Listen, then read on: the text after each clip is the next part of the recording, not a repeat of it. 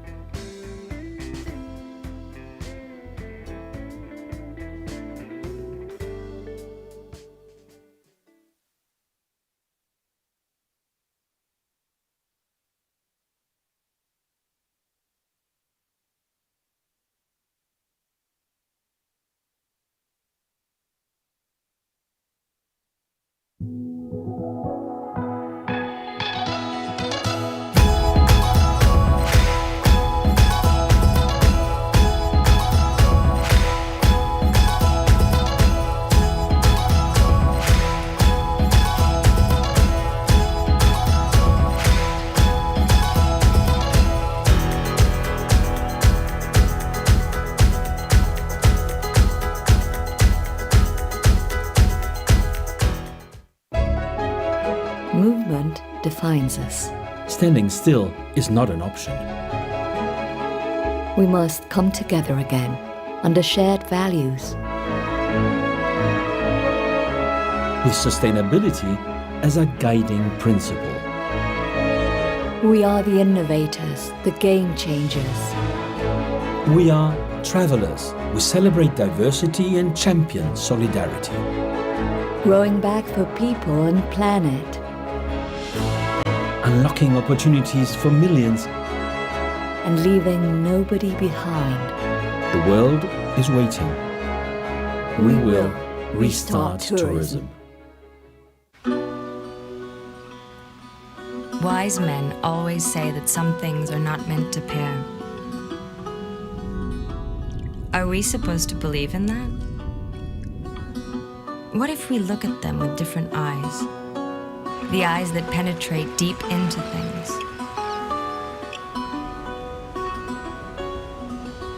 Do you ever gaze at the shape of a wave?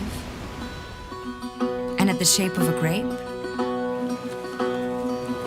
They are both waiting for us to shape them into something we love.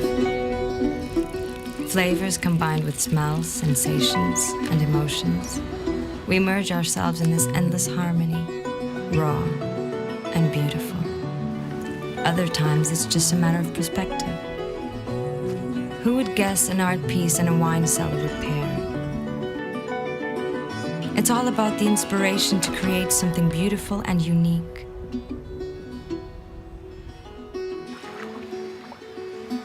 Forms and lines decanted by the hands of their masters. They elevate each other. We need to decompose things to understand them perfectly. Like a great band or a bottle of fine wine. It's a combination of layers, notes, and varieties that form a wonderful symphony. A special melody that pops up to be tasted in the first drop. And we listen. It's like a complex recipe full of mystery. Let's call it chemistry. So guess what? Wise men sometimes are wrong.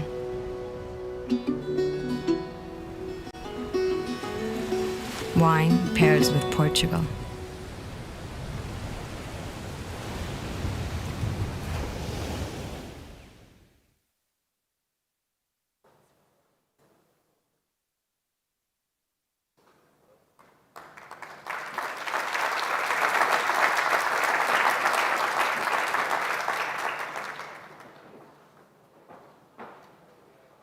So, good morning, everyone.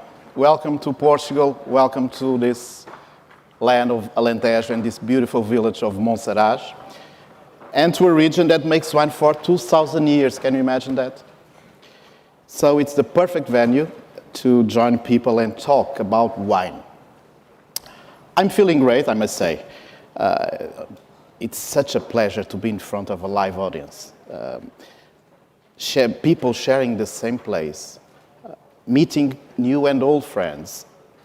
This event is more important than ever as we come together in person. 2020 was tough. It changed our life. It wasn't easy. But now, look at us. Here we are in Portugal, sharing ideas about the future. And to receive this very special event, Facing the Future, for the 5th UNWTO Global Conference on Wine Tourism, an event that shows us the resilience of tourism and its people. I wish to extend a very warm welcome to all of those who travel to Portugal to join the conference, as well to all the Portuguese coming from around the country. A very special welcome also to those who are following us online from around the world. We hope to welcome you very soon in person in Portugal. This event is available on streaming on the platform, but also in YouTube. We have interpretation in English, Spanish, and Portuguese, online and offline in this case. And now I have to say something about me, otherwise you're guessing who's the guy on the stage. Anyway, my name is Paulo Salvador. I'll be your Master of Ceremonies for the next 2 days. I do declare I'm not in the wine business. My business is news, hard news, world news. I'm a TV journalist for more than 30 years. Jesus, I shouldn't have said that. It's not good. But anyway, for more than 30 years, don't get me wrong, I do care about wine. And I love it, especially when it's in my glass. And the gastronomy, it's also one of my passions. For the last 8 years, I've been doing some work and some shows on national TV. So I've been living in between these two worlds, like someone said, and I quote, I love to cook with wine, and sometimes I even put it on the food. So, I trust this setting will inspire us during the coming days as we learn from each other and devise ways to make wine tourism a true driver of rural development. Opening new opportunities for people and territories will be sharing knowledge, which is the only way to the future. Reguengos de Monsaraz. Além do Tejo, fica o nosso canto do mundo. Céu de estrelas brilhantes que cobrem as planícies, onde o azeite puro guarda as memórias de um passado distante que deixou marcas na terra e cultivou o sorriso das nossas gentes. A história de Monsaraz convida a subir pelas ruelas até ao castelo, para espreitar a paisagem e adivinhar a natureza que envolve a voz do cante.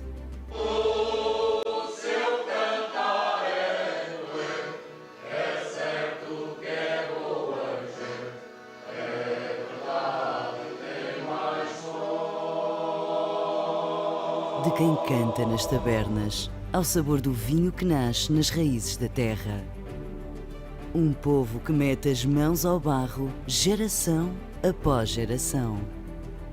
Património vivo que tece com amor as mantas que aquecem o mundo e recebe quem vem como se fosse família, a quem se oferece o melhor de nós. Para dormir nos montes mais sossegados, para comer com os temperos, segredos bem guardados, para desfrutar no grande lago Alqueva dos desportos náuticos. Reguengos de Monsaraz é para quem quer ter tempo para caminhar na natureza e descobrir as paisagens. É para quem quer petiscar e saborear a vida. E para redescobrir o melhor do mundo dentro de nós próprios e voltar a sorrir com toda a segurança. Seja bem-vindo a Reguengos de Monsaraz, o nosso canto do mundo.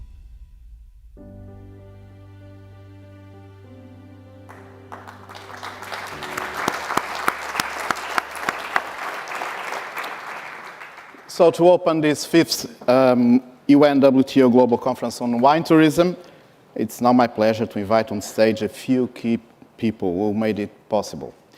Each one will share some words with us. Let's begin with José Calixto, Mayor of Reguengos de Monsaraz, please.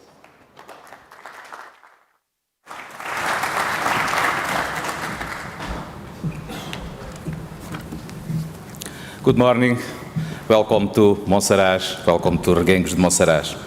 Senhor Ministro da Economia, Ministro de Estado, Ministro da Economia e da Minister of Digital Transition, Pedro Cisa Vieira, General Secretary of the UNWTO, Mr. Zurat, Secretary of State of Tourism, Rita Marques, General Director of the Organization of Vines and Vineyards, Paulo Roca, Chairman of Alentejo Turismo, the Chairman of the Tourism of Portugal, representatives of different institutions present here, with the special highlight for the UNWTO, the Tourism of Portugal, the Tourism of Alentejo, to whom I would like to thank, because without you, this would not be possible. Dear conference attendants and guests, Paulo Salvador, ladies and gentlemen, be welcome to the fifth Global Conference of Wine Tourism. As the Mayor of Monsaraz, I feel very honored to welcome you here to Monsaraz. It's a privilege as a mayor to be able to welcome in this unique environment one of the countries, one of the regions of Portugal, which is very welcoming to, and helps Portugal to become one of the most wanted destinations in the world. To all of you, I would like to thank you for the UNWTO, the Tourism of Portugal, and the Tourism of Alentejo for the trust they gave us to organize this conference. I believe that recognition that Portugal has obtained during these last years is also due to your excellent work during that period. The wine tourism, quoting the 2027 article of tourism, with the international recognition that places this country in one of the best of the world, and it's a visiting card to enhance our wine tourism. And having this fifth global conference on wine tourism will be an element to highlight this product at high value, and will become something that will potentiate the wine tourism and the local economies, projecting Portugal to the world as an excellence destination. And Portugal has been taken in the world, and that Monsaraz and Alentejo has also contributed for that recognition. I believe that the bet on the territorial promotion has been something that has been successful, especially after 2015 with the European City of the Wine. In this, our sector has been growing either in the demand and in the offer. So since 2019, the tourism flows have grown 37%. In 2014, we had 137,000 records of visits, and in 2019 we had 186,000. So the stayovers 75%, becoming 63,000 in 2019. The tourism agents that a few years ago were about a dozen now are about 160 that are registered in the database of the Portugal tourism.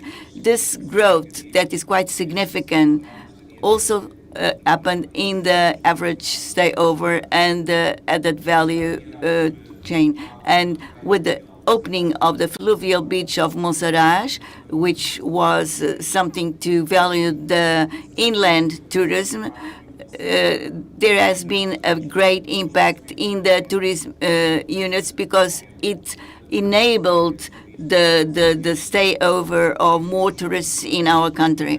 And this has also shown that this has been a sustainable growth due to the entire work of the entrepreneurs of our region.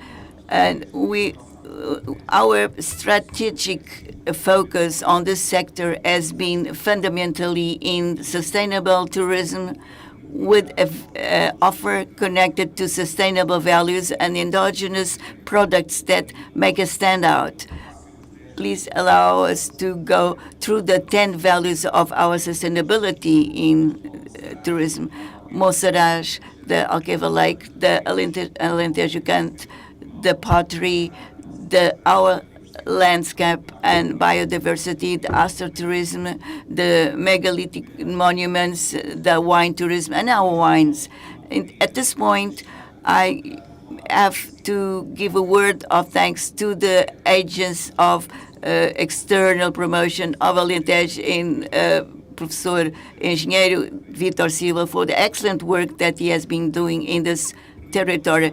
Also allow me to finish as president of European network of the wine cities, receiving as its main voices the National Association ACEVIN, the Spanish Association Città del Vinho, the Italian Municipalities Association MAPV, the Portuguese Association of the Municipalities of Wine, and I have to thank its president. As a result of its entire work, we also have at this conference an extraordinary publication about the Portuguese territories that produce wine and about wine routes. And AMPV also develops activity of common interest to all the municipalities associated to the national, local, and international level regarding the identity, the history, the heritage, etc., of all the territories connected to this association represents today,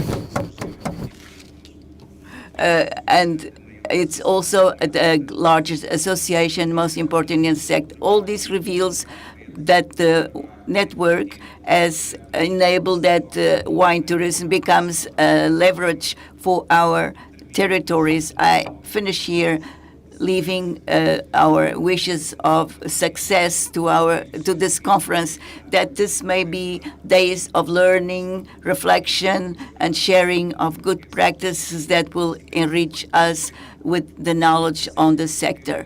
The topic of this conference is wine tourism. It's the drive for the rural development. We are at the right place to think about strategies to develop our territories.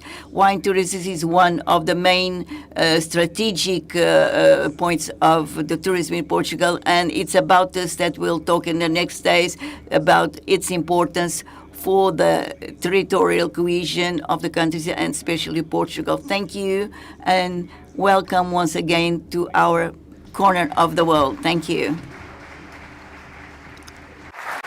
I ask now Vitor Silva, President of Turismo Alentejo, to join us on stage, please.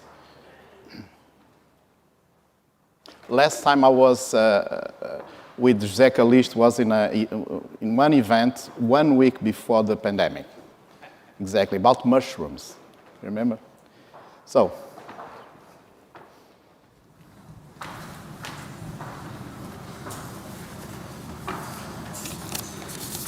good morning to everyone. I will speak in Portuguese.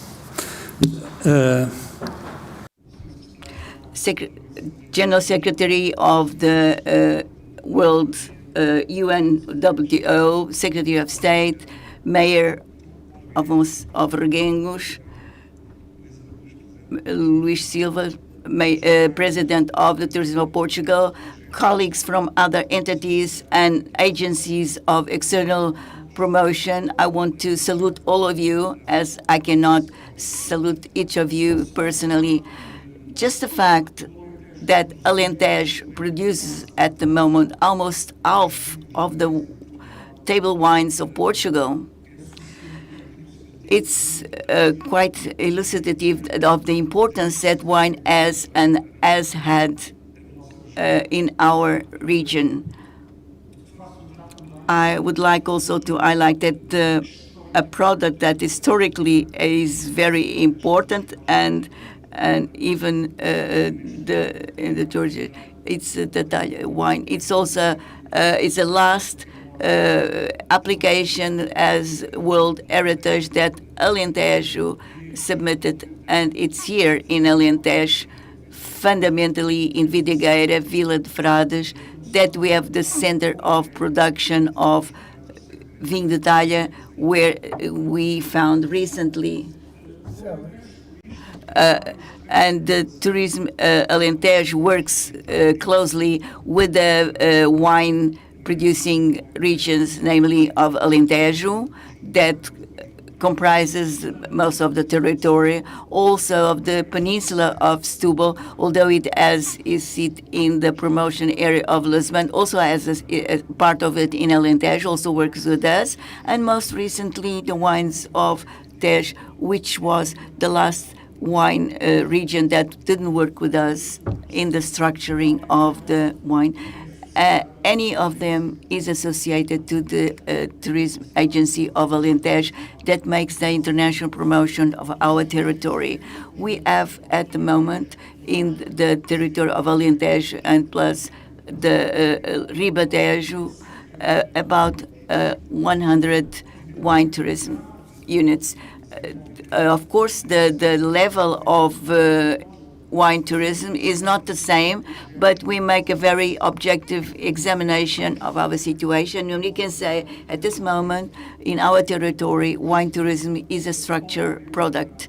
Obviously, there's still a lot to be done, but at this moment, it is structured product. The structure in terms not only of the attendance and wine tasting, that's not enough for wine tourism. It's structure in terms of training staff, the routes, the guides of the signage that exists in the whole territory. It's the wine tourism that at this moment makes the collection of statistical data from the visitors that come to us in terms of nationality, etc. It's a wine tourism that is focused on innovation. It's not wine tourism that just remained with wine tasting, but that understands in order to integrate the product in the whole territory, it's only value what is the territory where it is located, the history of that territory, the culture of that territory. So it just not represent a product that is connected to wine. It's a product that is quite complex. That's how we think that the tourism offer not only of wine tourism, but in all sectors should be presented a product that is integrated in the region, in its history and culture. And finally, because I do not want to take more time, but it's extraordinarily important for our region and for tourism in general and for the planet, is sustainability. Wine tourism nowadays understands that sustainability is not a trend. Sustainability is the aim that of the humankind, and we understand that. And if you will allow me, not being the objective of this forum, this conference, next week we will have in Évora, we will hold something that will take place during several years. It was the World Forum Travel, Forum Évora. In the next years will be here in our territory to discuss the issue of sustainability and how tourism sustainability is related to global sustainability of all the economic and social and cultural life that we have. So if you're still here, I invite you to participate in that conference. Dozens of people from all over the world will come to discuss this, and this will stay here for the next year. So therefore, General Secretary, dear Zurab, the UNWTO could not have found a better place to hold this conference, and namely Reguengos de Monsaraz, that in the end is our wine production center here in Alentejo. Thank you all. Thank you, Vitor Silva, President. Let's welcome now Mr. Paulo Roca, Director General, International Organization of Wine and Wine, to use some words for this opening ceremony.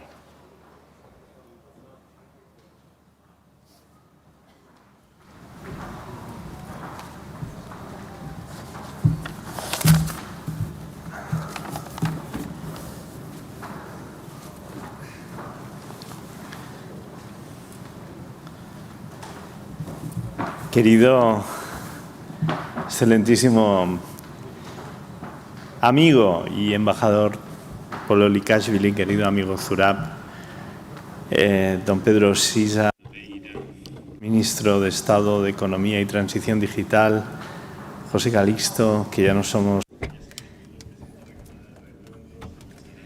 President of the Municipality of Monsaraz, President of Tourism of Alentejo, Jacques Forange, President of the Greek capitals, and other authorities, maybe I'm forgetting them. First of all, big thanks for the invitation to the International Organization of Wine. That is an organization intergovernmental, as is always the WTO. in a case in 48 member states, has a scientific and technical feature that allows the regulations of norms for wines and vineyards for trade. It has a strategic plan, as all organizations and governmental that applies in its base, specializations, the objectives of sustainable development of the United Nations, and introduce the factor of transformation, digital transformation, so important in accelerating all the processes, and we prepare the wine sector to face the great crisis that is the climate changes. In 2019, I had the pleasure of addressing you. In that case, in Chile, I participated in the 4th edition of this meeting that we have now in Portugal. The pandemic will be left behind, but I would like to advise you in some consequences or sequels that can be left behind.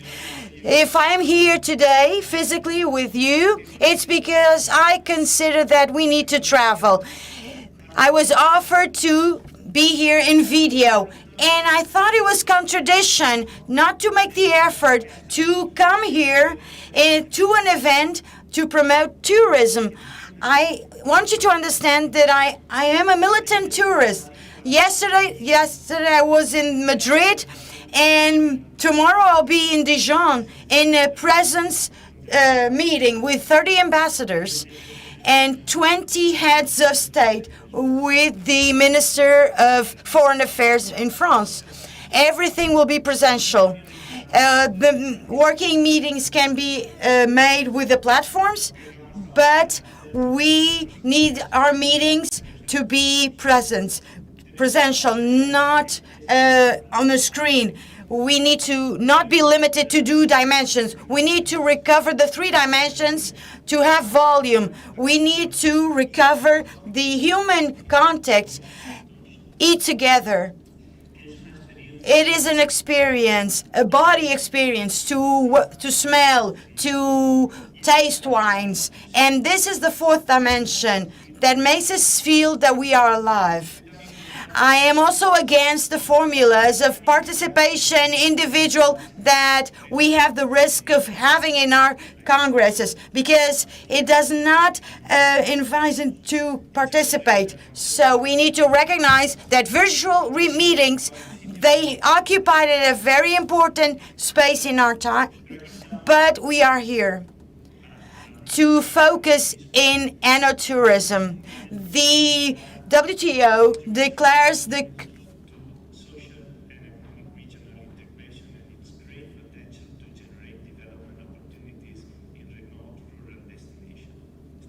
This is a great truth. We are all convinced in develop this market, but beyond that, we have sound grounds to progress. We measure it in terms of sustainability, as the previous speaker said. We are creating a school, a doctrine, educational basis when we focus on wine tourism. In Portugal, with the link to the territory in terms of environment and the behavior of those who know how to behave moderately, drinking an alcoholic beverage. Those are the key ingredients to tourism. These are values that we need to promote. In Chile, I spoke a lot about diversity. Diversity is the motor of all tourism. People do not travel if they don't experiment or find something new, whether it's cultural, climate, architectural, or eating something. Homogeneity is harmonious, diversity is fun. 2 words that in Spanish, they come from the same root, semantic root. I am giving the interpreters a great problem now. Okay, the wine, we have one of the economic ecosystems that can exist. And all this we preserve because the base of differentiation of wine is in a very important triangle: climate, earth, and variety. And that triangle, it's integrated with the human factor in a sustainable way, respecting completely this reality that WTO has been defining as terroir, as the maximum expression of a differential phenomenon. This generates the great diversity of this sector. WTO has been fundamentally, without knowing this system, this economic system that is fragmented, atomized, and diversified. As one of the angles of differentiation is the existence, maybe I'm going to bore you, of 12,500 varieties. And the life botanic is very diversified. And this is also because of the human factor. Man cannot be left behind. In the last 8,000 years, we have left a footprint. And we recovered a few courses to recognize morphologically and easily the varieties of grapes. We are diversing now because of the genetic description. It's very technical, but people need to know them and recognize them. And this is part of the wine tourism. Pass in a vineyard and know what kind of grapes are there. To drink a wine glass is just the end stage of the process. We need to incorporate, we need to photograph the grapes, the landscapes, everything basically. We need to recover the morphology.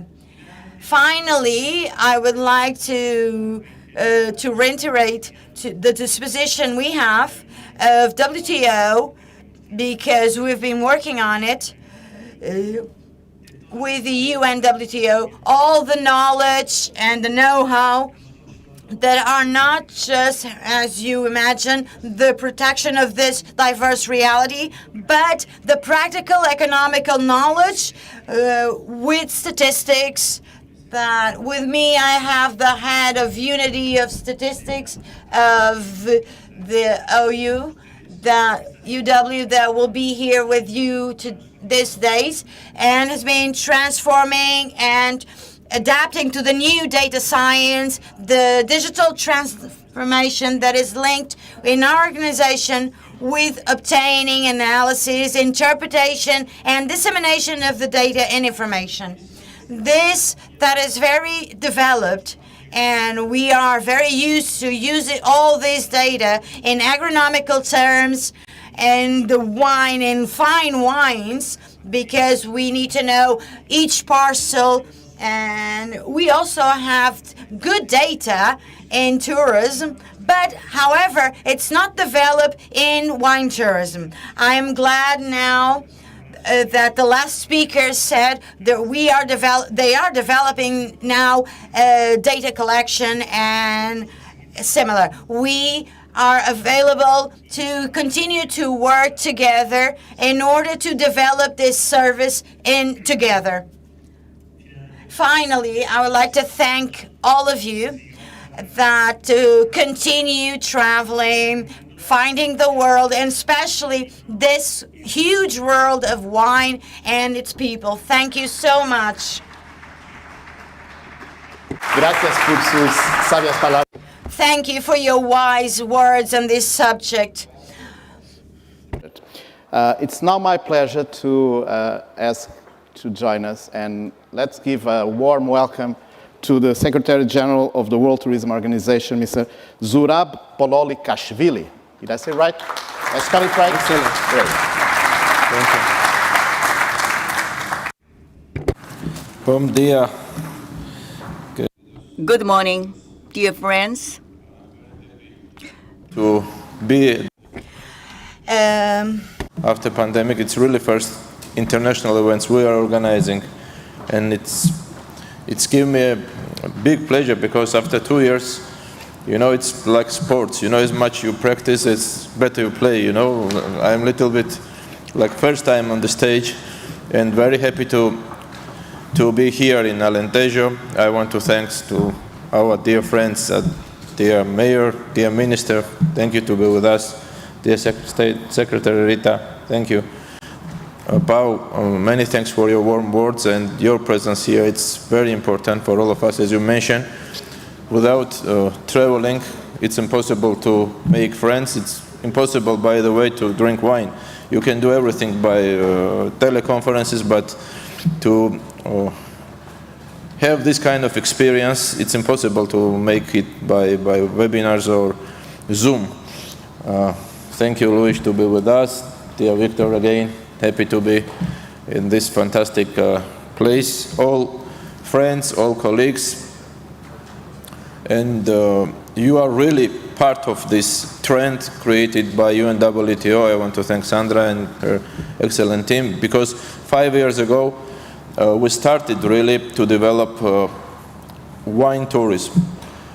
20 years ago nobody knows about gastronomy tourism, wine tourism, shopping tourism, but we really created this very concrete and specific product with gastronomy, by the way. And today, gastronomy is the part of culture. It was always, of course, part of culture, but another trend we are promoting is cultural tourism.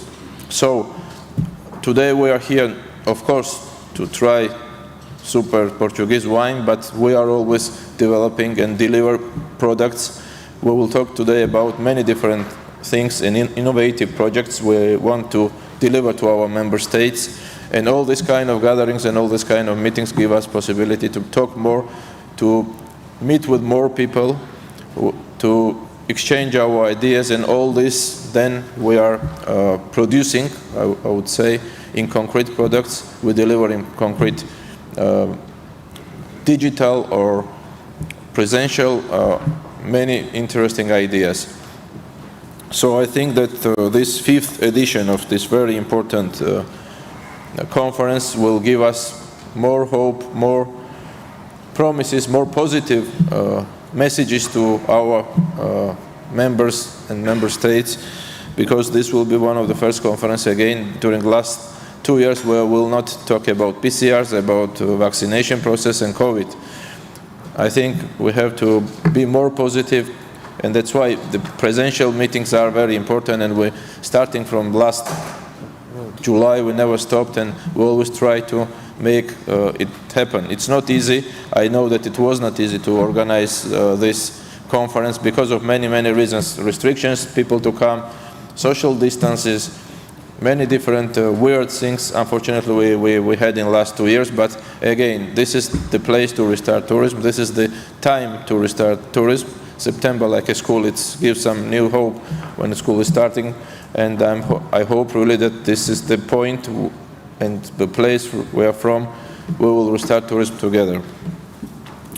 So welcome to Alentejo, welcome to this fantastic place, and again, as I mentioned yesterday, our priority is and will be to support rural development. We see a lot of place and space to invest in human capital, in education, invest financially to create new jobs. This is our #1 priority, and as we mentioned yesterday, people and families are waiting tourists, and they need this kind of activities, tourism I mean, because they depend on, and their income depends, and many families depends on tourism sector, and especially in rural part. So for that reason we initiated, and in Marrakesh this year during our General Assembly we will present the new project initiated by us, which is best world villages. We are going to present 20 best villages in the world, and step by step we are going to create a network of villages and to give this kind of connectivity, to give another very important product to travelers, which is rural tourism, and there we see a lot of potential. And I kindly want to ask all our member states to be more active and to support rural development. And again, Portugal is excellent example, and we need and we want our strong member states and more developed member states, mostly from Europe, to export the know-how how to develop rural tourist development in less developed countries. So thank you for your presence, thank you for your friendship, I would say, and let's use these 2 days to talk, to interchange our ideas and restart tourism together. Of course, we will have a chance to try Portuguese great wines, and as Minister mentioned yesterday, let's drink but don't drive. Obrigado. Mr. Secretary General. Now I ask Pedro Cisa Vieira, Minister of State, Economy and Digital Transition of Portugal, to join us for the last words in this opening ceremony.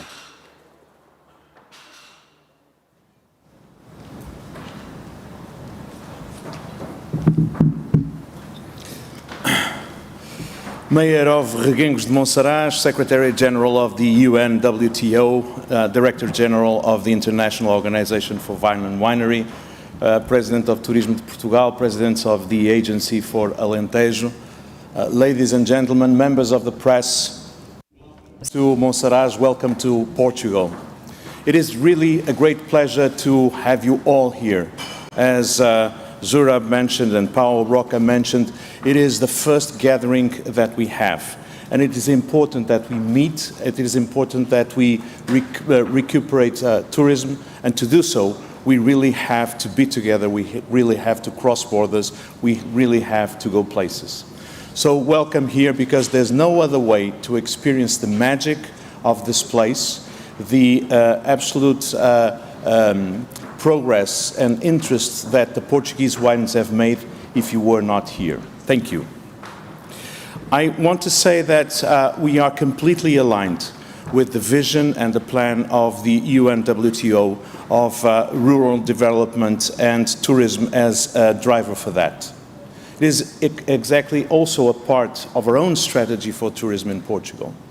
We have grown almost 60% in international income deriving from tourists between 2011 and 2019, because we have invested precisely on getting into more markets by having tourists all year round, and to have more regions participating in this movement, which is why rural development and structuring products in rural regions has been critical to achieve these results. Wine tourism is a very significant part of our strategy, and we have indeed promoted wine and wine tourism as a part of this. We have supported more than 60 projects in terms of tasting areas, training of people, investing in new lodgings and new cellars. We have taken advantage of something which is very specific of Portugal, which is the wine tradition. We started to export wine from the Roman times. We have almost 300 national varieties of wine. We have experience very diverse all across this very small country. You see different landscapes, you see very different terroirs, you see very different grapes in just a very small distances, which is why it makes this country so rich for wine tourism. This product has also been promoted actively in recent years, ever since we decided to invest in this as one of the pillars of our strategy to diversify the various regions and various destinations within the country.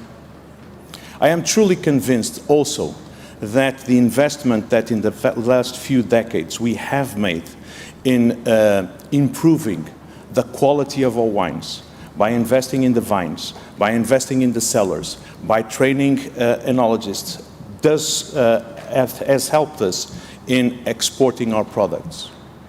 As you have seen, there's a direct correlation between the growth in wine exports and the growth in tourism from the markets where we export wines. So investing in the quality of wine, Investing in the quality of the wine regions, investing in the exports of wine is also a very significant part of our strategy to develop wine tourism. I just want to conclude by saying that within this next couple of days, you will all be discussing about strategies and actions which can improve this product, which is, as was mentioned by Paulo Roca, by Vitor Silva, is really about a sort of holistic approach to the history, the cultural heritage, the landscape, and the very specifics of each region. And we can work proactively in all these areas, and I think that we will all have an advantage in sharing experiences. And now, just to conclude, I want to invite you to two experiences. The first is to look into the site www.portuguesewinetourism.com, which we launched today. It's a very good way to experience not only the world of wine in Portugal, but of the wine tourism experiences. We will be using this as a platform for international promotion. It's really fun, it's really great, and it just gives you more wish to experience our Portuguese wines. And the second is to come back to Portugal in February 2022, where we will be launching the first edition of the Wine and Travel Week in Oporto, which we hope to be one of the landmark events for wine tourism in the world. We will be working to make the best experience that you can have around these two themes. So I couldn't hope for a more inspiring theme than wine tourism to resume these international events. And Paulo Roca said he was a militant tourism. I am also a militant tourism, and I am a militant wine tourist.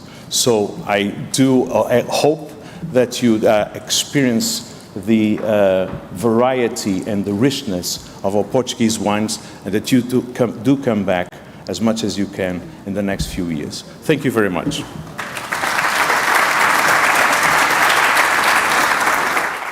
Thank you, Minister. And we have new site today online. I didn't know that. And thank you all for your motivating words, and thank once again for making possible this event. I know that you, Minister, you have to leave us. Someone told me that. So you feel to go if you want to, because now you are just going, following our schedule, our alignment. So now we'll go to a new book about wines. Let's talk about a project by the World Tourism Organization and Fundación Araix Grandes, designed to promote the immense opportunities that wine tourism offers to discover the people, culture, the nature, and the roots of each territory. It's called The Wine Roots of the World. Please roll video.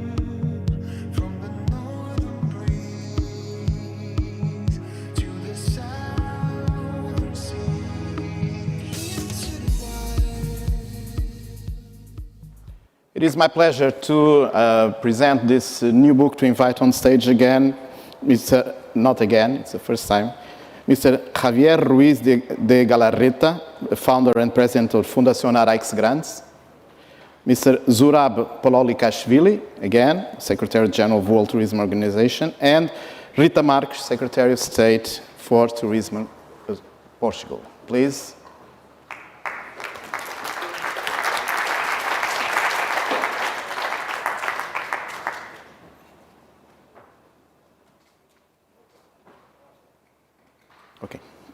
Please, everyone.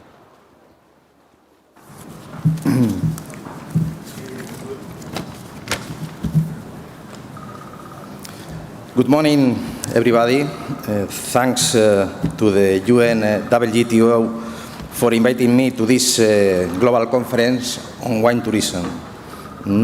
North and South is the title of the song I chose for this video. The Wine Roads of the World project was born from two organizations that share a common goal. The Arais Grants Foundation, acting as a driving force in the process of social, economic and cultural transformation of premium and ultra-premium wines from Spain, with a special focus on Rioja Alavesa, to place them at the international forefront.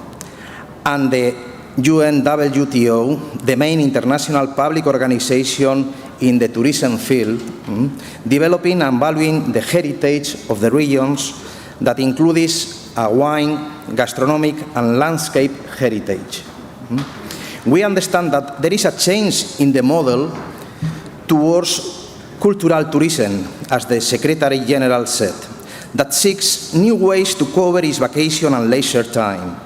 In this work, they will be able to find unique experiences that combine the best of each of the roads, offering tourists a varied number of wine tourism experiences in each of the 10 countries in this first part of what we have called the wine roads of the world. After my almost 30 years of experience in the world of wine, as for many people who are engaged in some way in activities related to wine, it is a way of life that brings people closer, due to the magic and emotion that each glass of wine brings. Excellence is required when making a good wine, as well as when offering a differentiated experience to the visitor, regardless of whether they are in the phase of first contact with wine or are a wine lover or connoisseur.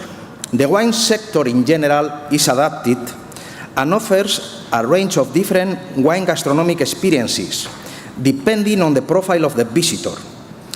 If we equipped this process with the different tools that digitalization offers, we will be faced with a scalable value model with the contribution of tangible results, not only for the wine tourism industry, but for each of these in compliance with the Sustainable Development Goals and working to protect the planet goals against climate change. Our special thanks to all the UNWTO staff who have participated in the project together with our team, to each of the organizations that have provided us with information for a wide catalogue of wine tourism experiences. Collecting something unique so far, 10 countries in which wine is part of their culture and is an important source of economic resources, helping the development and maintenance of the rural environments, as well as the experts that have described the wine sector of the countries as a complement to the roads listed. A special mention to the Spanish Fine Wines Institute, academic instrument of the Arais Grants Foundation. Congratulations to all of you for making this unique and pioneer project possible in the world of wine tourism.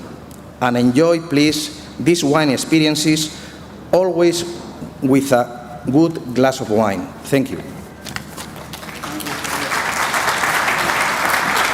Now I ask the Secretary General of UNWTO to have some words also about this book, in which it's included Portugal as one of the 10 wine tourism destinations. Trying to find it. It's somewhere, yeah. Yes, yeah. Portugal.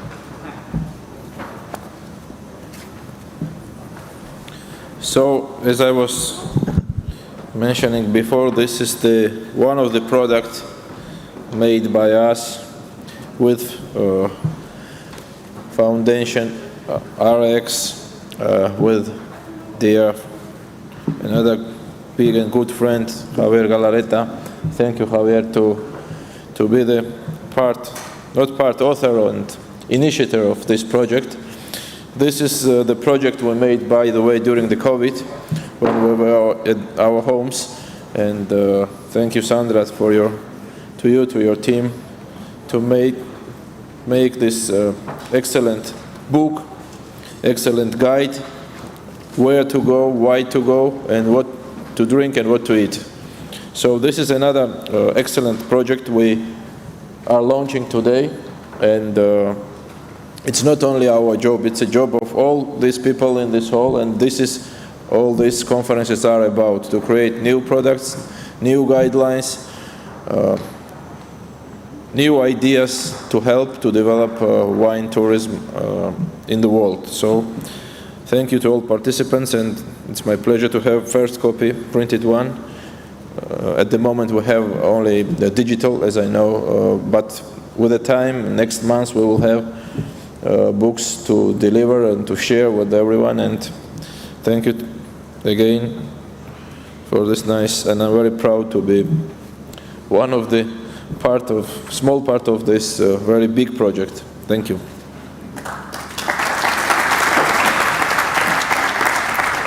Now I call Rita Marques, Secretary of State for Tourism, Portugal, with a book also. So there's more than one. No, it's the same. It's the same. It's But the content is the same as well. So, hello everyone. My pleasure to join you here today. First of all, let me welcome you all and thank you to be here today with us. I will talk about the book for sure, but let me greet first of all our mayor, José Calixto. Thank you so much for hosting us today. And I would like very much to thank also Turismo Portugal, Turismo do Alentejo, Ribatejo, UNWTO. I see Sandra, her team, you have been amazing. So thank you so much for putting all this together in such a short period of time. I know that was difficult, but I know that you can deal with difficult challenges, so that's why we are here today. So thank you again.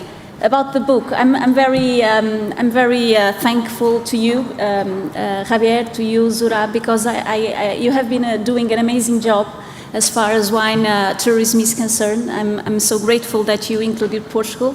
I think that you had to do it, of course, but still I'm very thankful for your effort. Together with you, UNWTO, to put all the information, very accurate information about our industry.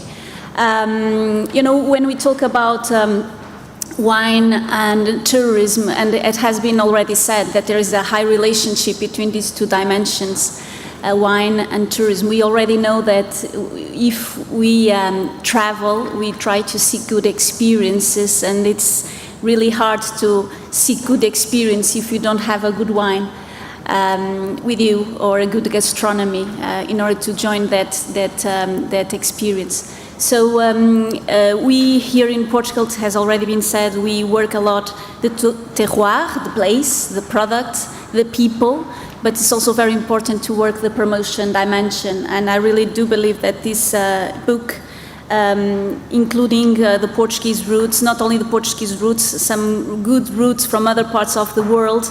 It's really a good promotion tool for all of us. And let's get inspired and let's travel again.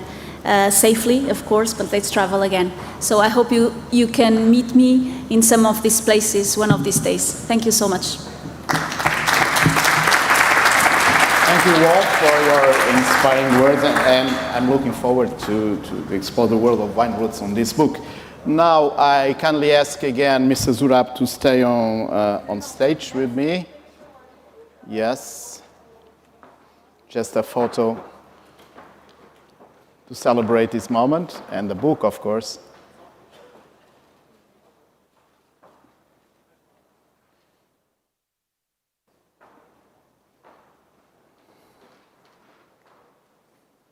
Okay, thank you very much. I would kindly ask the Secretary General to stay on stage as we'll proceed with the signature of a memorandum of understanding between UNWTO and the Great Wine Capitals, for which I will be kindly invited on stage the President, Jacques Forin. S'il vous plaît.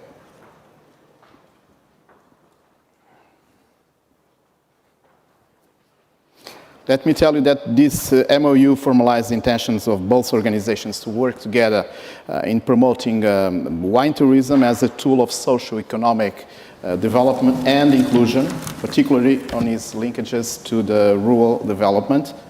Let's hear from you. Thank you. Dear all, I would like first to say that I'm delighted to be here in the fantastic place that I've never been before, and in person with you today. It is the first time I am able to participate in any public event in too many months. I am also completely delighted with the reason for my presence, since it is an extremely important event for the organization that I share. The signing of the Memorandum of Understanding between the World Tourism Organization and the Grade 1 Capitals Global Network.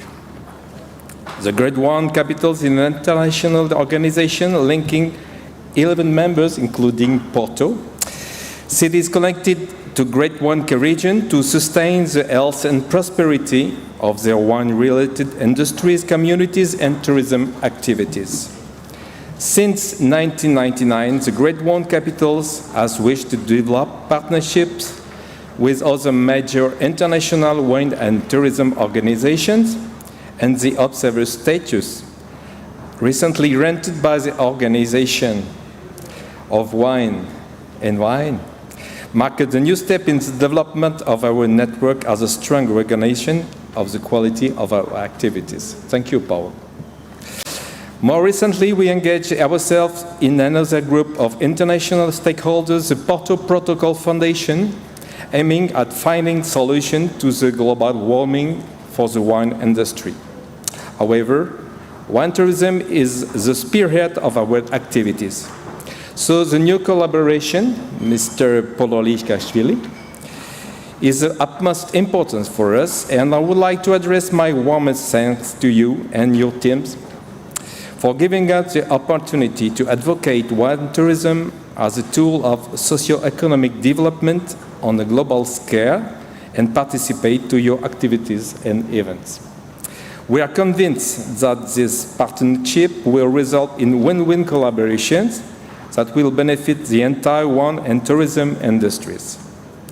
The extraordinary times the world is going through nowadays make us even more sure that wine tourism is a key element of the essential diversification of wineries activity around the whole world, but also driving force for sustainable and rural tourism developments. Thank you very much. Muito obrigado. Thank you very much. For the signing. Now we have to sign. That's a memorandum, right? But where is the MOU? I think that, there's a table over there. Okay. And we'll follow your steps as we formalize this agreement to sign this MOU in between the two organizations. Obviously, there will be a photo opportunity also. So let's wait for the moment. These MOU are a very important tool to promote and putting people working together on this area of wine tourism. That's why it's so important to keep these understandings in between organizations. There will be more. This is the first one for today.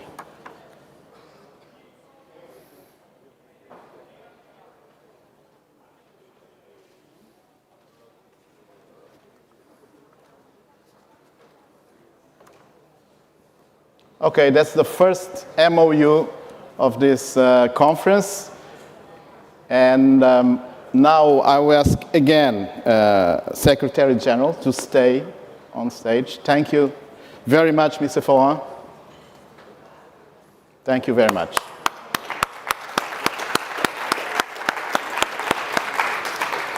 Now let's witness an important moment for the wine tourism in Portugal. The signature of the MOU for the creation for the National Strategic Council for Wine Tourism, in the scope of the action program for wine tourism launched by Turismo de Portugal in 2019. I also would like to invite on stage Rita Marques, the Secretary of State for Tourism in Portugal, again, please. And to proceed with the signature, I invite on stage representatives of several organizations that I'll say in Portuguese. Turismo de Portugal, Instituto da Vinha e do Vinho, AMPV, que é a Associação de Municípios Portugueses do Vinho, Associação de Rotas dos Vinhos de Portugal, Secretaria Regional dos Transportes, Turismo e Energia dos Açores, Entidade Regional do Turismo do Porto e Norte de Portugal e Agência Regional de Promoção Turística do Porto e Norte de Portugal, Entidade Regional do Turismo do Centro de Portugal, Agência Regional de Promoção Turística do Centro de Portugal, Entidade Regional de Turismo do Alentejo e a respectiva Agência Regional de Promoção Turística e Entidade Regional de Turismo do Algarve, também com a respectiva Agência Regional de Promoção Turística. A lot of people here, but it's a very important moment for the wine tourism in Portugal. It's a new MOU that will be signed. People coming from all over Portugal, so from north to south, and islands. Never forget islands, Madeira and the Açores. They're doing great things about wine there. So that's the photo.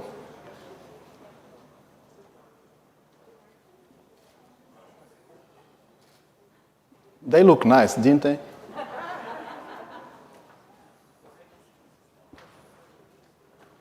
Okay, that's it's done. So thank you for joining us this morning. Now we will have 30 minutes break. I hope you enjoyed the amazing views to Alqueva Lake. For those joining us online, we also hope to see you back in 30 minutes. See you.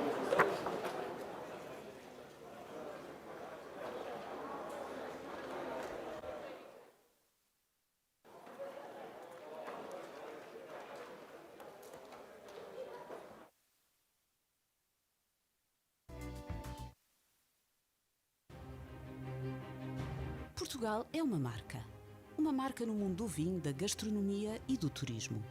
Portugal é uma marca feita de muitas marcas. É uma marca com história e inovação, com diversidade de paisagem e património, com identidade de terroir e territórios, assente no sorriso aberto de quem acolhe e de quem trabalha.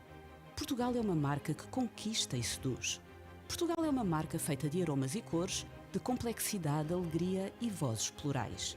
Uma marca que vive em quem a trabalha e em quem a promove pelo mundo. Portugal é a marca que inspira o blend. O Porto é o seu palco. Afinal, é aqui que se vive a principal experiência do vinho em Portugal. 9 dias a sua duração para viver um roteiro que cruza vinho, gastronomia, música, arquitetura, artes performativas e design, que promove networking, debate e negócios e que junta quem se dedica a criar e a vender experiências, dando lugar a um encontro anual e a uma plataforma digital. Em fevereiro, seremos Blend. A nossa missão? Tornar Portugal no ponto de encontro do enoturismo mundial. A nossa vontade? Afirmar Portugal como o destino que se repete, porque há sempre mais um motivo para voltar. Blend Wine Tourism and Essência do Vinho Porto. Porto, 19 a 27 de fevereiro de 2022, em Portugal.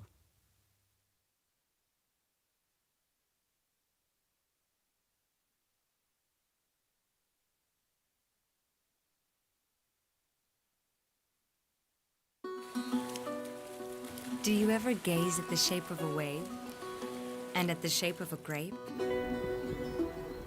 They are both waiting for us to shape them into something we love. If we look at things with the eyes of curiosity, wine pairs with adventure. Wine pairs with Portugal.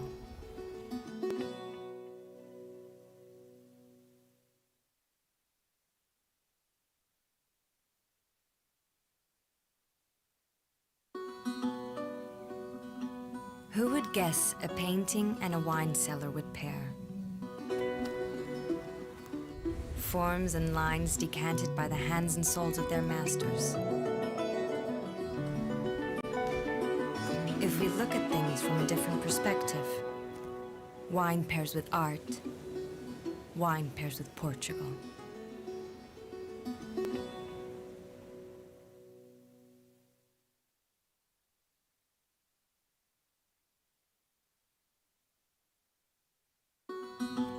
Have you ever combined textures, smells, and emotions?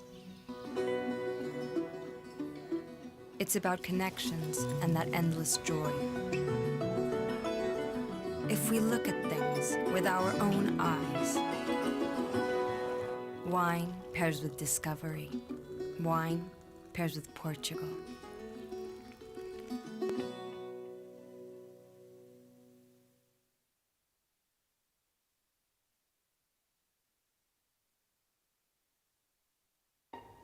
It's time to flow. It's time to raise our glasses, to yell for the masses. It's time to flow, time to peak life, for morning yearnings and golden sunset earnings. It's time to pop and pour indisputable desire, gallantry, will, and be truth. It's time to taste.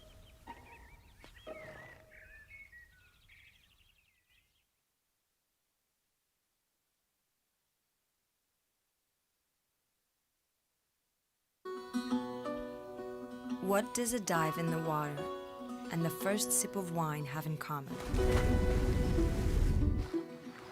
It's all about temperature and harmony. If we look at things with the eyes of ingenuity, wine pairs with wellness, wine pairs with Portugal.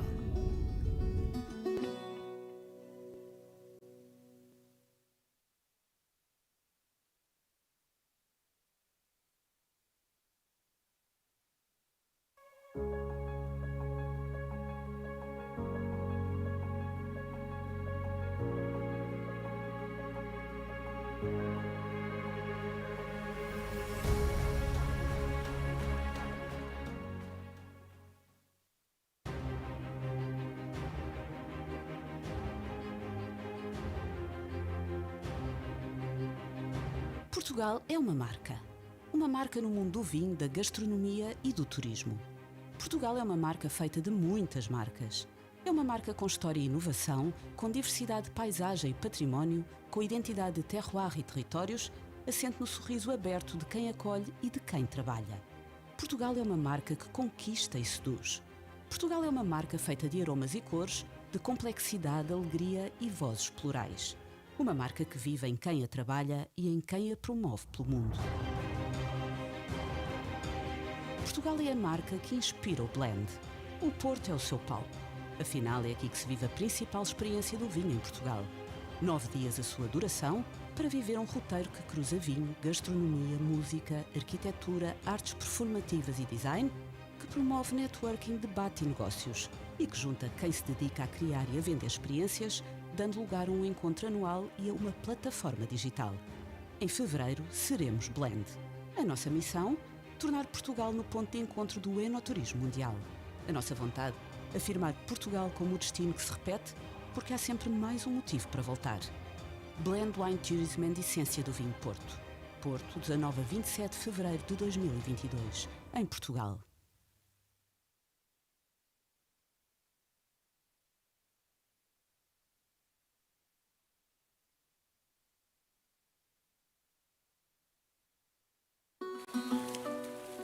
Do you ever gaze at the shape of a wave and at the shape of a grape? They are both waiting for us to shape them into something we love. If we look at things with the eyes of curiosity, wine pairs with adventure, wine pairs with Portugal.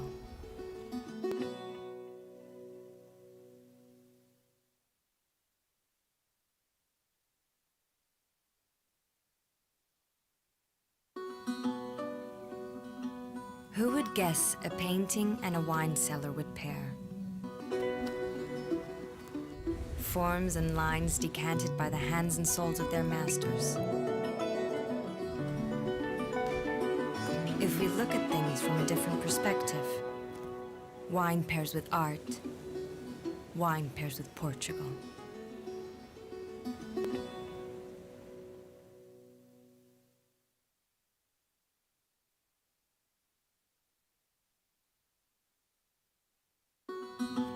Have you ever combined textures, smells, and emotions?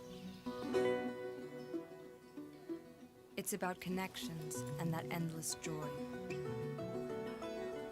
If we look at things with our own eyes,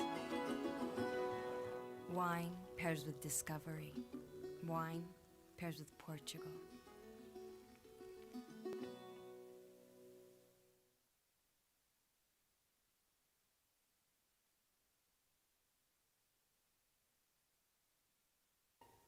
It's time to flow. It's time to raise our glasses, to yell for the masses. It's time to flow, time to peak life, for morning yearnings and golden sunset earnings. It's time to pop and pour indisputable desire, gallantry, will, and be truth. It's time to taste.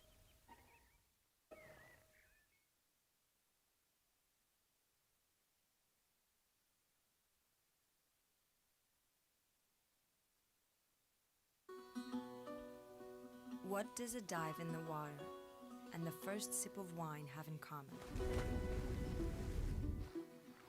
It's all about temperature and harmony.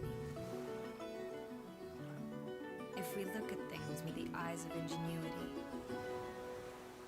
wine pairs with wellness. Wine pairs with Portugal.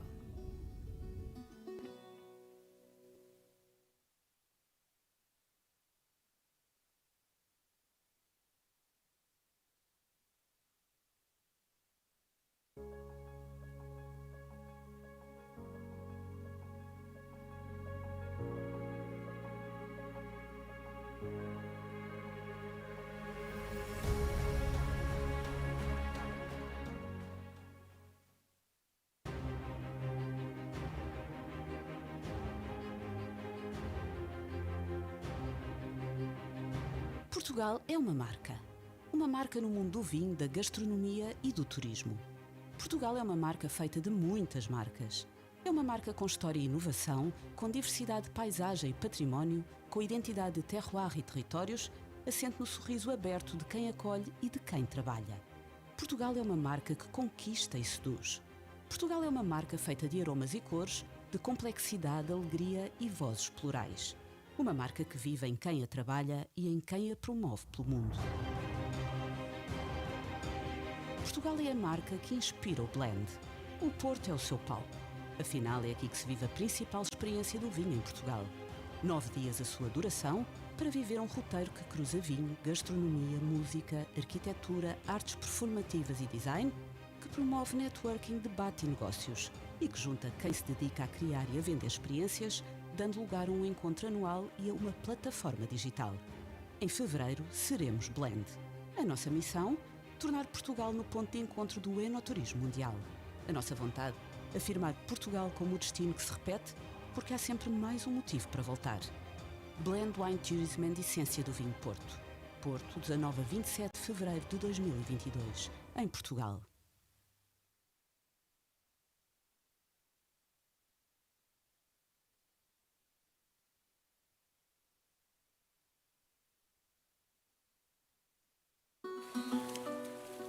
Do you ever gaze at the shape of a wave and at the shape of a grape? They're both waiting for us to shape them into something we love. If we look at things with the eyes of curiosity, wine pairs with adventure. Wine pairs with Portugal.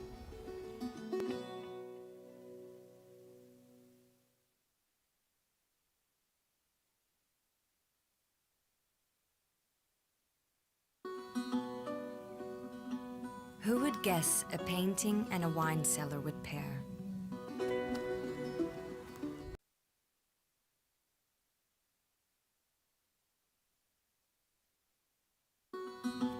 Have you ever combined textures, smells, and emotions? It's about connections and that endless joy. If we look at things with our own eyes, wine pairs with discovery. Wine pairs with Portugal.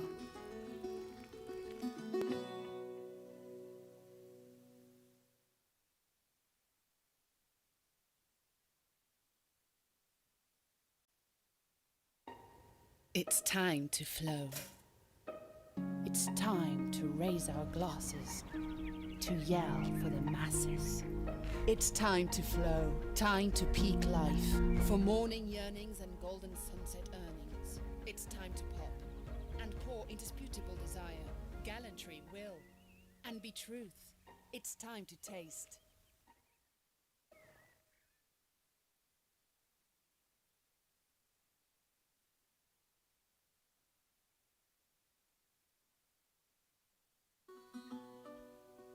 What does a dive in the water and the first sip of wine have in common? It's all about temperature and harmony. If we look at things with the eyes of ingenuity, wine pairs with wellness. Wine pairs with Portugal.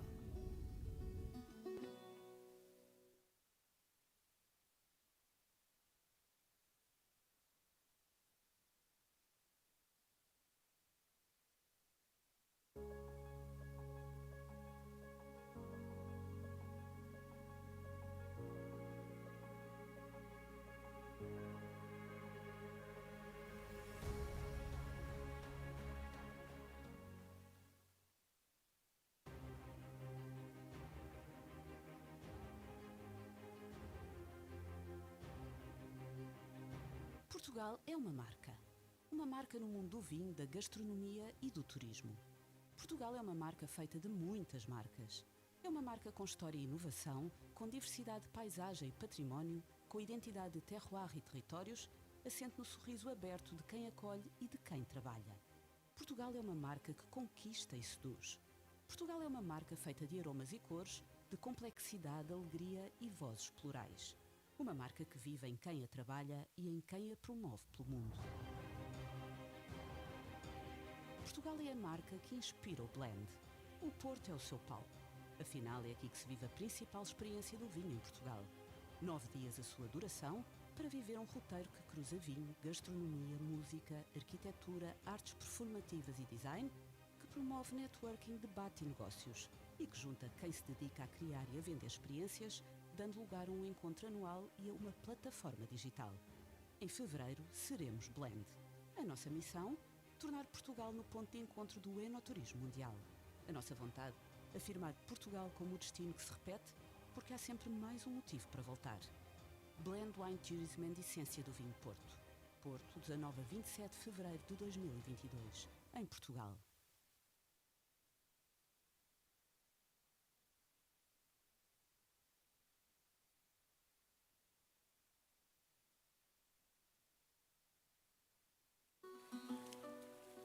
Do you ever gaze at the shape of a wave and at the shape of a grape?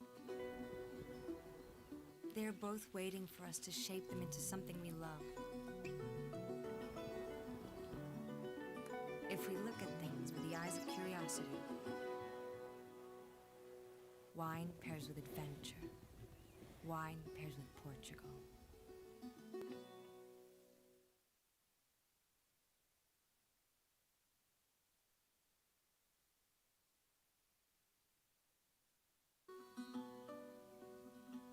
Who would guess a painting and a wine cellar would pair? Forms and lines decanted by the hands and souls of their masters. If we look at things from a different perspective, wine pairs with art, wine pairs with Portugal.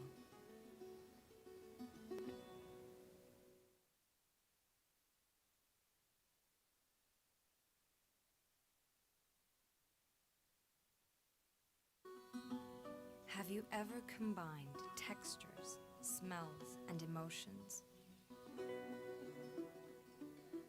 It's about connections and that endless joy.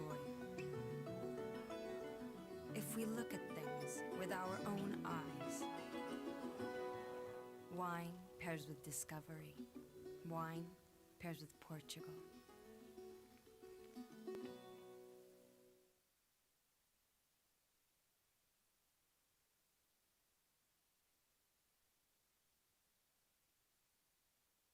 It's time to flow. It's time to raise our glasses, to yell for the masses.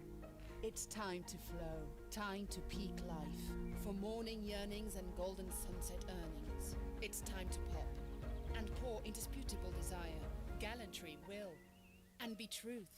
It's time to taste.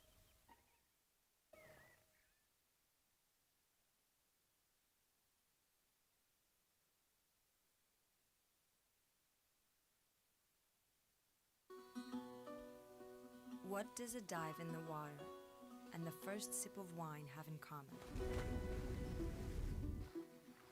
It's all about temperature and harmony. If we look at things with the eyes of ingenuity, wine pairs with wellness. Wine pairs with Portugal.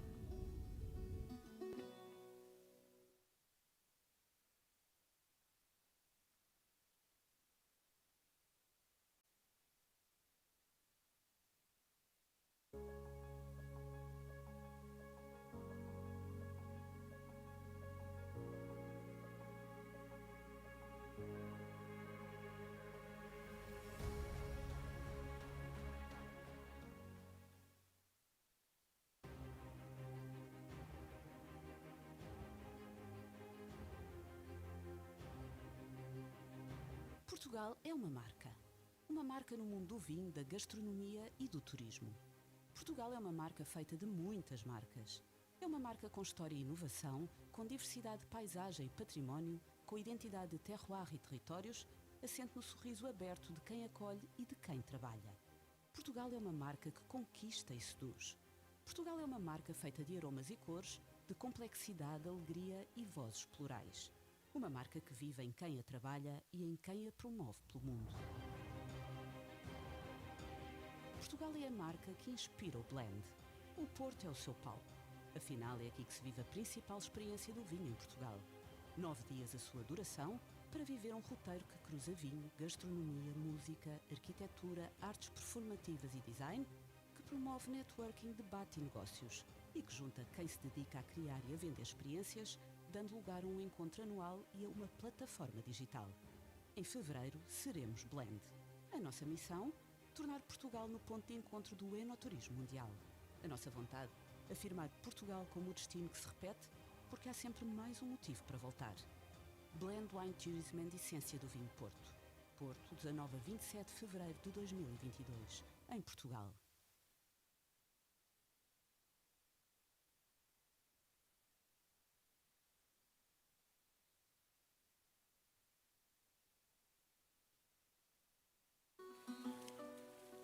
Do you ever gaze at the shape of a wave and at the shape of a grape? They are both waiting for us to shape them into something we love. If we look at things with the eyes of curiosity, wine pairs with adventure. Wine pairs with Portugal.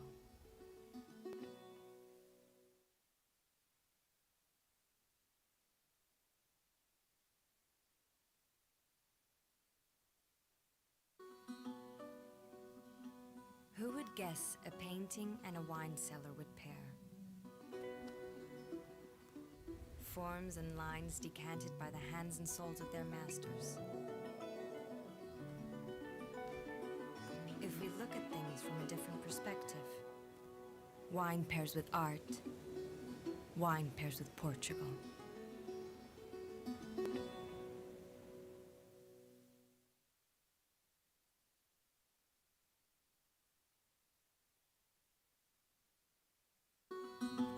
Have you ever combined textures, smells, and emotions?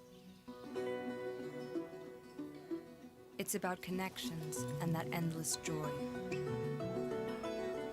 If we look at things with our own eyes, Wine pairs with discovery. Wine pairs with Portugal.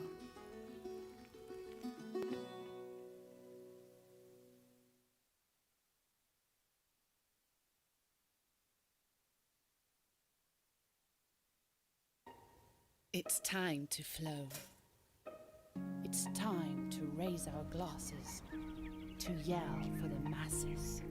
It's time to flow, time to peak life, for morning yearnings and golden sunset earnings. It's time to pop and pour indisputable desire, gallantry, will, and be truth. It's time to taste.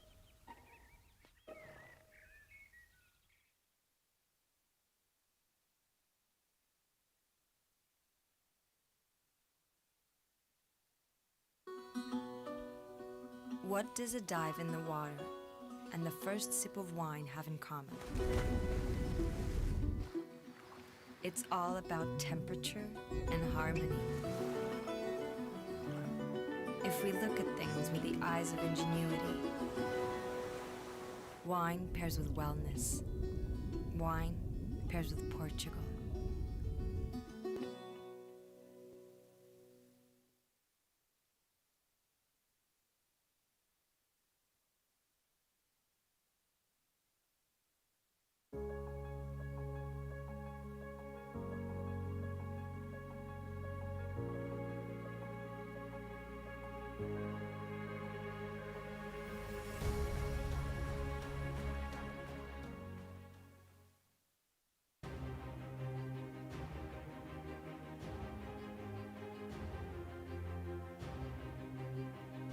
Portugal é uma marca. Uma marca no mundo do vinho, da gastronomia e do turismo. Portugal é uma marca feita de muitas marcas. É uma marca com história e inovação, com diversidade de paisagem e património, com identidade de terroir e territórios, assente no sorriso aberto de quem acolhe e de quem trabalha. Portugal é uma marca que conquista e seduz. Portugal é uma marca feita de aromas e cores, de complexidade, alegria e vozes plurais. Uma marca que vive em quem a trabalha e em quem a promove pelo mundo. Portugal é a marca que inspira o blend. O Porto é o seu palco. Afinal, é aqui que se vive a principal experiência do vinho em Portugal. 9 dias a sua duração para viver um roteiro que cruza vinho, gastronomia, música, arquitetura, artes performativas e design, que promove networking, debate e negócios e que junta quem se dedica a criar e a vender experiências, dando lugar a um encontro anual e a uma plataforma digital. Em fevereiro, seremos Blend. A nossa missão? Tornar Portugal no ponto de encontro do enoturismo mundial. A nossa vontade? Afirmar Portugal como o destino que se repete, porque há sempre mais um motivo para voltar. Blend Wine Tourism and Essência do Vinho Porto. Porto, 19 a 27 de fevereiro de 2022, em Portugal.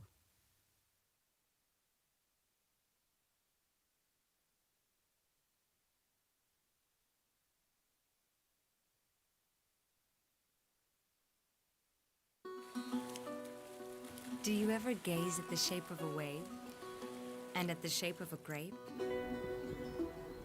They are both waiting for us to shape them into something we love. If we look at things with the eyes of curiosity, wine pairs with adventure. Wine pairs with Portugal.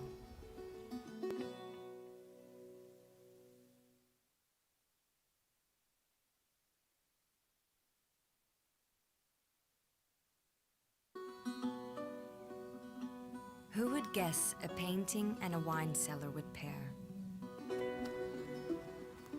Forms and lines decanted by the hands and souls of their masters. If we look at things from a different perspective, wine pairs with art, wine pairs with Portugal.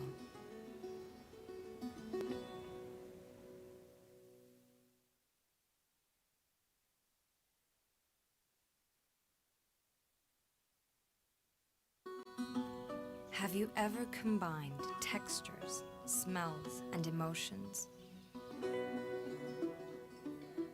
It's about connections and that endless joy. If we look at things with our own eyes, wine pairs with discovery. Wine pairs pairs with Portugal.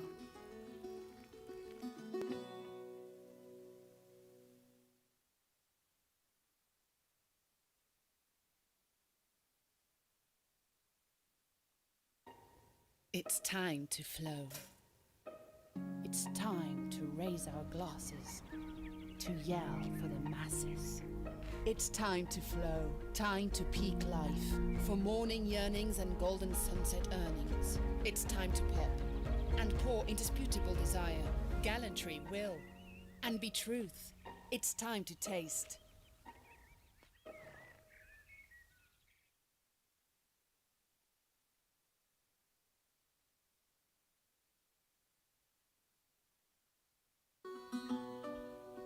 What does a dive in the water and the first sip of wine have in common? It's all about temperature and harmony. If we look at things with the eyes of ingenuity, wine pairs with wellness. Wine pairs with Portugal.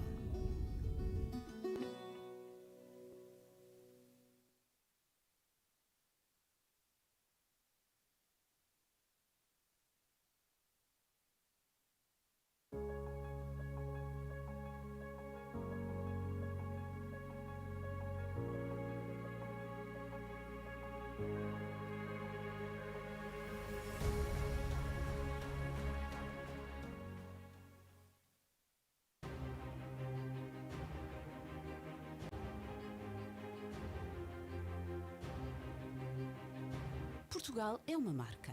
Uma marca no mundo do vinho, da gastronomia e do turismo. Portugal é uma marca feita de muitas marcas. É uma marca com história e inovação, com diversidade de paisagem e património, com identidade de terroir e territórios, assente no sorriso aberto de quem acolhe e de quem trabalha. Portugal é uma marca que conquista e seduz. Portugal é uma marca feita de aromas e cores, de complexidade, alegria e vozes plurais. Uma marca que vive em quem a trabalha e em quem a promove pelo mundo. Portugal é a marca que inspira o blend. O Porto é o seu palco. Afinal, é aqui que se vive a principal experiência do vinho em Portugal.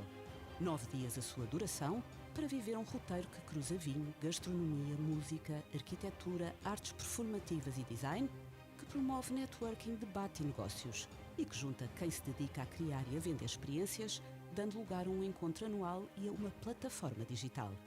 Em fevereiro, seremos Blend. A nossa missão? Tornar Portugal no ponto de encontro do enoturismo mundial. A nossa vontade? Afirmar Portugal como o destino que se repete, porque há sempre mais um motivo para voltar. Blend Wine Tourism and Essência do Vinho Porto. Porto, 19 a 27 de fevereiro de 2022, em Portugal.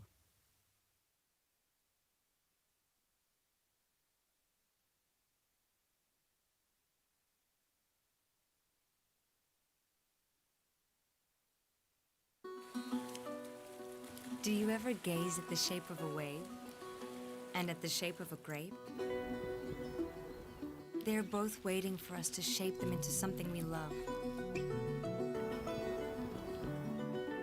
If we look at things with the eyes of curiosity, wine pairs with adventure. Wine pairs with Portugal.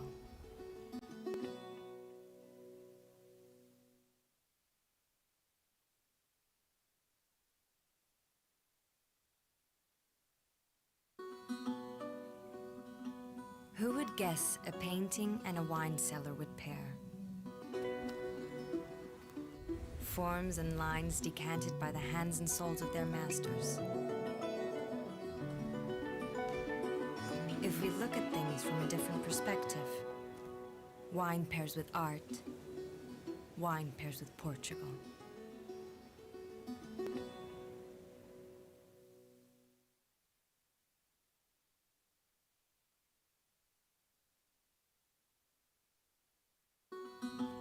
Have you ever combined textures, smells, and emotions? It's about connections and that endless joy. If we look at things with our own eyes, wine pairs with discovery. Wine pairs with Portugal.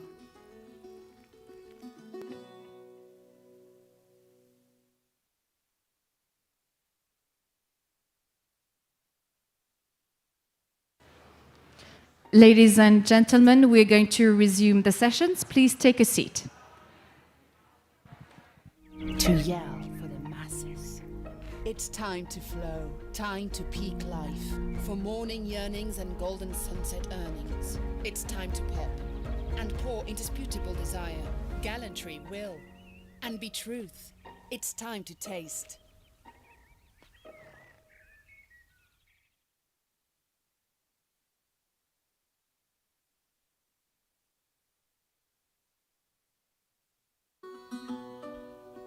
What does a dive in the water and the first sip of wine have in common? It's all about temperature and harmony. If we look at things with the eyes of ingenuity, wine pairs with wellness. Wine pairs with Portugal.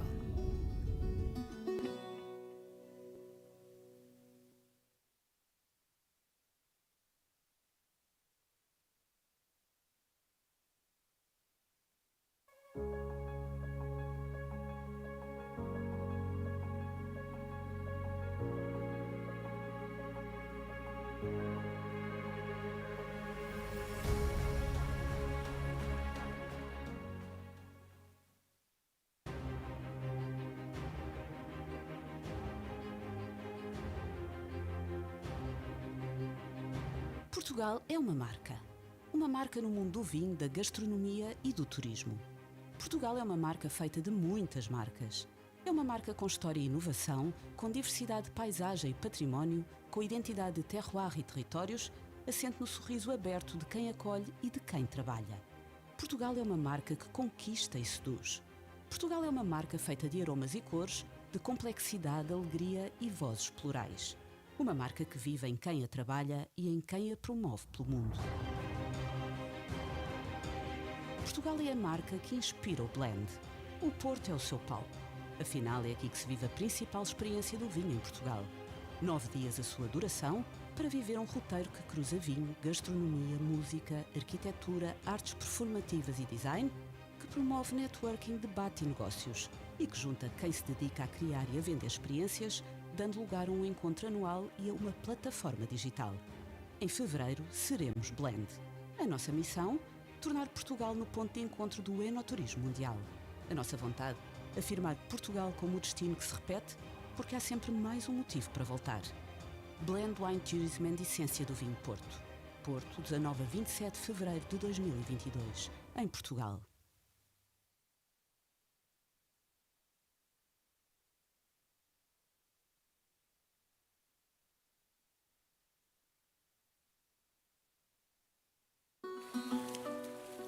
Do you ever gaze at the shape of a wave and at the shape of a grape? They're both waiting for us to shape them into something we love. If we look at things with the eyes of curiosity, wine pairs with adventure. Wine pairs with Portugal.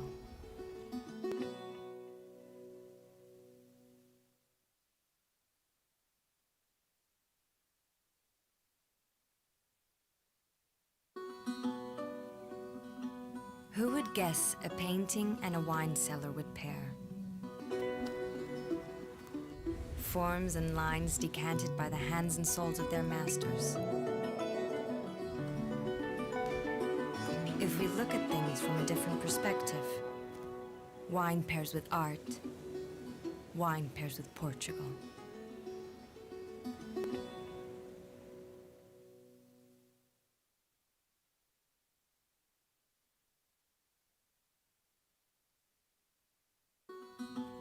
Have you ever combined textures, smells, and emotions? It's about connections and that endless joy.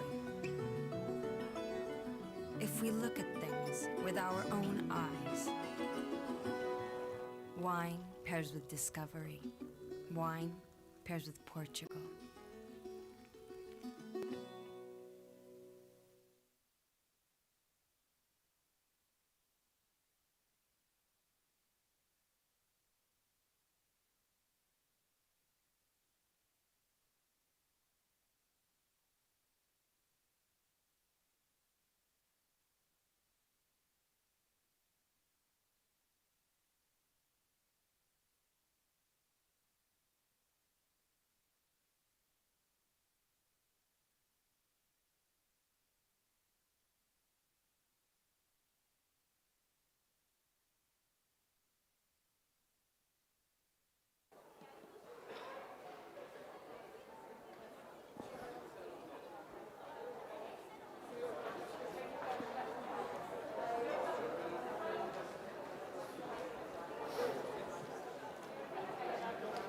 Hello, everybody. I hope you relaxed a little bit during our coffee break, but still we need to work. That's why you... No wine? That's not true, my friend. I managed to get one glass of wine. So, welcome back to the 5th UNWTO Global Conference on wine tourism driver for rural development. For those who are joining us right now, we welcome online, of course. For those who are just coming to this conference right now online, we welcome you from all around the world. We hope to see you in the near future on site. Don't stay on the other side of the screen. It's not that good. You have to taste the Portuguese wine, the Portuguese gastronomy, meet the people eye to eye. So, as we enter the discussion of how wine tourism can be an effective driver for rural development, I am pleased to invite on stage Ms. Sandra Carvão. Where are you? Sandra Carvão, okay. Chief of Tourism Market Intelligence and Competitiveness, UNWTO, will moderate a high-level debate on wine tourism and rural development. Why and how? Sandra, the stage is yours. Thank you. Thank you very much, Paul. A very warm welcome. Bom dia. I have the privilege of speaking both languages. So for those following us here, I'm Portuguese, so it's a pleasure to welcome you as UNWTO representative to my country. Second, for those following us online, we're very happy to have you with us. And this panel, as you know, is going to be dedicated to looking into how policies can actually achieve the objective of the topic of this conference, which is how do we link rural development and wine tourism. For that, I would like to ask those following us online, and we have over 100 people, to go into the pool, and we'll see the results afterwards, that ask which measures would you place as the priority number one for tourism policy to promote wine tourism and rural development. So we'll hear about your opinions online when we come to the end of our fantastic panel. But now, more important than that, we're going to hear from 3, and online 1, 4 amazing countries on why and how we can actually make an effective tourism policy for rural development through wine tourism.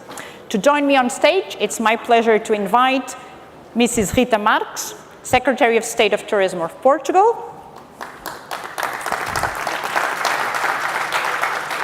Mrs. Sofia Zakaraki, Deputy Minister of Tourism of Greece, and Mrs. Marian Kishvili, Deputy Minister of Economy and Sustainable Development of Georgia. A very warm welcome. And finally, we're very happy to have with us online as well, Monsieur Jean-Baptiste Lemoine, Secretary to the Minister of Europe and Foreign Affairs of France, if I can have the connection. Bonjour, bienvenue au Portugal. Very good. So I think we will start with Portugal, if the countries Georgia and Greece will complement us first, but I think I will give the first floor to Mrs. Rita Marques to tell us, the question here is why and how we make this link between wine tourism in tourism policy and rural development. How can we achieve this and how it is really being developed in Portugal? Well, first of all, let me greet Sofia, Mariam, Jean-Baptiste. It's really my pleasure to join you here in the stage in Portugal. Thank you so much for joining us today. Well, first of all, you have, when there's a will, there's a way. So we have to have this will. We have to be we have to have this bold ambition to join these two forces, wine and tourism. And the good part of the story is that they are really, they complement each other. They complement each other. And so this is something good. That's something that gets our task easier to match these two dimensions. In Portugal, back a couple of years ago, back in 2017, we drafted a strategy for tourism. And basically this strategy has 3 priorities. So first of all, tourism all year long, so all year round. So we do have, of course, a peak season in the summer season, but we are working together in order to put that kind of a flatten the curve. The second priority is something very related with rural development, is to have tourism not only all year round but across the country. So of course, again, we do have some very popular destinations in the south, in Alentejo, up in the north, in Lisbon, but we are working together in a more cohesive way with the private sector, with the public sector, in order to join forces and to reinforce our intention to resume activity across country.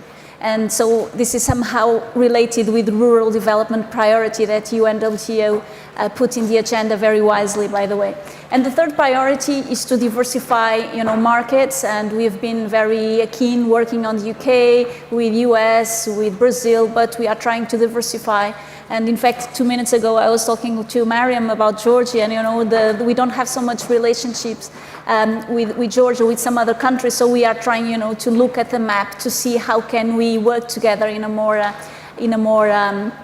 articulated way. So to put it in a nutshell, I would say that there's a will, there's a way, there's a strategy. The strategy has to be very focused on rural development, and we do have that in Portugal. And then we should have resources. So basically, we have been invested a lot in wine industry, in wine tourism industry, accommodation. It's about, as I said before, it's about the place, the terroir, the product, the people. We have to invest in people's, and I know that Sophie is very keen on this topic, so she has worked a lot on talent and human resources, so she can add something on this, of course. And then the fourth part is promotion. And so with these 4 dimensions, we have this plan. And I'm very grateful to all of you that have joined us today, because without the private sector, without the public sector, without these partnerships, it wouldn't be possible, for sure. Thank you very much, Ruth. I think 3 elements essential that you mentioned: investment, skills promotion, and partnerships to round this are definitely key to make this link between wine tourism and rural development. I'd like to come to Georgia, candle of wine, recognized worldwide, and ask Marian to share also your links between wine tourism, tourism policy, and rural development. Right. First of all, I would like to use this opportunity to greet everyone present here today. I'm very grateful, and we are all very grateful towards UNWTO Secretary General and his amazing team to be able to gather us all together this day, regardless COVID-19 circumstances, in this beautiful village and in general in Portugal, and to be able to share experiences and knowledge to one another, since it's extremely important that we grasp on it and we learn from each other, and of course support our country's tourism sector development, especially during these difficult times. Well, to start from the beginning, I would say that many of you, I hope, know that Georgia is indeed birthplace of wine. Our winemaking history started 8,000 years ago, which is obviously backed up by a lot of archaeological experiments. And of course, wine for Georgians, it's part of our identity, it's in our DNA. So of course, every resource we have and every instrument government has is to stimulate agro as a direction, and of course, tourism as the key pillar of the agro sector, but of course, to rely on it and to grasp on it and then build a tourism product, so-called already wine tourism direction for us. And that is why, to be honest, I think we're so proud as destination that first UNWTO's wine tourism conference was hosted and was held in Georgia's wine region, almost similar to where we are today. As a country, of course, we do, for us, tourism sector is one of the most important contributors for our economy, 8% of our GDP, and of course, tourism and wine tourism in general is a big part and big component of our tourism sector.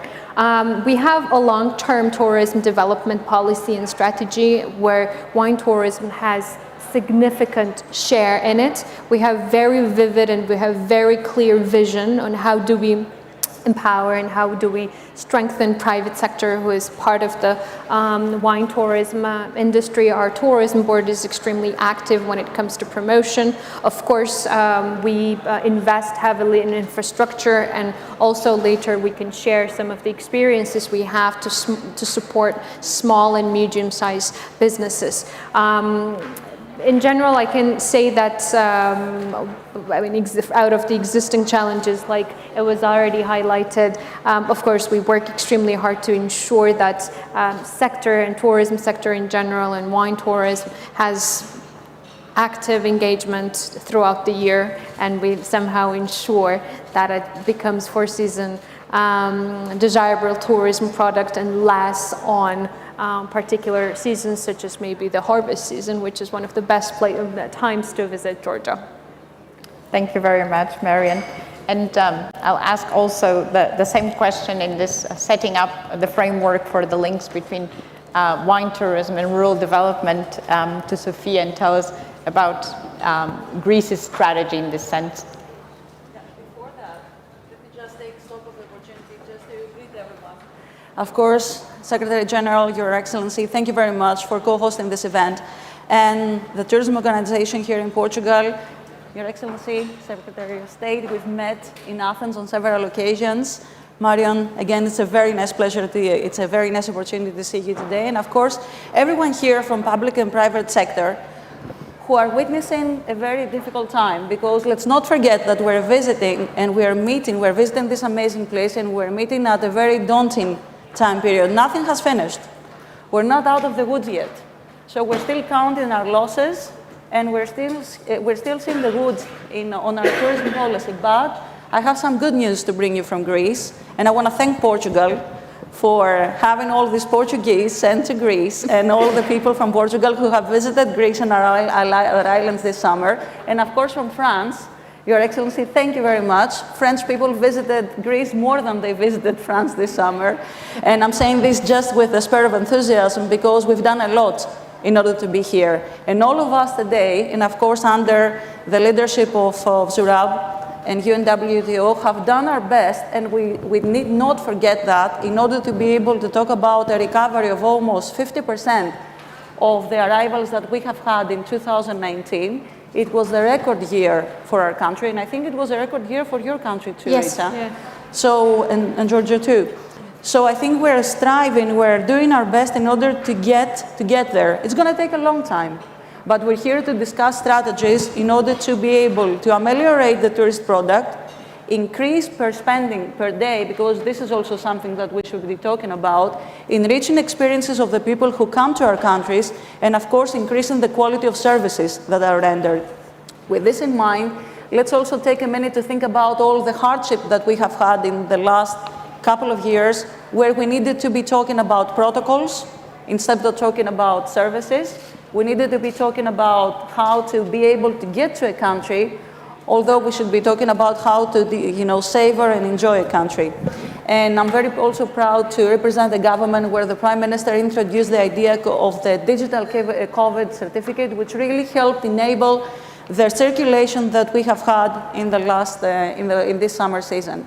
Greece has always had the sea and summer, let's say, binary characteristic, and we have really come to realize that we should move away from that. Not move away, probably move forward. Because of course the sun will always be there, our beautiful Polynesia will always be offered to our guests, and we will be gladly continue to do so. But for the past 10 years, and this has been happening across parties, because we have had change of governments, but I say that the same perseverance still, it remains, to be able to boost rural development and combine it also with different kinds of tourism, special interest tourism, and of course the wine tourism. How we have done this, of course, with the help of the European Union, with the European funds, because let's not forget that the wineries are mostly located in rural areas. To give you numbers, we have more than 1,300 wineries in Greece, and more than 180,000 people are working actively in the wine industry. And with the money that was given and the funds that were rightly employed by the European Union and the structural funds, a lot of young entrepreneurs were able to go into a new business, which was otherwise, if they didn't have this kind of industry, they would move away from the regions, and they would go again to the cities, which is also a phenomenon that we would like to talk on a different occasion. So number one, it was a strategic goal to be able to keep the youth in the regions, and we have partly succeeded in doing so. We've done this, as I said, with the structural funds, and moving forward from helping them to develop their industry, which they firstly had to do so, we moved to the wine tourism industry.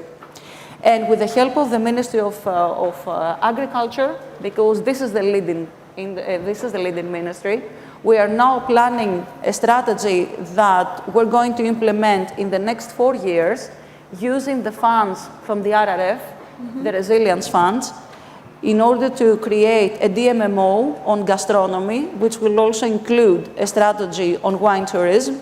Number two, the seal, the tourism seal on wine tourism that is offered by a ministry will be ameliorated. We have conducted a survey in the last 7 months in order to identify the flaws or deficiencies of the tourism seal that is rendered to the wineries that can be visited. They have a hostel, they have an exhibition, you can do a wine tasting session there. But unfortunately, very few of the wineries have already received the seal. Out of the 1,300 wineries that I mentioned around Greece, only 90 have applied and they have already accepted the seal. So we want to see why, and we want to reinforce this tendency of wineries that can receive guests, where they can go, they can really enjoy the wine, and of course they can look for it when they're back in their countries. So it's a whole matter of a chain economy. Apart from that, we will very soon, in a month from now, be able to offer to Greece the first National Wine Tourism Council, where people from the public and the private sector will come together in order to be able to put in the recommendations and the strategy that will further aid the DMO that I mentioned before. And of course, a series of wine conferences around Greece. The first one was organized this summer in Santorini, and it was very successful. We were able to identify the situation and really identify our strategy. And the next one will be held in Western Macedonia, which is another very important, as far as wine is concerned, area, where we also have some of the wineries that are very much awarded in competitions all around the world. So these are the first brief, I hope, concept on wine tourism, and I'll be here to continue discussing a little bit of the strategy and the methods. Thank you. Thank you very much, Sophia. I think 3 key points, definitely the quality assurance to help the wineries improve and also be recognized by the tourist infrastructure investment, even we'll come back to that later, and the support to SMEs, which are really the framework which we are talking in our sector. I'm now very happy to actually travel from here to Paris. So from the heart of Alentejo in Monserrat to the capital of France, we have with us Monsieur Lemoine, and France is definitely, I think when we talk about wine tourism, it has to be top of mind of everyone. So I'd like very much to invite you to share with us your strategy, how you achieved, obviously, this fantastic positioning, and what's your vision going forward. Monsieur Lemoine. Thank you very much for welcoming me in your session, even if I am in Paris. But I'm very pleased to share some views with you due to the fact that we are working very good with UNWTO, dear Zoran. Very happy also to see Rita and colleagues on the scene. I can say you that I will taste Portuguese wine next week, because every single week in the year there tourism in Portugal. Next week there is also the Ebro Forum, so I will be there, and I hope there will be also an opportunity to further discuss on this topic. Concerning wine and tourism, France is the first wine producer in the world, and also first destination in terms of attractivity for foreign visitors. So there is a link, of course. It's been 15 years. We are structuring the dialogue between the wine industry and tourism industry. I will tell you a little bit on that. But I think that we can do better because I have some few data. Previously, before the COVID crisis, we had more or less 90 million visitors from international countries, and only 5 million were visiting our vineyards or tasting our wines. So there is room to improve the number of people coming to France to have this experience. So what are we doing? First of all, we are trying to better structure, the ecosystem.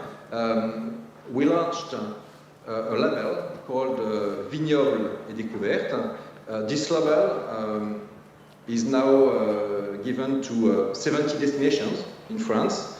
And this label is the proof that both hostel, vineyards activities, tourism activities work together to have an offer on these destinations around the wine.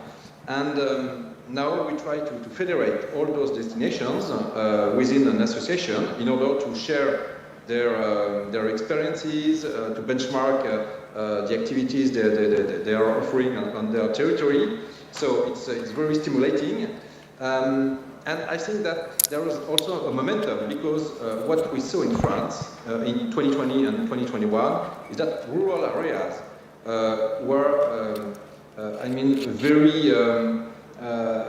very competitive destinations because people decided not only to go to the traditional locations, but they decided to discover again the country, to visit rural areas. So I think there's an opportunity to better develop rural areas. We are waiting a report on that from parliamentary here in France.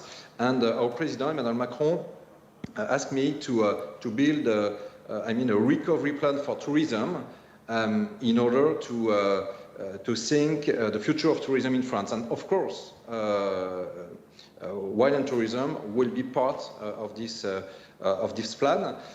We are lucky because we have many collectivities, professionals, private that have projects in terms of infrastructure. For example, I know people from Bordeaux are here from the network, and you know there is this prominent Cité des Vins in Bordeaux, which is an incredible infrastructure, and fortunately, other territories are thinking this kind of infrastructure. For example, tonight we will launch the first stone of the Cité des Vins in Chablis, you know, in my rural area of Burgundy.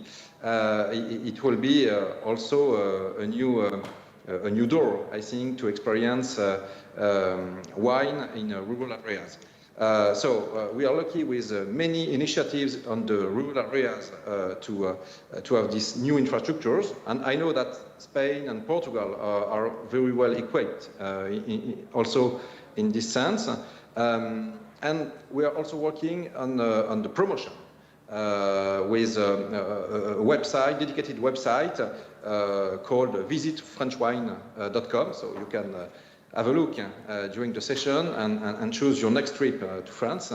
And of course, we are trying to promote in terms of marketing all the offers with a regular workshop called Destination Vignoble, a professional event where all the offers can be seen by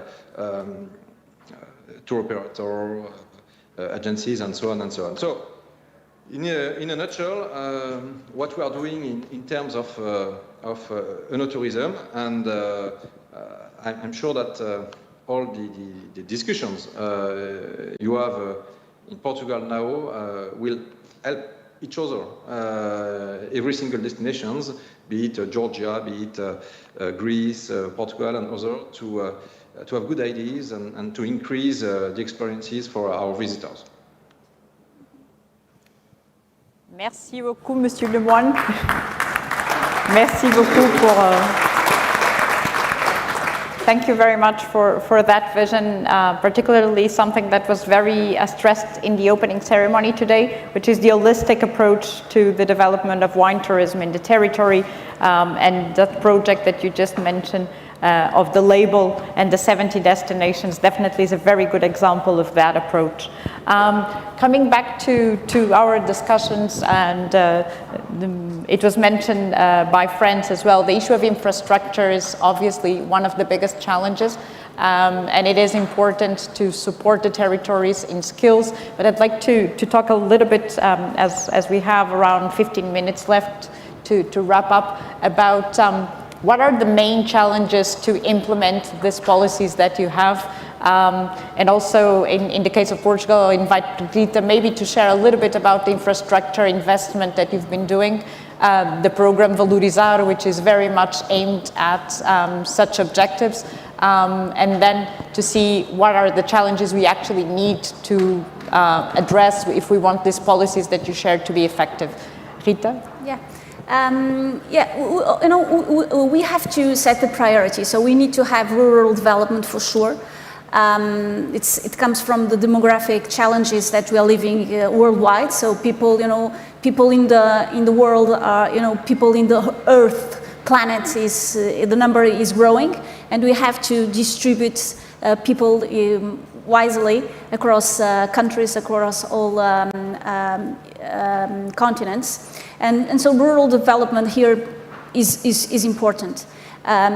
With this COVID pandemic, we have to promote our countries, yes, that's for sure, but I don't see a special challenge to attract people to rural areas, honestly, because people nowadays, we seek freedom, we seek open air, we seek open experiences, so we need to be, a little bit apart from the big cities, and so I don't see an issue here with the demand.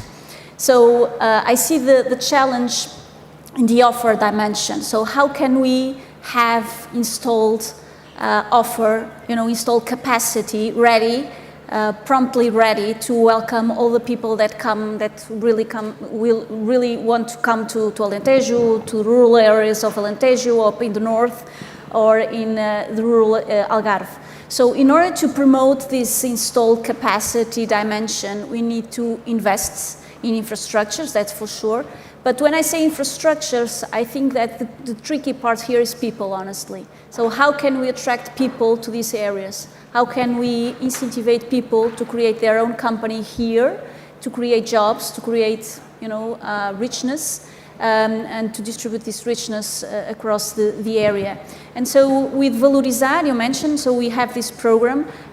We, of course, we depend on European funds, but in the case of Valorizar, it's something that is dependent on the tourism of Portugal budget. So it's something controlled by us. That's the positive part. And so basically we have been across these years, back for 4 years now, so we've been investing massively in nurturing projects that can contribute to this dimension, rural development dimension, creating good lodging capacity, good restaurants. You know, when I say good, we are talking about quality, that's for sure, but we are talking about exploring the endogenous characteristics of the areas that we are talking about. And this is really important. And of course, this event, by the way, we did have that concern, right? To hire suppliers from the area to consume, you know, all the goods from the area, and this is something that we need to also to tackle in a very precise way when we are talking about rural development. So basically, our experience here says we don't see a lot of, you know, fuzzy challenge in the demand part. We see that the tricky part is to guarantee that people can create jobs, can stay here, we can retain talent in the rural areas in order for jobs to be created. And when we do have installed capacity, so the demand will come for sure in a very speedy way. And we have been investing recently in the wine industry, in the wine tourism industry, more than, well, pretty much around 100 million euro across the countries. And the minister said more than 60 projects about wine tasting, cellars, providing good experience, providing excellent lodging, and I think that's the way to go, basically. Thank you very much, Rita. You mentioned a very important point, how to attract and retain talent and entrepreneurship. And I know this is very dear to the heart of Sophia as well, with your background in education. And you mentioned before skills as well. Yeah. So if you want to share a little bit also about your approach to this element of rural development. But before I get there, let me just go back a little bit and make a very brief mention about the very important role of the private sector, because the private sector is, you know, needless to say, 2 steps ahead, and have been 2 steps ahead since the financial crisis in Greece. So you would see back in 2011, where we're dealing, and we're probably still dealing with the aftermath of the economic crisis, that the private sector turned the eye abroad, and all the wineries under a very big association, they joined forces, because synergy is everything, huh? We're talking about tourism, we're talking about wine, synergy is everything. They joined forces and they started to diversify markets, and they were able to increase the market share in the States by 30%. So they were able to increase sales just by sending and starting, you know, to expand a little bit and explore the market in the States and in Germany. So I can see 2 markets that really paid off, you know, after this strategy of the private sector turning their eye at the time of the crisis. Your Secretary General, you know the story also, the former minister conveyed the message that they were able to show the way. So we're just here now to help them. We're here to enable their business. We help them with the funds of the new structure period 2021-2027, along with the Ministry of Agriculture, in order to be able to ameliorate the infrastructure of the wineries, be able to develop better the varieties of wine, and of course be able for us to fund, as I said before, the lodges that they offer, and of course the exhibitions that they offer there, and all the products that they have in place. And also I would like to point out, before getting to the skill section of my answer, the very important role of the regions. In Greece we have 13 regions, so the regional leaders really did their best in order to develop wine routes. So when you enter an area, you more or less have all the information about the wineries that you can visit, and of course they can, on a second note, offer some structural funds as well by the European Union. Now about skills. If you sit down and talk to any hotelier or people working in hospitality this summer, especially this summer, they will tell you that they had great difficulty and deficiencies in finding workforce.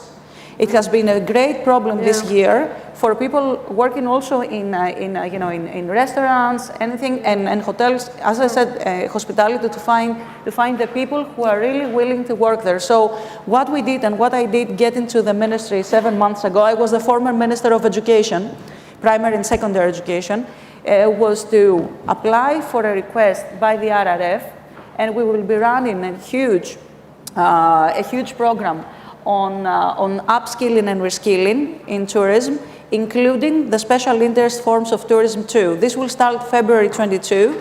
It's going to be a subsidized program for 20,000 people. And alongside this program, we're going to use our tourism schools around Greece. We have 10 of them in order to be able to promote wine tourism too in the curricula. And on a third note, I'm now putting in memoranda with the region leaders that I mentioned before in order to provide for specified seminars in every region. We don't want the size-fits-all solution. We want something which is more specialized in order to be able to pay tribute to what is the most important factor, and this is the person themselves who is making all the difference when we visit a winery, a hotel, a restaurant, wherever we want to go in order to enjoy this special experience that tourists is giving us. So, thank you. Thank you, Sophia, and thank you for sharing that interesting program that you'll start next year. And also, I think, for bringing one key element here, which we're probably going to talk during this event, which is the governance model for wine tourism, how national and regions really need to work together with the private sector. And we witnessed this morning here in Portugal as well, the signature of an important MOU that brings the different partners together in a strategic council. So I think the pandemic has taught us that the way forward is definitely through partnerships, and very good to hear that example in Greece as well. And now coming to Georgia, the same question. Your biggest challenge in implementing the policy measures that we were just talking about before? I think it was very well highlighted by two of our beautiful colleagues already that, of course, our key aim remains to empower private sector, to make them stronger, to ensure that we have relevant infrastructure which reflects character of what Georgia has to offer, both in quality as well as the product experience components. I would say that the way we work, government has highlighted and outlined top 3 directions how we are supporting tourism product developments. Number 1 is empowering and giving access to additional source of finances to small and medium-sized businesses who really need government support in order to be able to do and create relevant infrastructure and relevant service experiences throughout the country, especially in the regions. So we have engaged relevant, let's say, projects which either could be in the forms of grant or credit guarantee schemes or co-partnerships where government also backs up small and medium-sized businesses. That has been a huge trigger for local investments. That is why Georgia is on top of the list of the countries which is the most, let's say, frequently and having the vast development speed and tourism sector. Second, of course, is actual big-scale investments of the infrastructure. We have invested heavily, of course, with the support of our international partners and, of course, the European Union when it comes to the roads and the relevant, let's say, rehabilitation of numerous historical regions and villages. And thirdly, obviously, the promotion.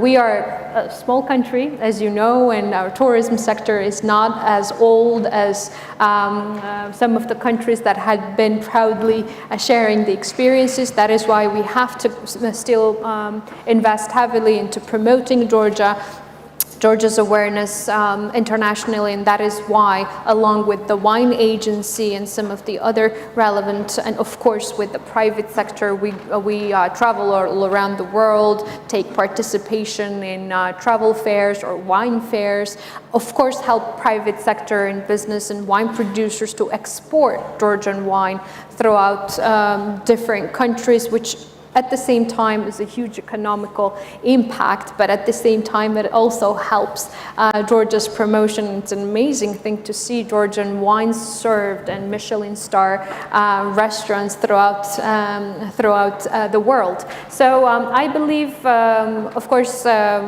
what has been also highlighted, and it's especially in Georgia, we are investing heavily in supporting private sector to have qualified people. Of course, tourism is the sector where we need qualified staff because they are the ones who deliver the service experience. They are the ones who are on the front line, who introduce our destinations to our guests. In Georgia, we try not to call visitors tourists, we call them guests, because for us as a country, guest is gift from God.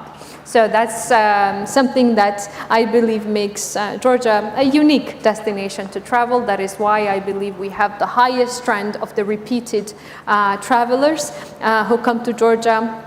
It's up to 70%. It used to be up to 70% back in 2019, and Georgia managed to host up to 9.3 million international travelers in 2019. And please note that we are a population of 3.5 million, so it's like almost double of what we are. Of course, this brings another responsibilities for us when it comes to sustainability and how do we ensure that nature and sustainable development is on the way and in line with how trends of tourism are developing. And like in so many of your countries, currently now our target number one is to go back to where we had the record-breaking figures in 2019. And of course, I wish all of you best of luck.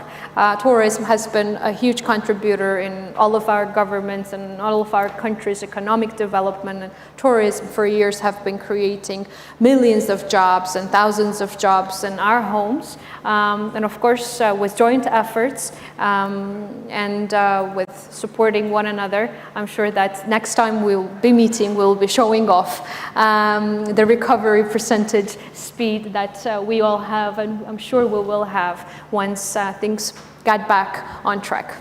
Thank you very much. Thank you for sharing that insight, particularly I think the important point that you just mentioned again of the private sector empowerment, very much mentioned by all the panel.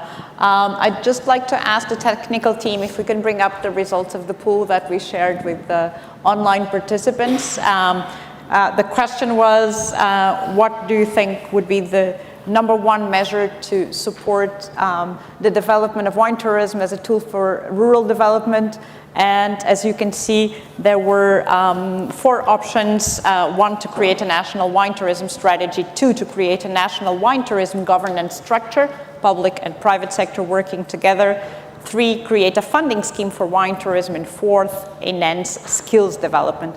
And very clearly, we have the 2 most important issues: create a national wine tourism strategy for countries who don't have it yet.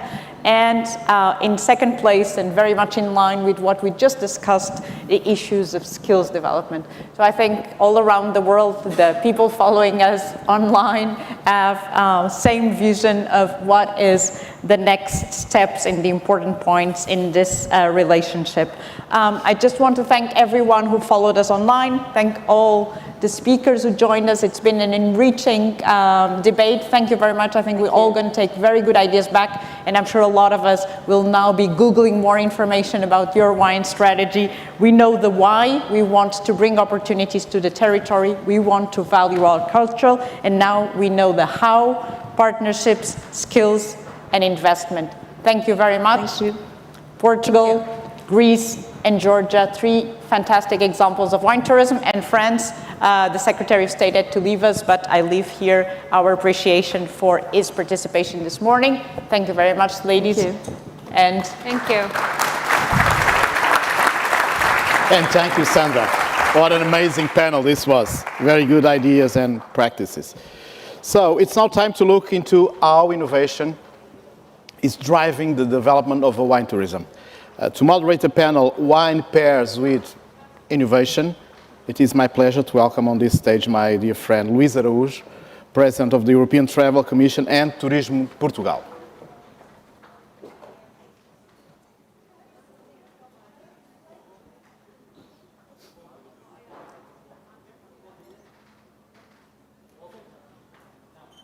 There's someone is trying to avoid that you speak, so there's no problem. We can speak each other. Shall I speak there? Yeah. You are always the guy to blame when there's no money to do projects in Portugal, right? Well, you always get the blame, but sometimes you get the compliments. Okay. I think now we have a sound for Luís. Is that okay? No.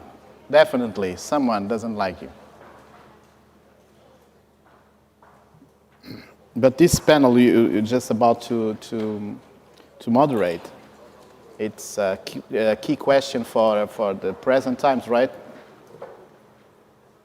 Let's see if Adrian has a microphone.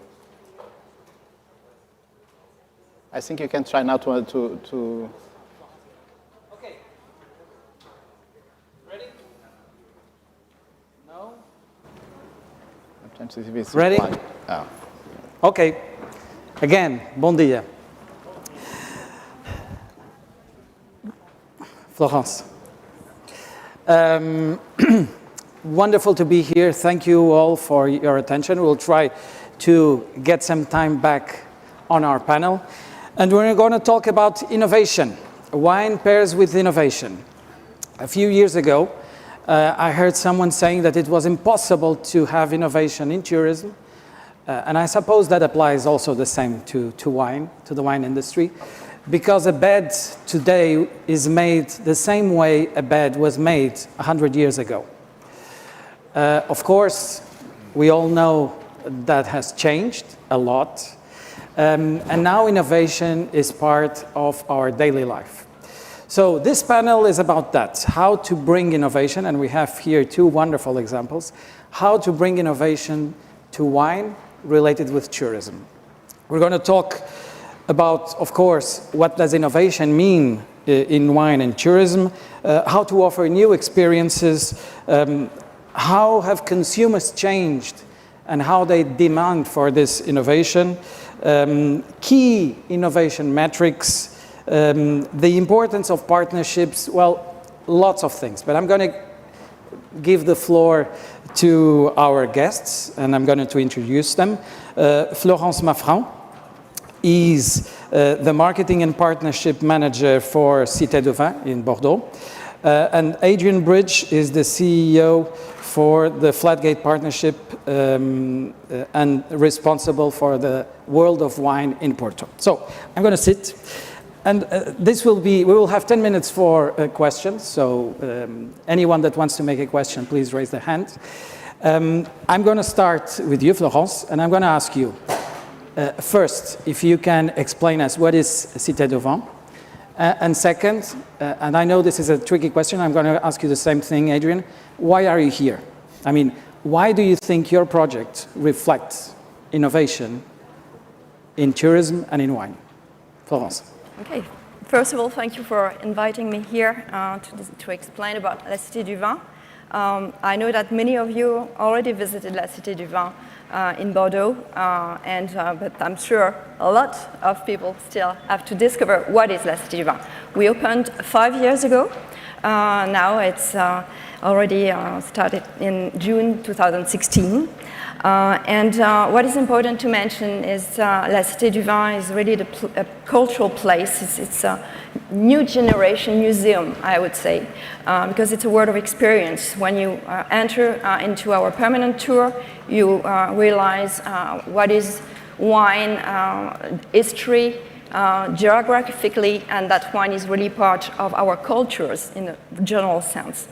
And what is important to mention also is that La Cité du Vin is operated by a private foundation, which is la Fondation pour la Culture et les Civilisations du Vin.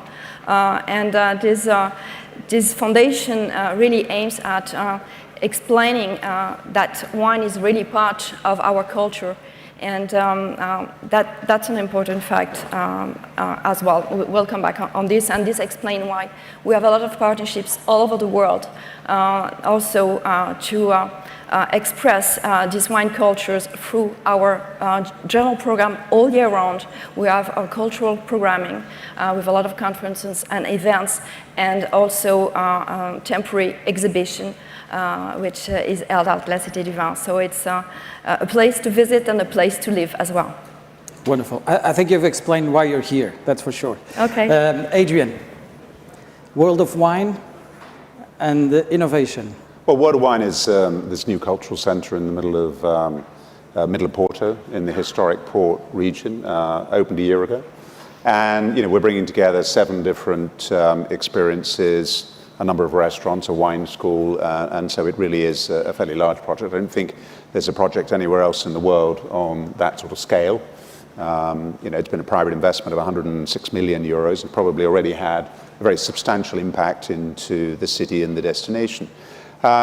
It's a world-class project, so we have there actually a couple of temporary exhibition spaces, one of which has probably been the best place to be during COVID because it's the most advanced museum in Portugal, so in terms of the air control, humidity control and so on, it was probably the safest place to be.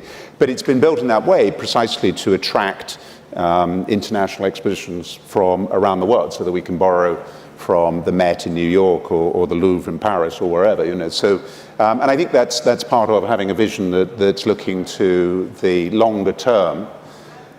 World of Wine isn't in that sense a new concept, but it links very strongly to our business in terms of port. We've been operating visitor centers for about 50 years. We sell our port in over 100 countries around the world. And that's an important point when we look at wine tourism, although I like the comment that was made by Miriam about the fact that they talk about guests as opposed to tourists. I think today we've moved away from tourism and more towards travelers. And what is a traveler looking for? A traveler's looking for much more of an experiential journey. And so, I think that's what we're trying to offer them. We opened luxury hotels in the Douro, the first people to do that about 20 years ago, and about 10 years ago, a wine hotel in the city. So we have a sort of very complete package. But in that sense, from my perspective, we are in all of these businesses. We are first and foremost producers of wine. We're currently in harvest. But we have people in our hotels, we have people visiting our vineyards, tasting wine, and hopefully getting an experience. And so for me, it's how all those dots do join together. A fine example would be, we held a conference in the Hotel Yateman in January of 2018 for Samsung. The result of that, we had a lot of people come to that. It was somewhere close to about 2 weeks they ran that program. But since January 2018, we've tripled our sales of port in South Korea. So, you see this virtuous circle, and that comes from the fact that people have come to the region, had an experience, and gone home and shared that with friends and family. And I think that is broadly the theme. So how do we use innovation to make sure that offer we have is fresh, that it is differentiated? And I think that's a key point, particularly for the wine industry, to think, how do you differentiate yourselves in terms of your offer of an experience to incoming travelers? A big issue. Okay, thank you so much. You mentioned every time we think about innovation, we think about product, how to implement innovation in product. And you have a wonderful example about the port and tonic in a can, which is a wonderful innovation situation or example related with wine. But how about innovation related with technology? How do we use, because every time we think about innovation, we associate with technology. How do you use this in Cité du Vin and the world of wines? Is it just in the sense of communication? How do you use technology, and how do you associate technology with wines and with tourism? Yeah, I can start. In fact, technology is very well presented in our permanent tour because there's no real pieces to show. It's all digital, all experience, a lot of videos, and also we have a digital device which starts all the contents in 8 different languages. So it means that technology is important because it needs to be very accurate. And since this last month, we also developed this application to be on a personal phone. So it means that through the application, everyone can use their own device, which is important with these past months of sanitary special conditions. We also, when you talk about communication, of course, during these months where La Cité du Vin was closed, we developed a lot of contents on the internet, on our Mediatek. We developed some conferences online, and everybody can still now consult them. We also developed new contents like podcasts, for example. So it's excellent to keep the link with our visitors and also attract new ones. And also we developed some virtual visits, not only for our permanent tour, but also for our temporary exhibitions. For example, we have a temporary exhibition for the moment at La Cité du Vin until November, which is Drinking with the Gods. You can also visit virtually on the internet. So these technologies are important to create this link with our visitors and also to then seduce them, and maybe one day they will come to Bordeaux and visit La Cité du Vin. And do you think that brings another issue, which is fidelization? That brings you closer to those who have visited Cité du Vin and those who still haven't visited but want to visit? Is that the... Exactly. That's extremely important to keep this link with our visitors. Through all the data that we collect from our visitors, we know where they come from. It's very important, especially these last months, to know if visitors come back. To give you an example, in a normal year, we'll welcome about 400,000 visitors per year at La Cité du Vin. And of course, it's very important to know where they come from. In a normal year, again, it's more than half of them come from abroad. So it's important to keep this link when they're on the other part of the planet. Adrian, talking about technology and those who we've been in World of Wines, we know how wonderful World of Technology is, the experience we get through technology. Can you please elaborate a little bit on this? Where is technology in World of Wine? Yeah, technology is obviously a key factor because it gives us an ability to communicate not only in multiple languages, but it also gives us a community to interact and engage with the end consumers. So to that extent, if you've got an experience, and if I take any one of our 7, they are designed to take somewhere between 90 to 120 minutes to go around. If we sit in a conference here on digital marketing, we'll be talking about people's attention span of being less than a minute. So how are you going to keep them engaged and informed over the course of 90 minutes? And you're going to have to do that through various engagement of all their senses. And I suppose the big point about innovation today is that there are frontiers that have been innovated in all of those areas, whether that be through the ability to give people a tasting, a virtual tasting experience, or just to have them smell aromas in a wine. If you go back 10 or 15 years, it was extremely difficult to find very accurate aromas. Now it's very easy to synthesize those, and you can be much more accurate in the way you present that to the end consumer. And what we're looking for in the use of all that innovation is to try to create those light bulb moments, as I would call them. That moment when suddenly, if you like, the English expression, the penny drops. People go, oh, wow.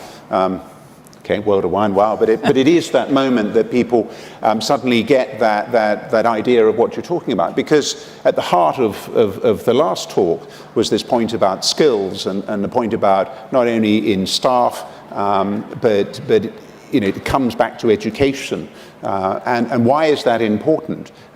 If we're going to have a sustainable wine tourism business, what we've got to tackle is the fact that to many consumers, wine is very fungible. What wine do you want? Well, I'll have a white wine, or I'll have a red wine. Okay, let's narrow that down a bit, which region.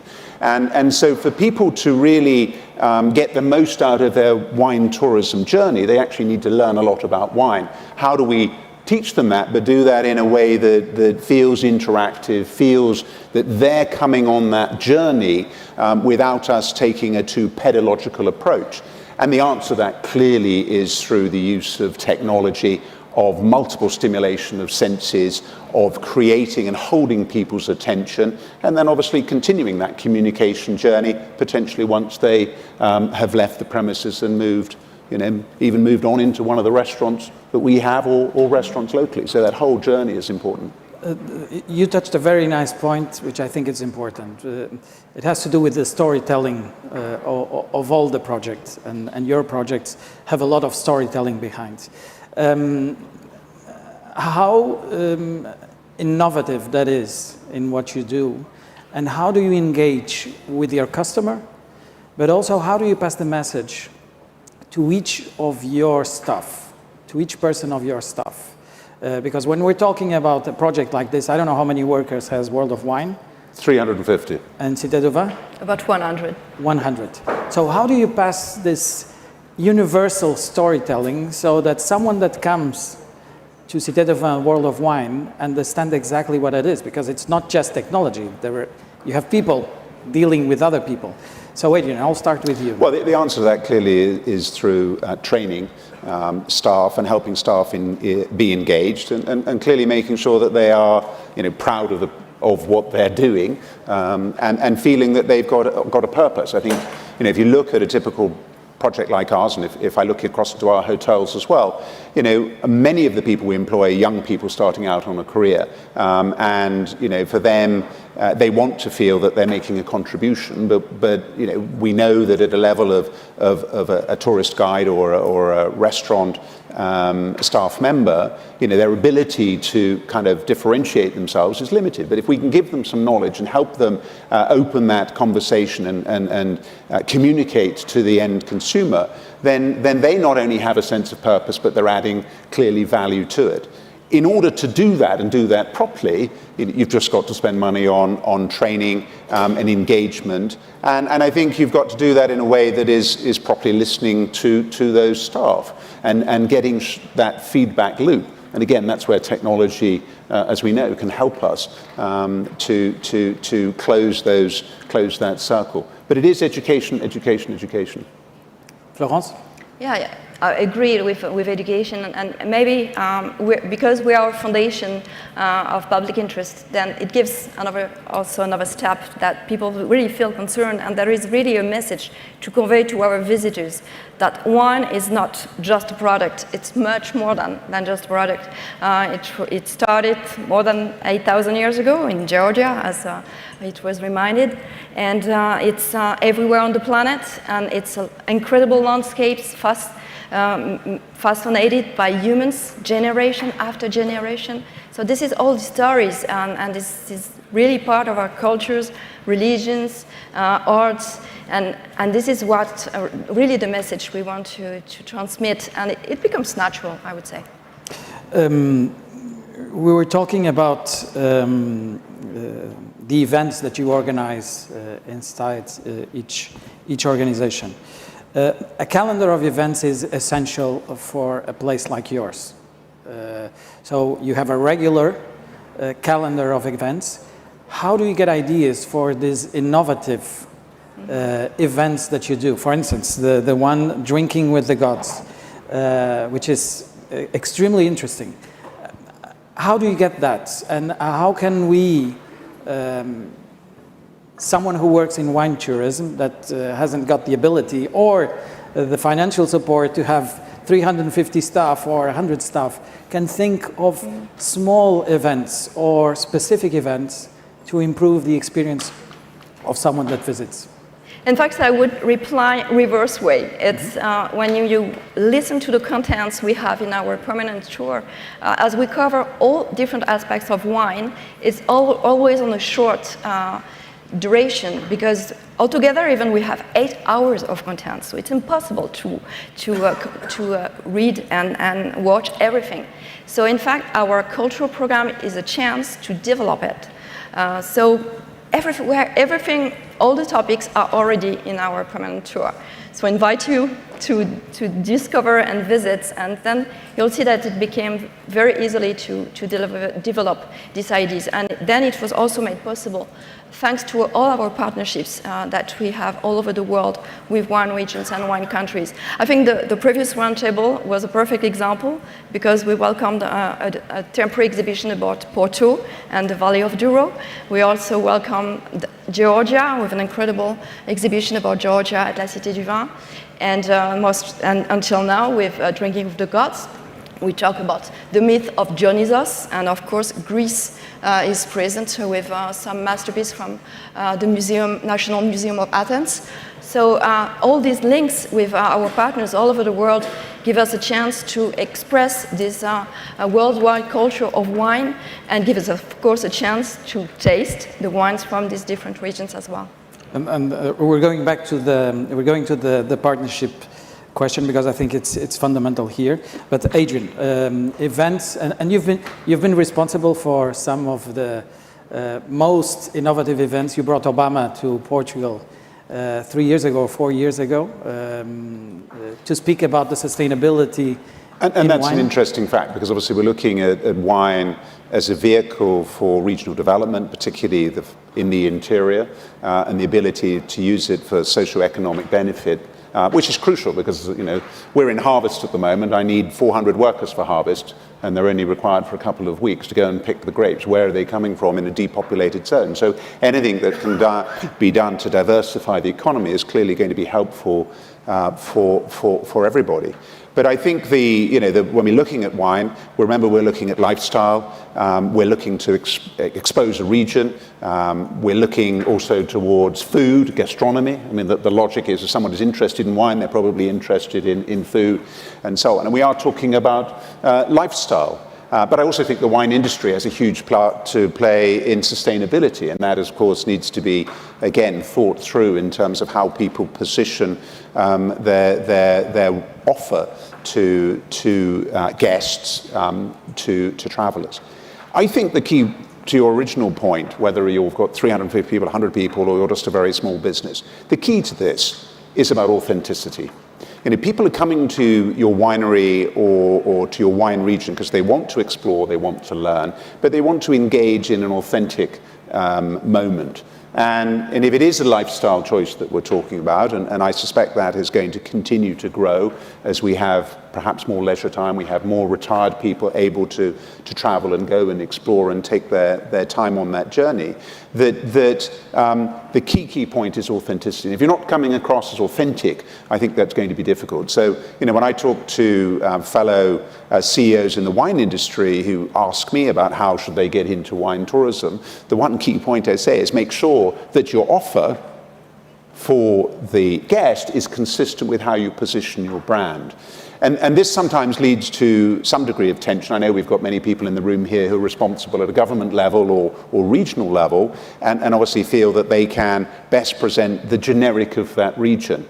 And that is true as a generic. But what we have to remember is that the wine industry is highly fragmented and, you know, has historically operated on a very zero-sum game approach. You know, buy my Chardonnay and take my neighbors out. And this happens when we look at sustainability. Well, I'll apply this herbicide on this side. It doesn't really matter, because the environment clearly stops at the boundary of my winery or my vineyard, and I don't care what the neighbour's doing. And clearly, in sustainability, we do, and in tourism and a genuine, diversified offer, we need to care about that. And so, this calls for that regional and government leadership to try to create the frameworks. But I think it also needs to emphasise to people, be yourself, be authentic. Don't simply offer another tasting that's the same as your neighbour, because there's been very good research done in Australia that shows, on average, tourists will go to about 2.5 wineries if they're hearing the same story. I was in Stellenbosch at Christmas, just ahead of the wave.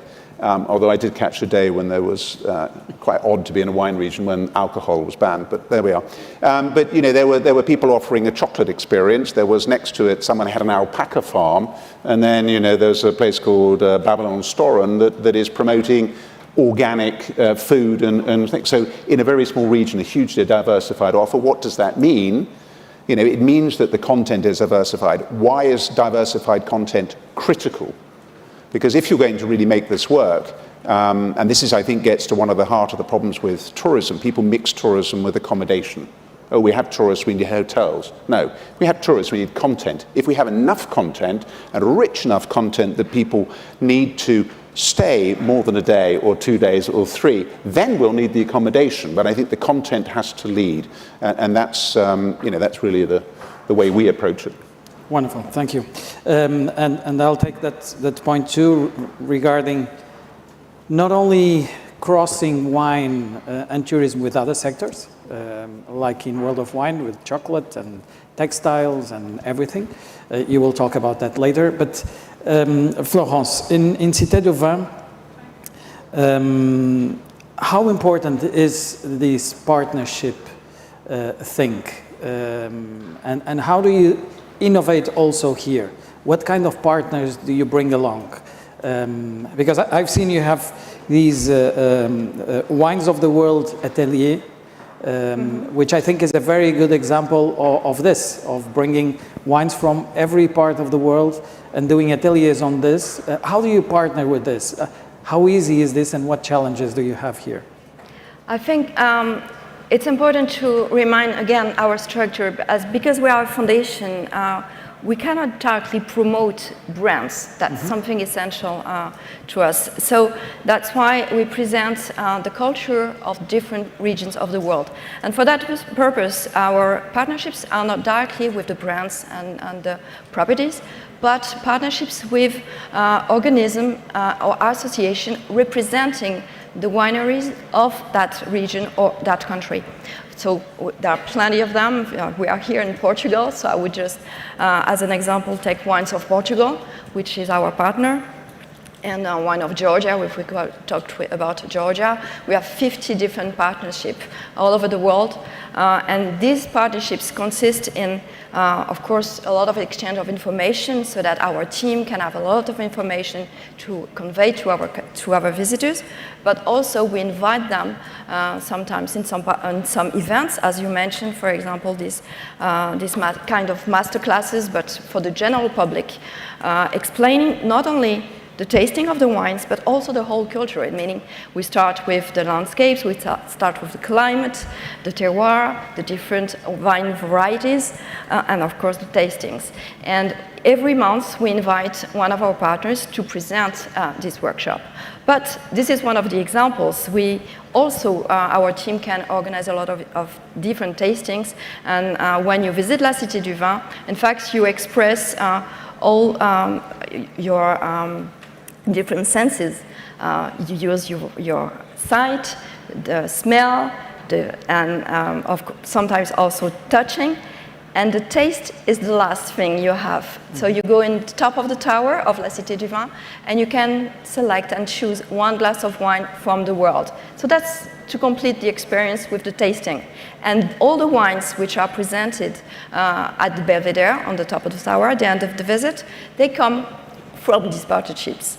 So without these partnerships, we wouldn't be able to propose all these tastings. And this collaboration is really essential to us because it involves all these wine regions of the world. And so it's in Bordeaux, but this is really the wines from all over the world that we talk about. Excellent. Adrian, regarding the world of wine, about the association of wine with chocolate and textile and everything.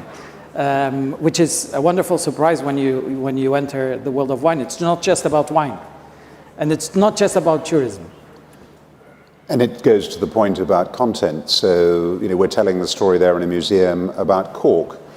Portugal's 75% of the world's cork is produced here, and we're in a region where much of it is grown, although it's all processed in the northern part of the country. And for anybody trying to get into a bottle of wine, normally they have to get past the cork, and yet nobody's telling the story of cork. And it's a fascinating story, not just from sustainability point of view, but today, we've been handed bags which are made of cork and with bands and so on. Cork has got a tremendous amount of flexibility. We partnered there with one of the biggest players in the game, Amarin, not to sponsor it, but more to make sure that the story that we were telling was the correct story.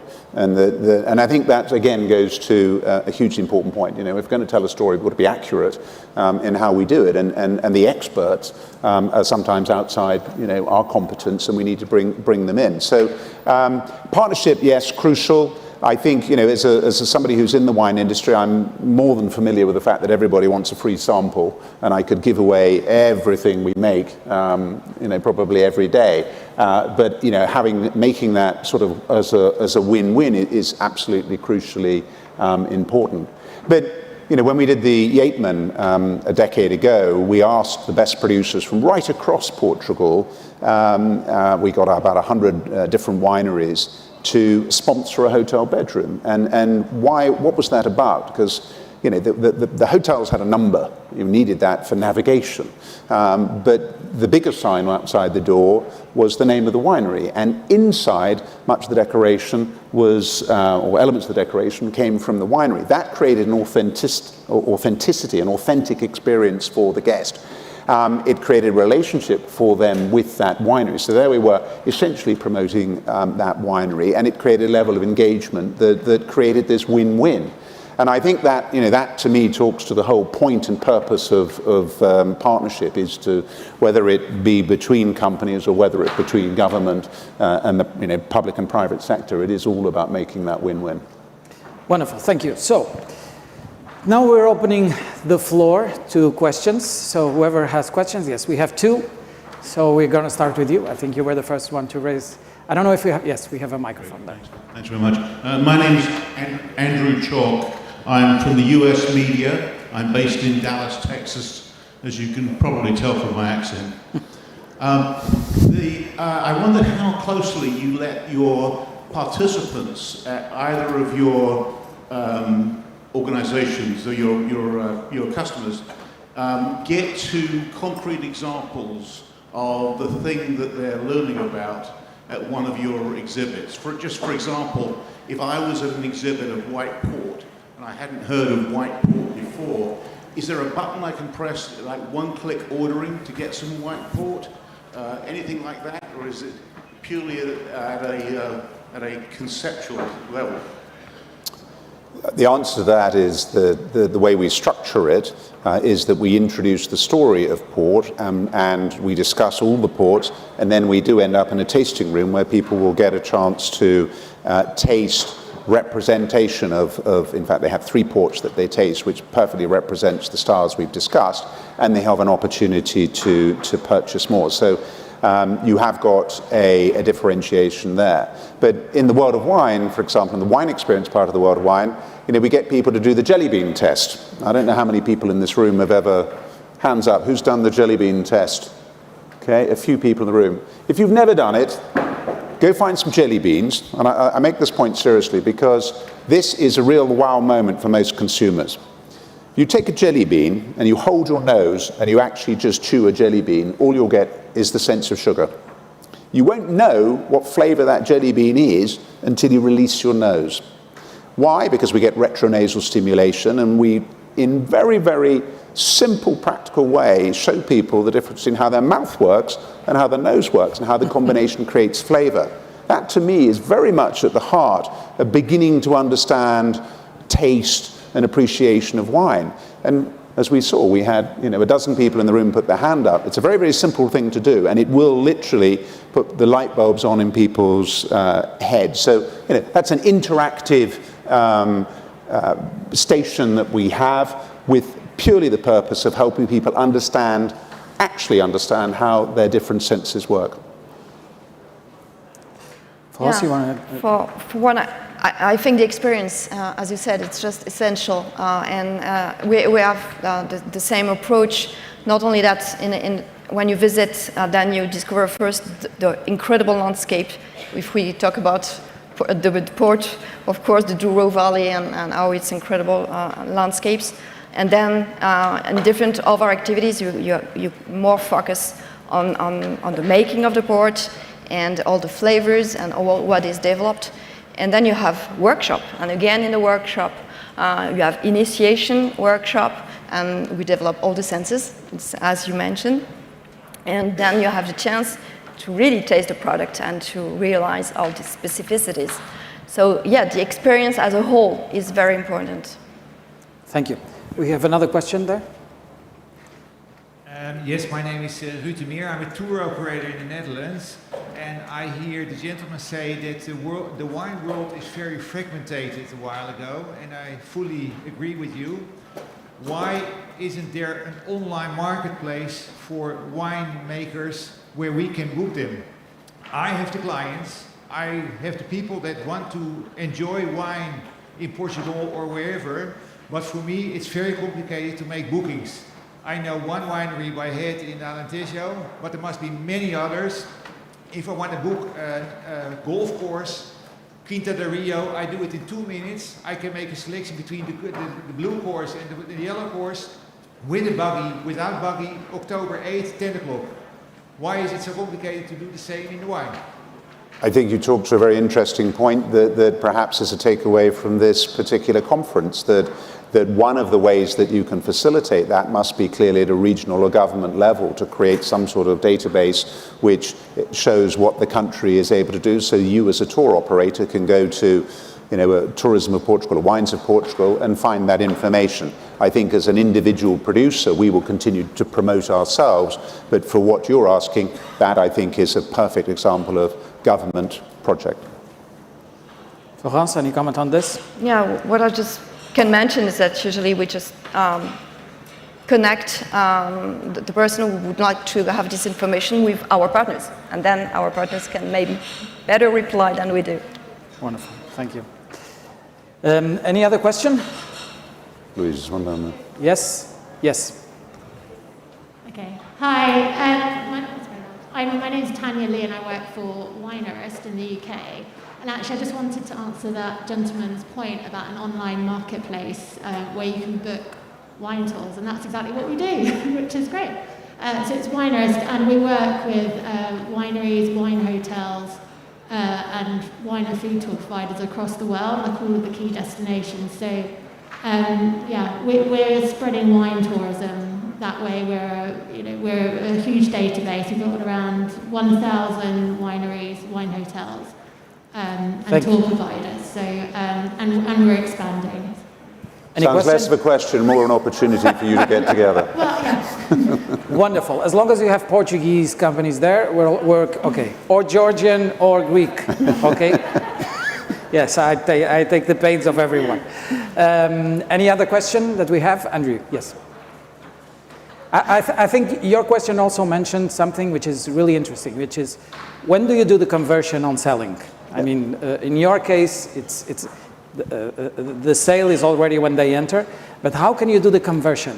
What key points can we have like in a wine tourism seller to do the conversion? Sorry, I just made. Well, I think the answer to that is kind of interesting, and it shows, I think, the way that the wine tourism has evolved. If you look at the pioneers of this, would probably be in Napa, where the cellar door sales were a critical part of income of a winery, and still are today, and much of that is done through online sales distribution.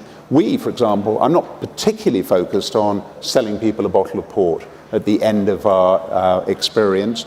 I'm much more interested in selling them a tasting.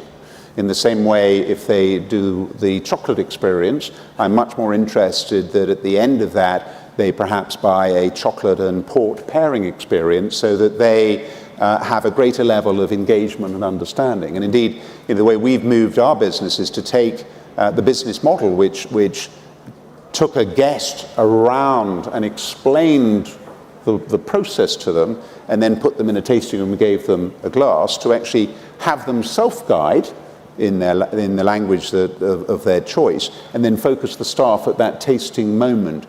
And the reason is very, very simple. They're with us for a short period of time, and it is our opportunity to get into their soul and give them an experience that is memorable, so that they go away not just with knowledge of our wines and a great experience, but also of the city and of the region. And hopefully they go back and they share that with family and friends. And that, to me, is crucial.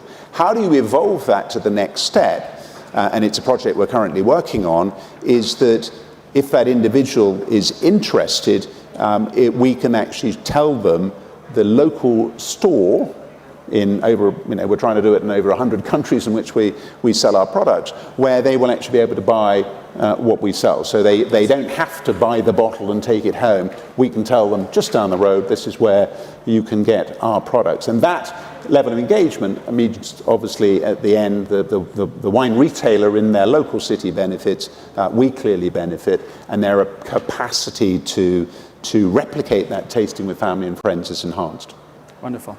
I would add, in our case, of course, it's a little bit different, not only because we cannot promote directly the brands, but of course there is also a wine store at La Cité du Vin, and they have about 800 different references from all over the world. So I think our visitors at the end of the visit, they can still find some references that they want to buy and bring back home. But what is important to keep in mind is that the wines from our partnerships, they represent more than 3,500 different references. And some of them are even not distributed in France. Mm-hmm. The idea is really to share this experience and to realize, oh, I had an opportunity to taste a wine from Ningxia region in China, or from Armenia, from Azerbaijan, Georgia, all these incredible countries, and this is really part of this experience. Our goal is really to open doors, realize that all these different faces of the wine, and in this sense it's important that our visitors, they bring this back home and realize this, and then maybe share another bottle with their friends, but share a story. That's important. Thank you. Andrew. Both of your institutions are located close to the banks of a river, and I wondered, why didn't you build a zip line across the river in each case? Wouldn't that bring in sort of 1 million visitors a year? Zip. Okay. I think, well, we're located next to a river because historically that is how, the wine industry develops. And, our company's been in that location for over 300 years. But the zip wire would be interesting across the top of a city. I'm sure that would open quite a few eyes. I'm not sure would necessarily get the approval process for that. Thank God for that. But what we can do, I think, what we can do is to engage people, and I think that's what we're doing is bringing, and planning to bring world-class exhibitions to it. And it goes to this point about content. We've got,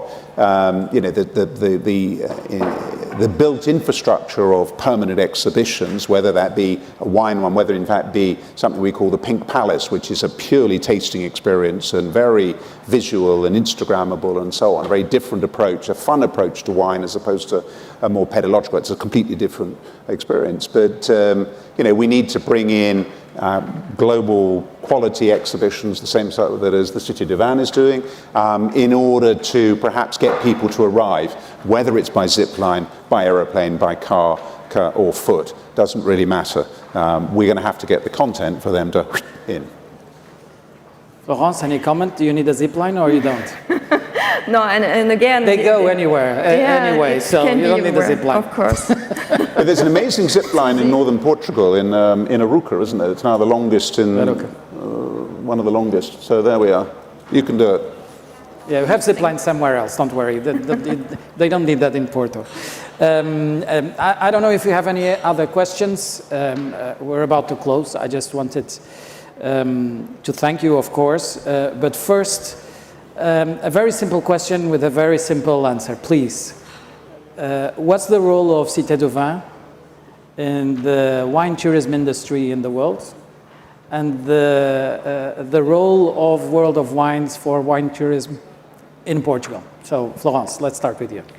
I will try to be short with just a few words. I think that opening doors and realizing that wine is much more than just a product, and this is really a culture that we share among all the countries.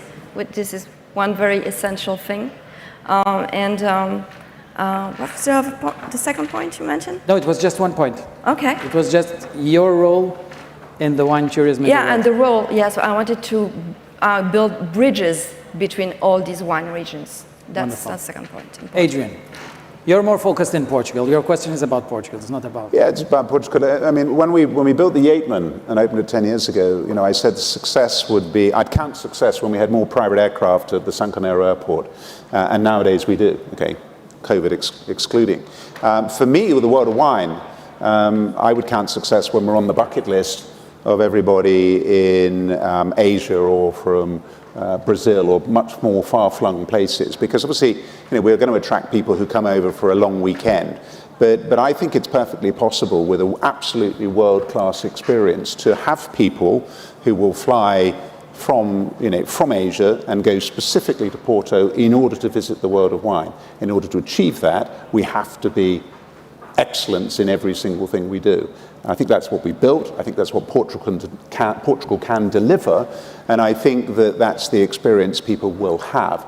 And that's how, you know, a very ancient wine industry comes together with tourism to really help create and define destinations. Thank you so much. Well, ladies and gentlemen, thank you so much for listening to us. Adrian, Florence, thank you for coming. Thank you.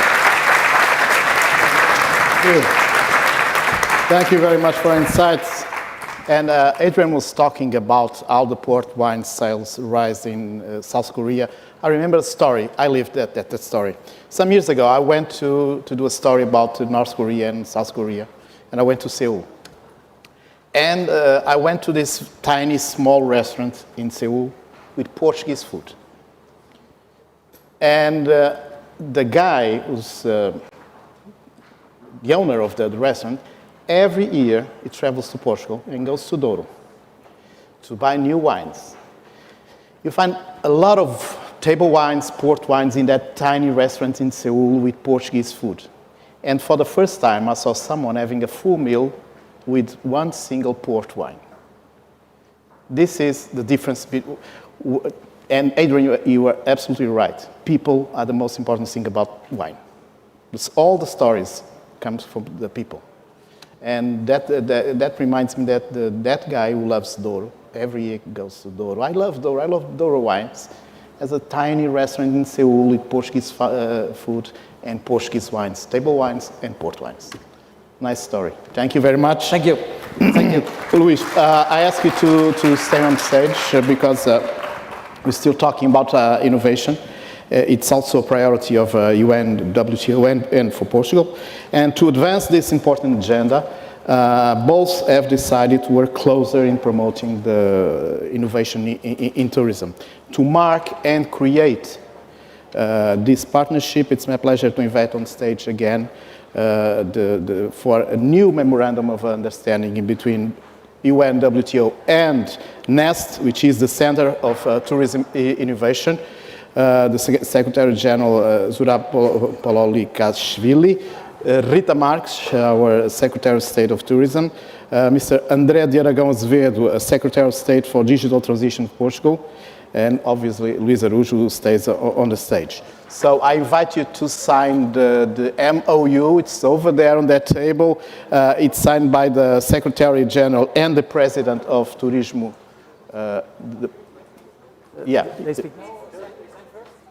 You can sign and then some words after signing, because usually the signing ceremony takes longer than. So this MOU is signed by the Secretary General and the President of Turismo Portugal, and this document obviously will promote innovation and research in tourism as a vehicle for a sustainable economic development on tourism in Portugal and on a global level. And this is, I think, is the third MOU is signing today. And after it's signed, I will ask the Secretary of State for Digital Transition of Portugal, Mr. André Aragão de Azevedo, to say some words, if you want to.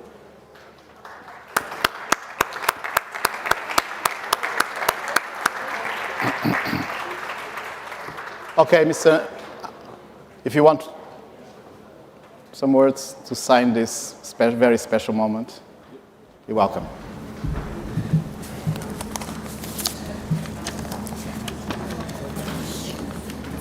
Muito bom dia. Good morning to everyone. Let me start by greeting Mr. Zurab, our UNWTO Secretary General, my colleague Rita Marques and Luís Araújo, both from the Tourism of Portugal, and for having the capacity to bring this important event to Portugal, and also Roberto Antunes, the representative from NEST. I must say that it is always with some kind of envy, and having worked in so many different sectors, that I come to tourism events, because truly there is a totally different energy. It's so good and so positive mood that it's definitely so good to come, and especially in this post-pandemic situation. It's also a pleasure because of this incredible scenery that we have here in Monsaraz, because of the specific global conference on wine tourism, which brings attention to a strategic area of investment and a new trend, and most of all because of this important intersection between past and future that we feel, and this is exactly what we're talking about when we signed this important memorandum of understanding. I believe that everyone agrees nowadays that every business is a tech business. And of course, tourism is no exception. We've been working for quite some time in investing in a digital agenda. Both UNWTO and the Tourism of Portugal are very important entities that are investing for quite some time in digital, but we all agree that even most traditional areas of business do require the incorporation of technology, the capacity to reap the full potential of digital, and this is what we're talking about.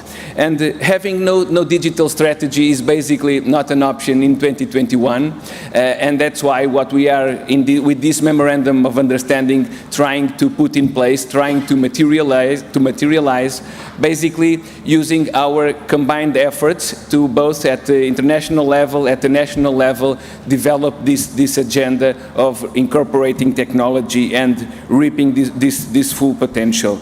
We are basically using an initiative that at the national level we decided to launch this year based on the action plan for digital transition, which is create a network of digital innovation hubs.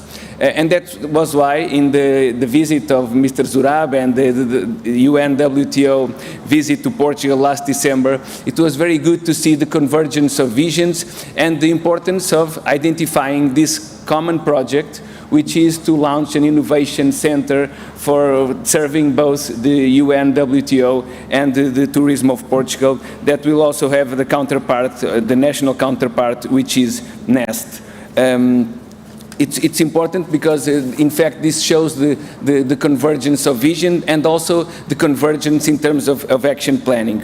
And 9 months after this important meeting, we are now materializing and putting this in place and having the capacity to deliver.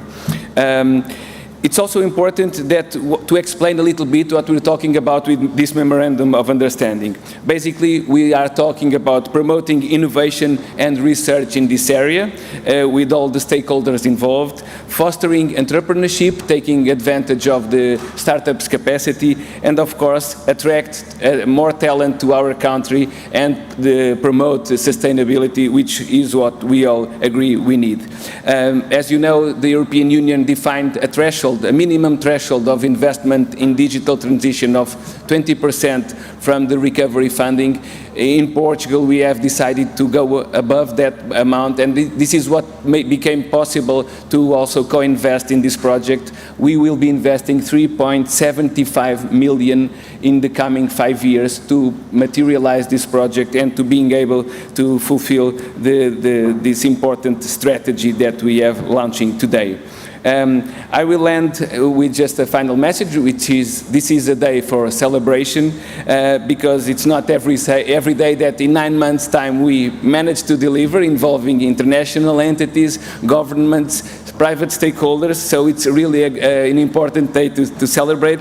And now congratulate also, and let's work together to make the tourism industry an example of a symbiotic relationship between, for one side, tradition, and on the other side, digital and technology. Thank you very much. Congratulations to the counterparts.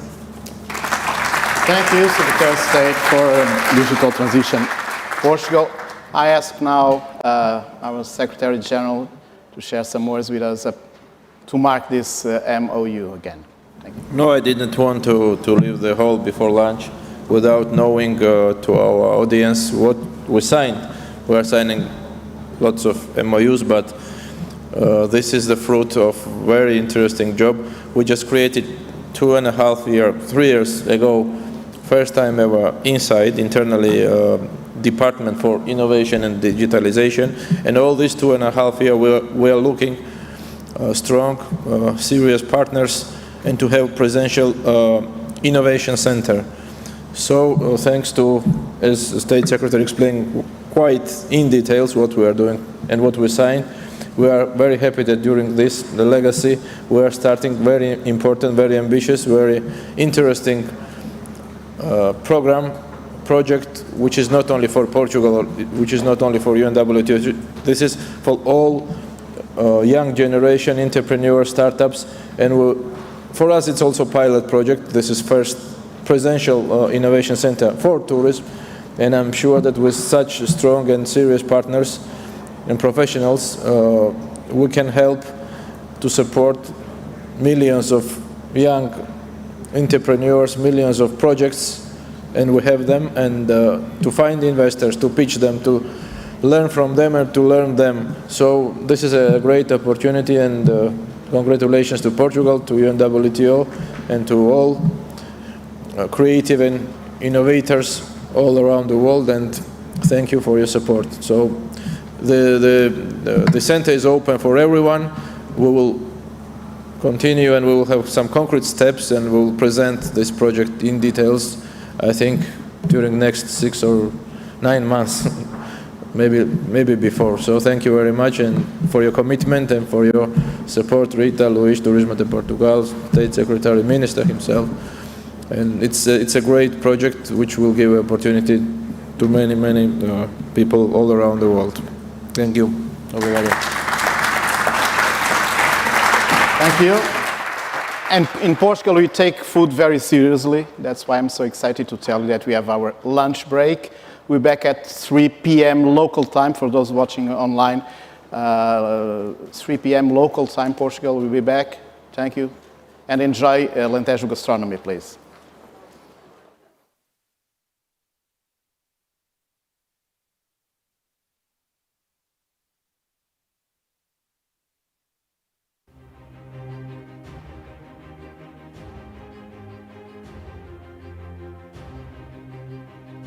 Portugal é uma marca no mundo do vinho, da gastronomia e do turismo.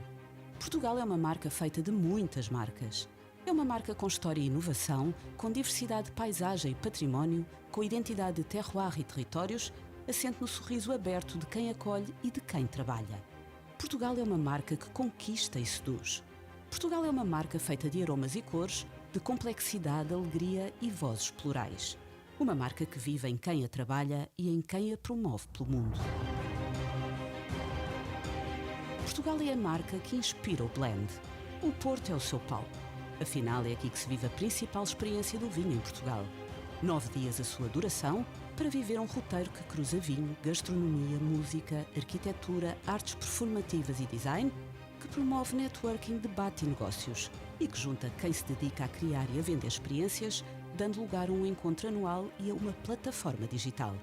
Em fevereiro, seremos Blend. A nossa missão? Tornar Portugal no ponto de encontro do enoturismo mundial. A nossa vontade? Afirmar Portugal como o destino que se repete, porque há sempre mais um motivo para voltar. Blend Wine Tourism and Essência do Vinho Porto. Porto, 19 a 27 de fevereiro de 2022, em Portugal.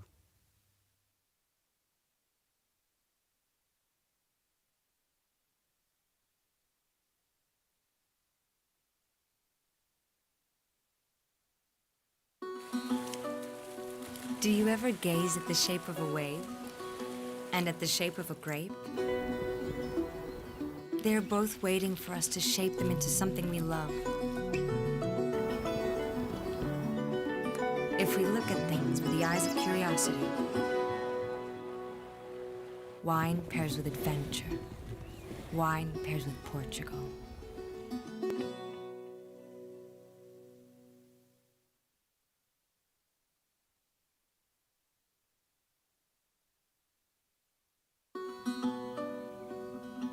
Who would guess a painting and a wine cellar would pair? Forms and lines decanted by the hands and souls of their masters. If we look at things from a different perspective, Wine pairs with art. Wine pairs with Portugal.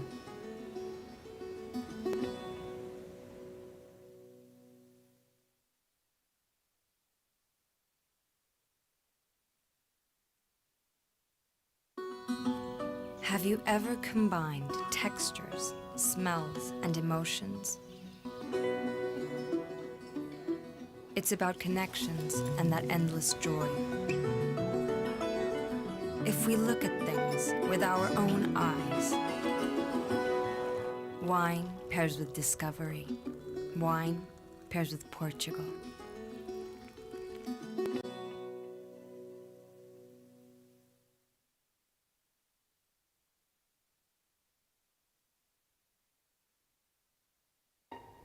It's time to flow. It's time to raise our glasses, to yell for the masses. It's time to flow, time to peak life, for morning yearnings and golden sunset earnings. It's time to pop and pour indisputable desire, gallantry, will, and be truth. It's time to taste.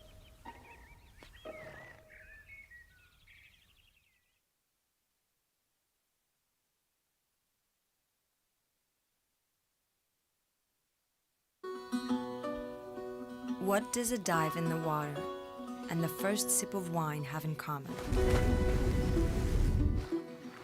It's all about temperature and harmony. If we look at things with the eyes of ingenuity, wine pairs with wellness. Wine pairs with Portugal.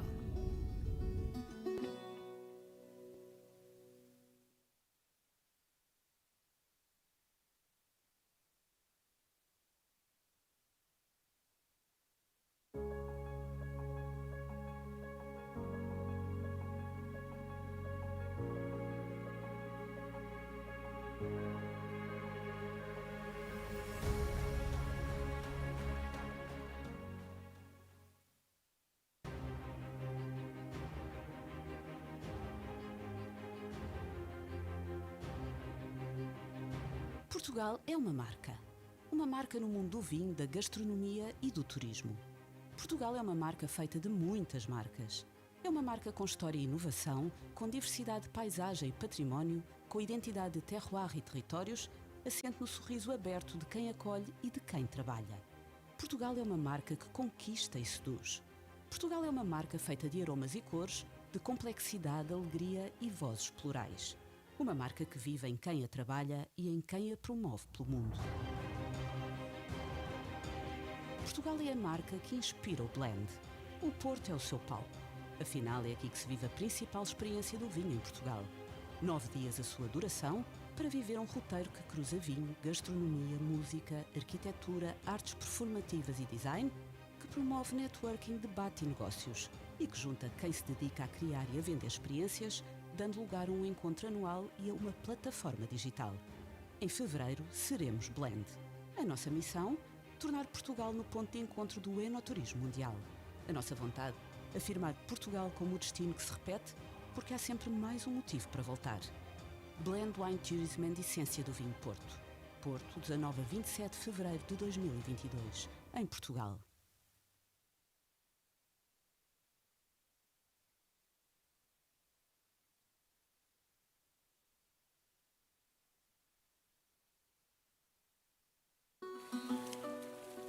Do you ever gaze at the shape of a wave and at the shape of a grape? They are both waiting for us to shape them into something we love. If we look at things with the eyes of curiosity, wine pairs with adventure. Wine pairs with Portugal.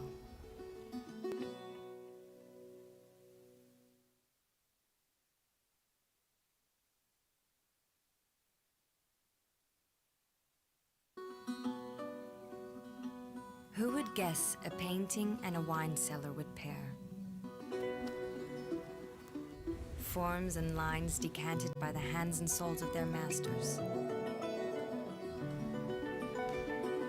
If we look at things from a different perspective, wine pairs with art, wine pairs with Portugal.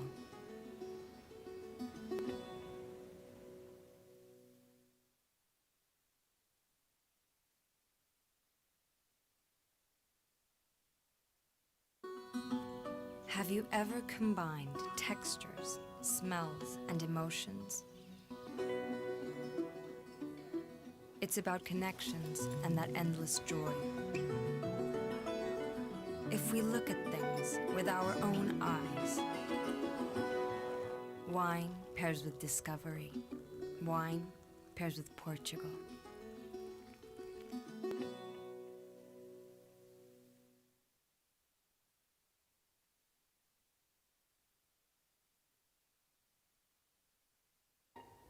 It's time to flow. It's time to raise our glasses, to yell for the masses. It's time to flow, time to peak life, for morning yearnings and golden sunset earnings. It's time to pop and pour indisputable desire, gallantry, will, and be truth. It's time to taste.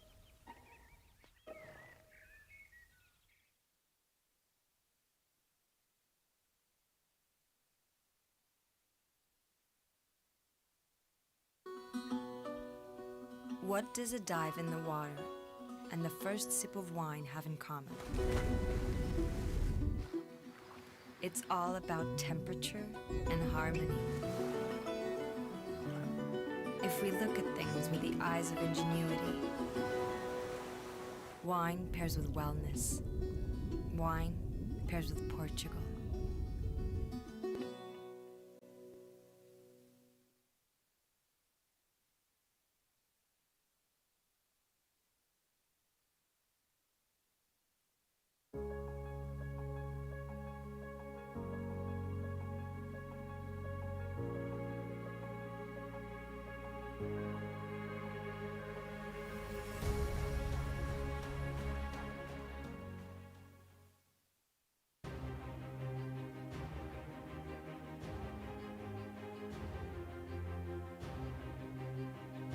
Portugal é uma marca. Uma marca no mundo do vinho, da gastronomia e do turismo. Portugal é uma marca feita de muitas marcas. É uma marca com história e inovação, com diversidade de paisagem e património, com identidade de terroir e territórios, assente no sorriso aberto de quem acolhe e de quem trabalha. Portugal é uma marca que conquista e seduz. Portugal é uma marca feita de aromas e cores, de complexidade, alegria e vozes plurais. Uma marca que vive em quem a trabalha e em quem a promove pelo mundo. Portugal é a marca que inspira o blend. O Porto é o seu palco. Afinal, é aqui que se vive a principal experiência do vinho em Portugal. 9 dias a sua duração para viver um roteiro que cruza vinho, gastronomia, música, arquitetura, artes performativas e design, que promove networking, debate e negócios e que junta quem se dedica a criar e a vender experiências, dando lugar a um encontro anual e a uma plataforma digital. Em fevereiro, seremos Blend. A nossa missão? Tornar Portugal no ponto de encontro do enoturismo mundial. A nossa vontade? Afirmar Portugal como o destino que se repete, porque há sempre mais um motivo para voltar. Blend Wine Tourism and Essência do Vinho Porto. Porto, 19 a 27 de fevereiro de 2022, em Portugal.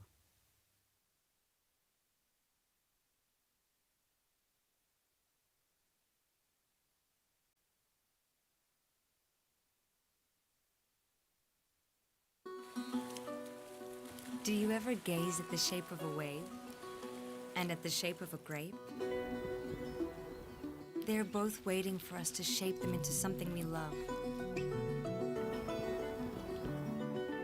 If we look at things with the eyes of curiosity, wine pairs with adventure. Wine pairs with Portugal.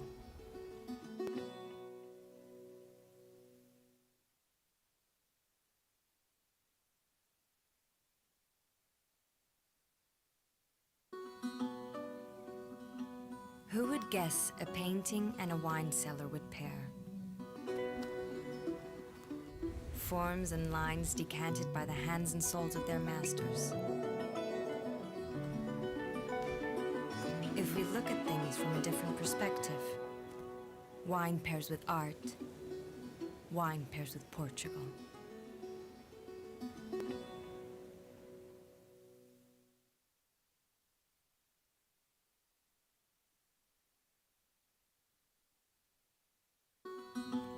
Have you ever combined textures, smells, smells, and emotions. It's about connections and that endless joy. If we look at things with our own eyes, wine pairs with discovery. Wine pairs with Portugal.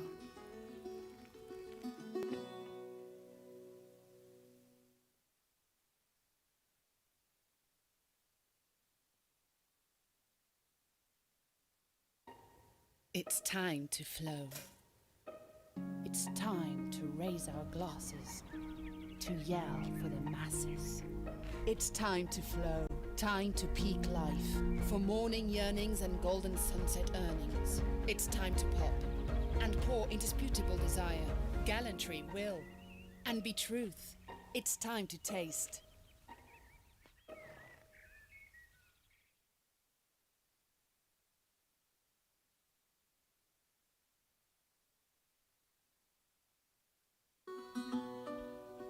What does a dive in the water and the first sip of wine have in common? It's all about temperature and harmony. If we look at things with the eyes of ingenuity, wine pairs with wellness. Wine pairs with Portugal.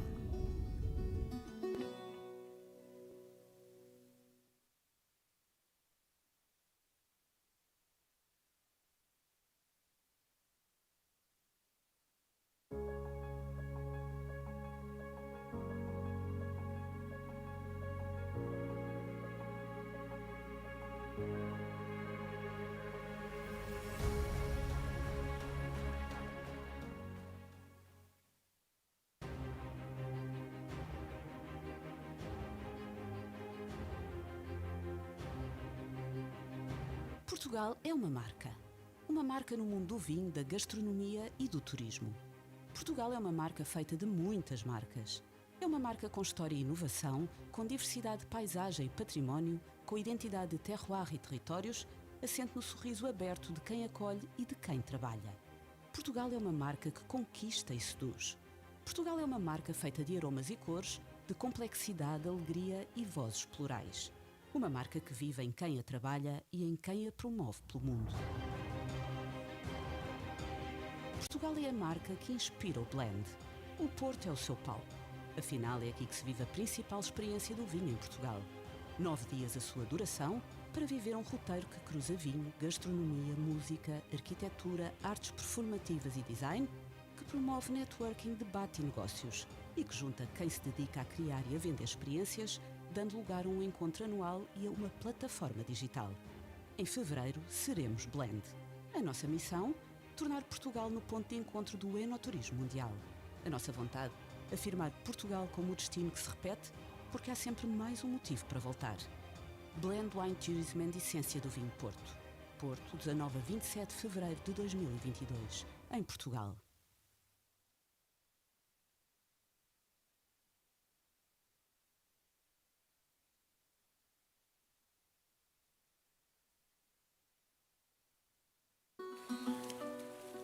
Do you ever gaze at the shape of a wave and at the shape of a grape? They are both waiting for us to shape them into something we love. If we look at things with the eyes of curiosity, wine pairs with adventure. Wine pairs with Portugal.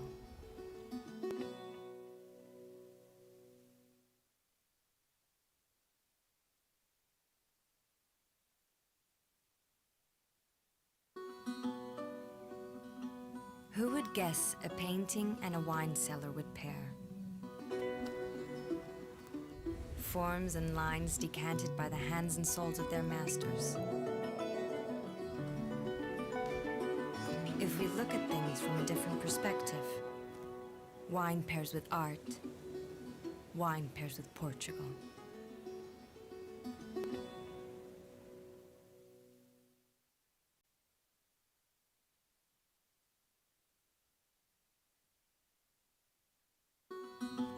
Have you ever combined textures, smells, and emotions? It's about connections and that endless joy. If we look at things with our own eyes, wine pairs with discovery. Wine pairs with Portugal.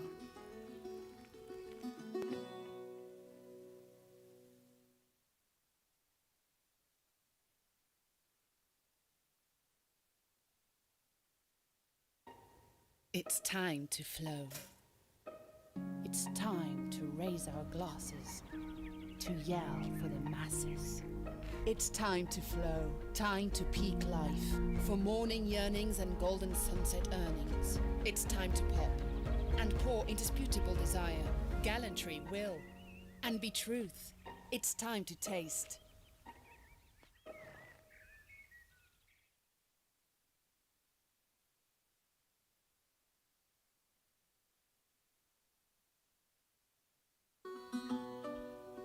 What does a dive in the water and the first sip of wine have in common? It's all about temperature and harmony. If we look at things with the eyes of ingenuity, wine pairs with wellness. Wine pairs with Portugal.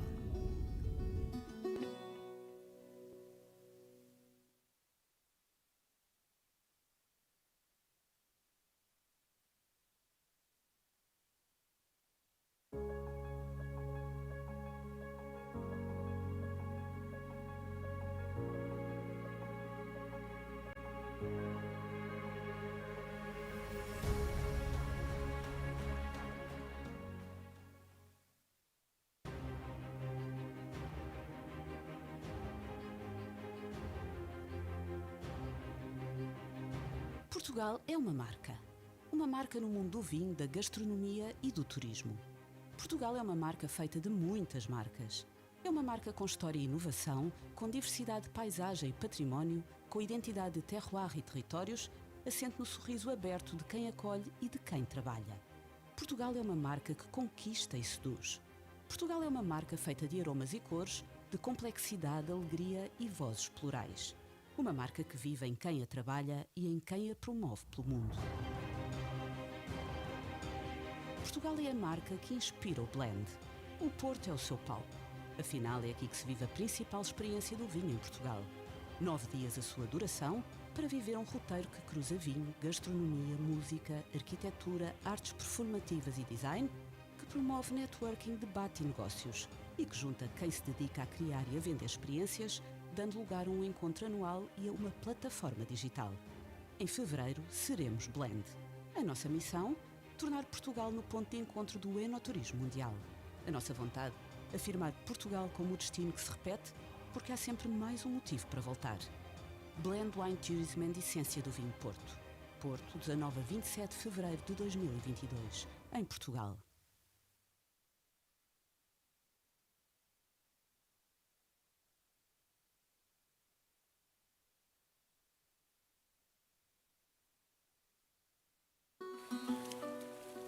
Do you ever gaze at the shape of a wave and at the shape of a grape? They are both waiting for us to shape them into something we love. If we look at things with the eyes of curiosity, wine pairs with adventure. Wine pairs with Portugal.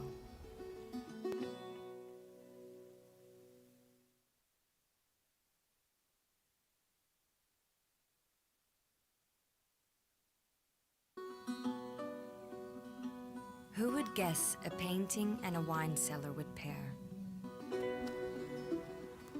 Forms and lines decanted by the hands and souls of their masters.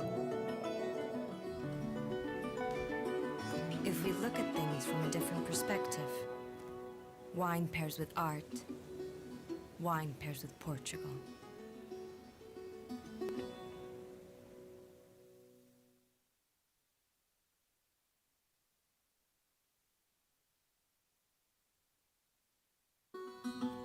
Have you ever combined textures, smells, and emotions?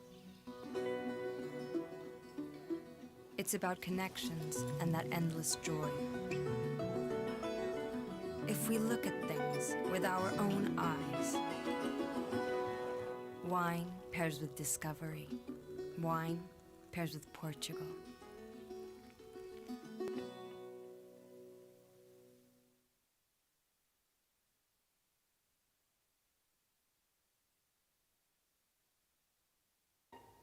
It's time to flow. It's time to raise our glasses, to yell for the masses. It's time to flow, time to peak life, for morning yearnings and golden sunset earnings. It's time to pop and pour indisputable desire, gallantry, will, and be truth. It's time to taste.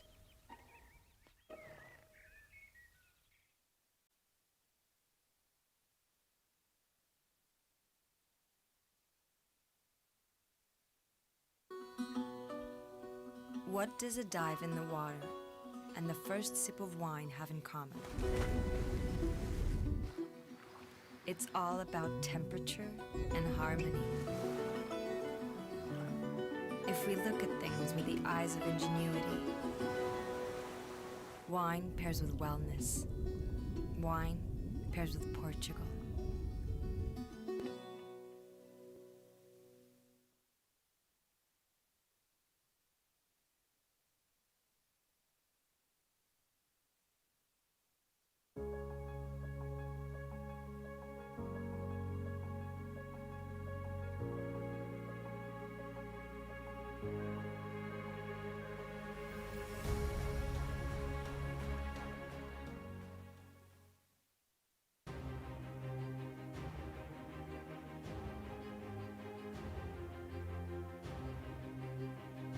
Portugal é uma marca no mundo do vinho, da gastronomia e do turismo. Portugal é uma marca feita de muitas marcas. É uma marca com história e inovação, com diversidade de paisagem e património, com identidade de terroir e territórios, assente no sorriso aberto de quem acolhe e de quem trabalha. Portugal é uma marca que conquista e seduz. Portugal é uma marca feita de aromas e cores, de complexidade, alegria e vozes plurais. Uma marca que vive em quem a trabalha e em quem a promove pelo mundo. Portugal é a marca que inspira o blend. O Porto é o seu palco. Afinal, é aqui que se vive a principal experiência do vinho em Portugal. 9 dias a sua duração para viver um roteiro que cruza vinho, gastronomia, música, arquitetura, artes performativas e design, que promove networking, debate e negócios e que junta quem se dedica a criar e a vender experiências, dando lugar a um encontro anual e a uma plataforma digital. Em fevereiro, seremos Blend. A nossa missão?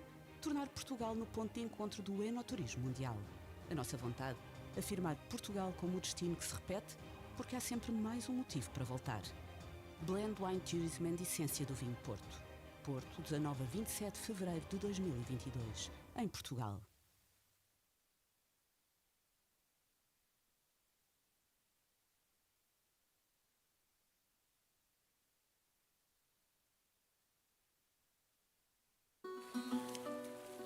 Do you ever gaze at the shape of a wave and at the shape of a grape?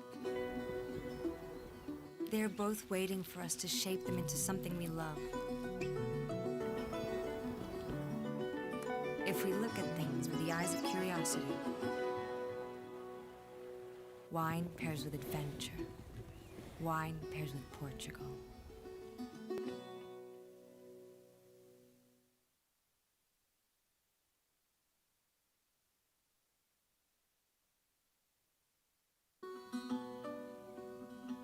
Who would guess a painting and a wine cellar would pair? Forms and lines decanted by the hands and souls of their masters.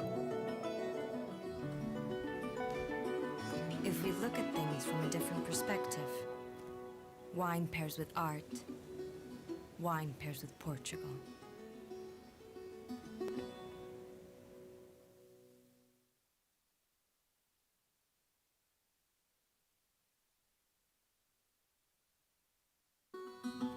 Have you ever combined textures, smells, and emotions? It's about connections and that endless joy. If we look at things with our own eyes, pairs with discovery. Wine pairs with Portugal.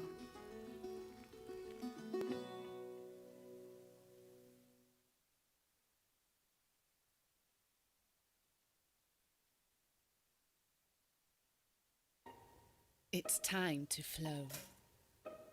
It's time to raise our glasses, to yell for the masses. It's time to flow, time to peak life, for morning yearnings and golden sunset earnings. It's time to pop and pour indisputable desire, gallantry, will, and be truth. It's time to taste.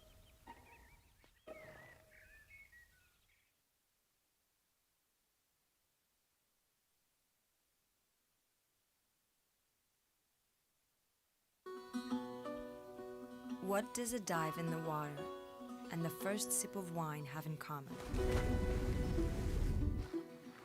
It's all about temperature and harmony. If we look at things with the eyes of ingenuity, wine pairs with wellness. Wine pairs with Portugal.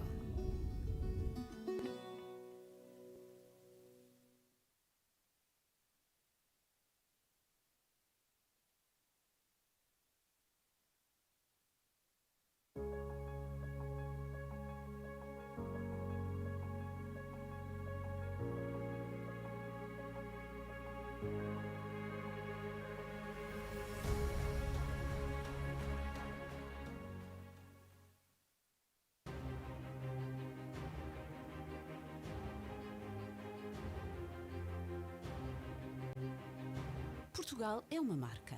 Uma marca no mundo do vinho, da gastronomia e do turismo. Portugal é uma marca feita de muitas marcas. É uma marca com história e inovação, com diversidade de paisagem e património, com identidade de terroir e territórios, assente no sorriso aberto de quem acolhe e de quem trabalha. Portugal é uma marca que conquista e seduz. Portugal é uma marca feita de aromas e cores, de complexidade, alegria e vozes plurais. Uma marca que vive em quem a trabalha e em quem a promove pelo mundo. Portugal é a marca que inspira o blend. O Porto é o seu palco. Afinal, é aqui que se vive a principal experiência do vinho em Portugal. 9 dias a sua duração para viver um roteiro que cruza vinho, gastronomia, música, arquitetura, artes performativas e design, que promove networking, debate e negócios e que junta quem se dedica a criar e a vender experiências, dando lugar a um encontro anual e a uma plataforma digital. Em fevereiro, seremos Blend. A nossa missão? Tornar Portugal no ponto de encontro do enoturismo mundial. A nossa vontade? Afirmar Portugal como o destino que se repete, porque há sempre mais um motivo para voltar. Blend Wine Tourism and Essência do Vinho Porto. Porto, 19 a 27 de fevereiro de 2022, em Portugal.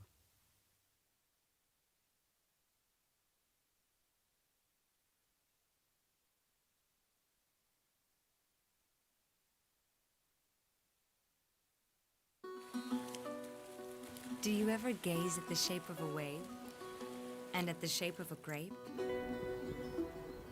They are both waiting for us to shape them into something we love. If we look at things with the eyes of curiosity, wine pairs with adventure. Wine pairs with Portugal.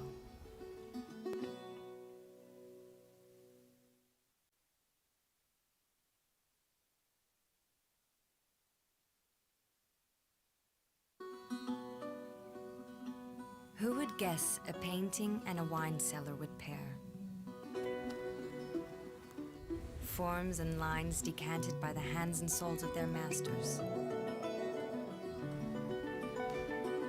If we look at things from a different perspective, wine pairs with art, wine pairs with Portugal.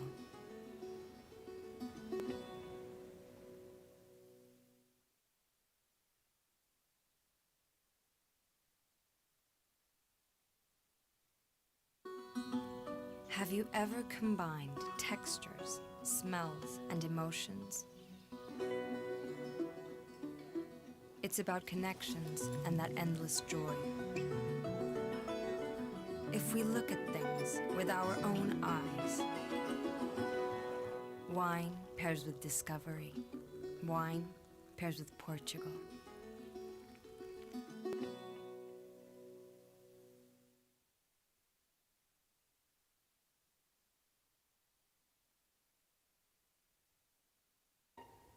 It's time to flow. It's time to raise our glasses, to yell for the masses. It's time to flow, time to peak life, for morning yearnings and golden sunset earnings. It's time to pop and pour indisputable desire, gallantry, will, and be truth. It's time to taste.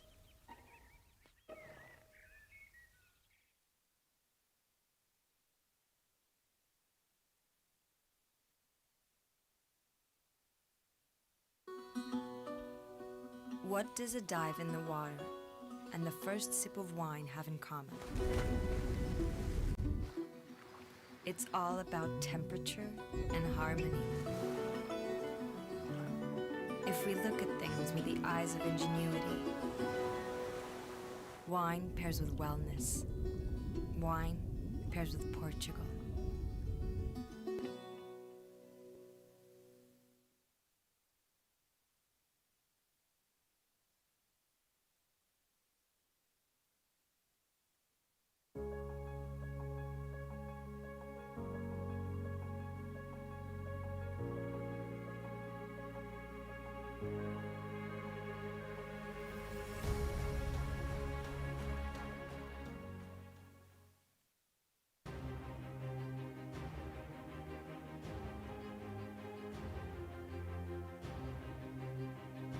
Portugal é uma marca.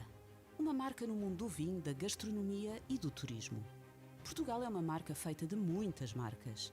É uma marca com história e inovação, com diversidade de paisagem e património, com identidade de terroir e territórios, assente no sorriso aberto de quem acolhe e de quem trabalha. Portugal é uma marca que conquista e seduz. Portugal é uma marca feita de aromas e cores, de complexidade, alegria e vozes plurais. Uma marca que vive em quem a trabalha e em quem a promove pelo mundo. Portugal é a marca que inspira o blend. O Porto é o seu palco. Afinal, é aqui que se vive a principal experiência do vinho em Portugal. 9 dias a sua duração para viver um roteiro que cruza vinho, gastronomia, música, arquitetura, artes performativas e design, que promove networking, debate e negócios e que junta quem se dedica a criar e a vender experiências, dando lugar a um encontro anual e a uma plataforma digital. Em fevereiro, seremos Blend. A nossa missão? Tornar Portugal no ponto de encontro do enoturismo mundial. A nossa vontade? Afirmar Portugal como o destino que se repete, porque há sempre mais um motivo para voltar. Blend Wine Tourism and Essência do Vinho Porto. Porto, 19 a 27 de fevereiro de 2022, em Portugal.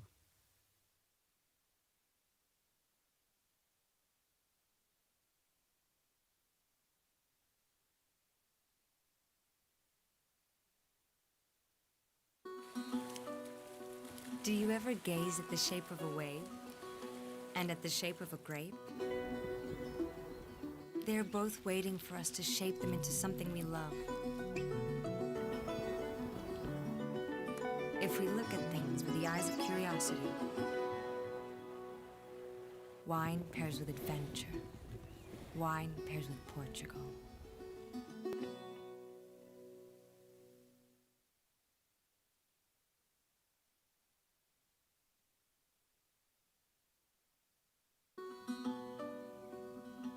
Who would guess a painting and a wine cellar would pair? Forms and lines decanted by the hands and souls of their masters. If we look at things from a different perspective, wine pairs with art, wine pairs with Portugal.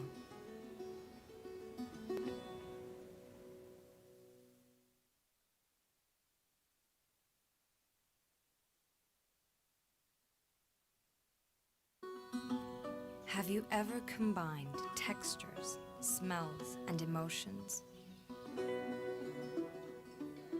It's about connections and that endless joy. If we look at things with our own eyes, wine pairs with discovery. Wine pairs with Portugal.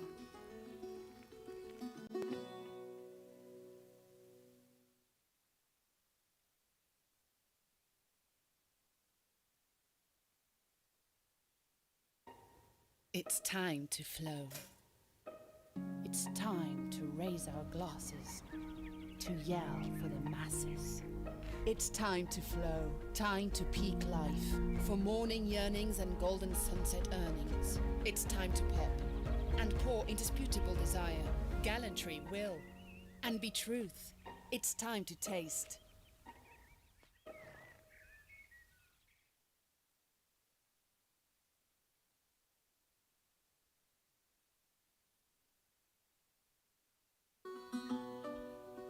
What does a dive in the water and the first sip of wine have in common? It's all about temperature and harmony. If we look at things with the eyes of ingenuity, wine pairs with wellness. Wine pairs with Portugal.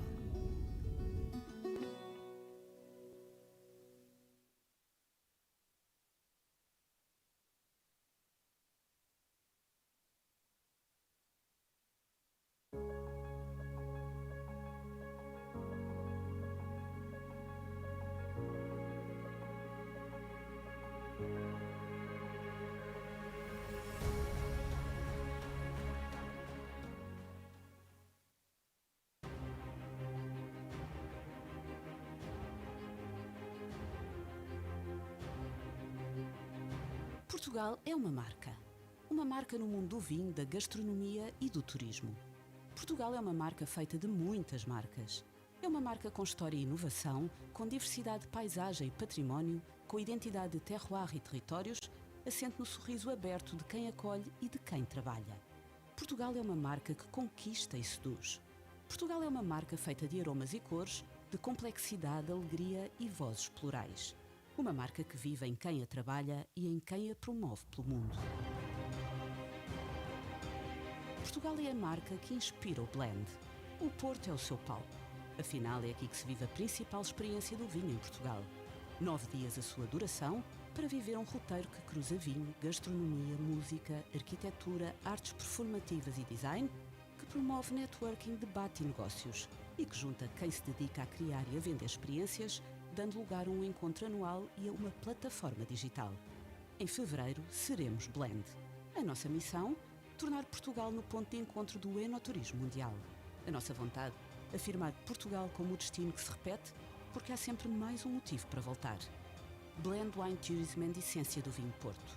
Porto, 19 a 27 de fevereiro de 2022, em Portugal.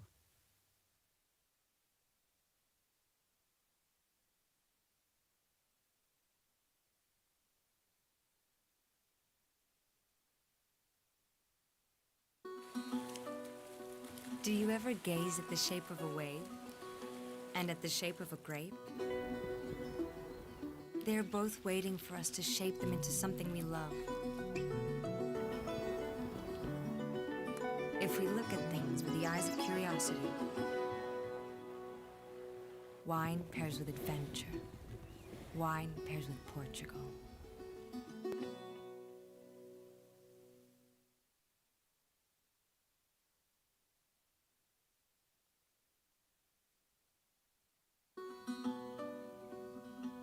Who would guess a painting and a wine cellar would pair? Forms and lines decanted by the hands and souls of their masters. If we look at things from a different perspective, wine pairs with art, wine pairs with Portugal.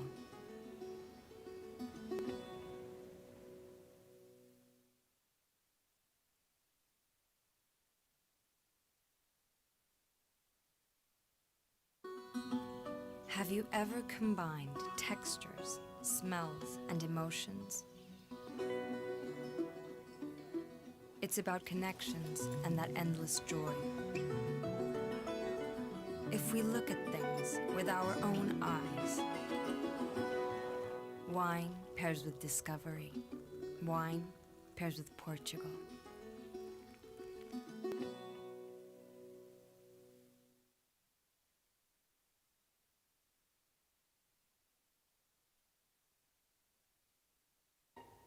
It's time to flow. It's time to raise our glasses, to yell for the masses. It's time to flow, time to peak life. For morning yearnings and golden sunset earnings. It's time to pop and pour indisputable desire, gallantry, will, and be truth. It's time to taste.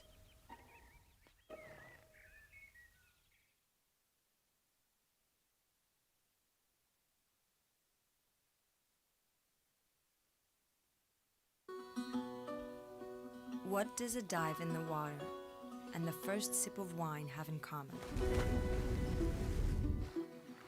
It's all about temperature and harmony.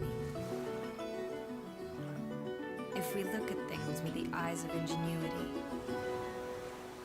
wine pairs with wellness. Wine pairs with Portugal.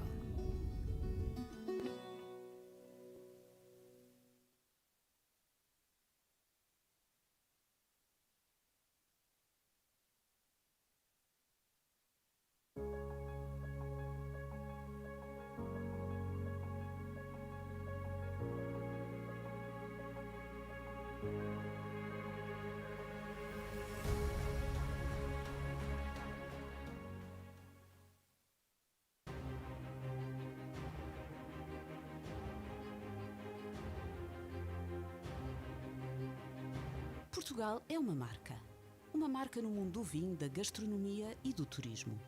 Portugal é uma marca feita de muitas marcas. É uma marca com história e inovação, com diversidade de paisagem e património, com identidade de terroir e territórios, assente no sorriso aberto de quem acolhe e de quem trabalha. Portugal é uma marca que conquista e seduz. Portugal é uma marca feita de aromas e cores, de complexidade, alegria e vozes plurais. Uma marca que vive em quem a trabalha e em quem a promove pelo mundo. Portugal é a marca que inspira o blend. O Porto é o seu palco. Afinal, é aqui que se vive a principal experiência do vinho em Portugal. 9 dias a sua duração para viver um roteiro que cruza vinho, gastronomia, música, arquitetura, artes performativas e design, que promove networking, debate e negócios e que junta quem se dedica a criar e a vender experiências, dando lugar a um encontro anual e a uma plataforma digital. Em fevereiro, seremos Blend. A nossa missão? Tornar Portugal no ponto de encontro do enoturismo mundial. A nossa vontade? Afirmar Portugal como o destino que se repete, porque há sempre mais um motivo para voltar. Blend Wine Tourism and Essência do Vinho Porto. Porto, 19 a 27 de fevereiro de 2022, em Portugal.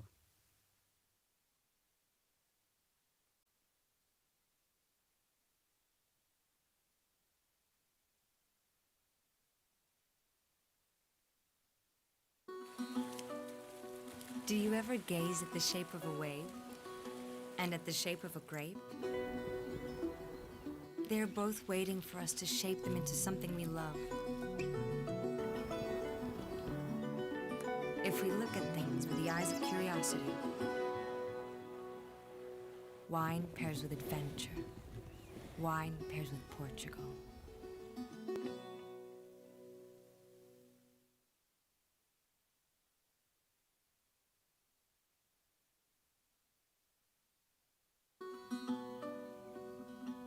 Who would guess a painting and a wine cellar would pair? Forms and lines decanted by the hands and souls of their masters.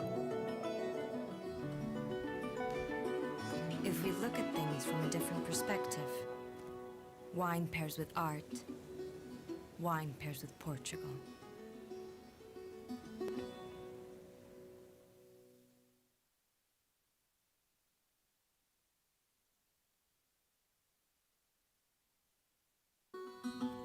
Have you ever combined textures, smells, and emotions? It's about connections and that endless joy. If we look at things with our own eyes, wine pairs with discovery. Wine pairs with Portugal.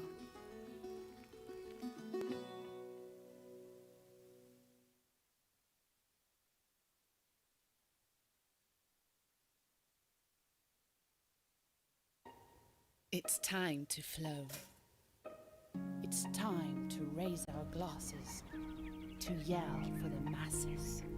It's time to flow, time to peak life. For morning yearnings and golden sunset earnings. It's time to pop and pour indisputable desire, gallantry, will, and be truth. It's time to taste.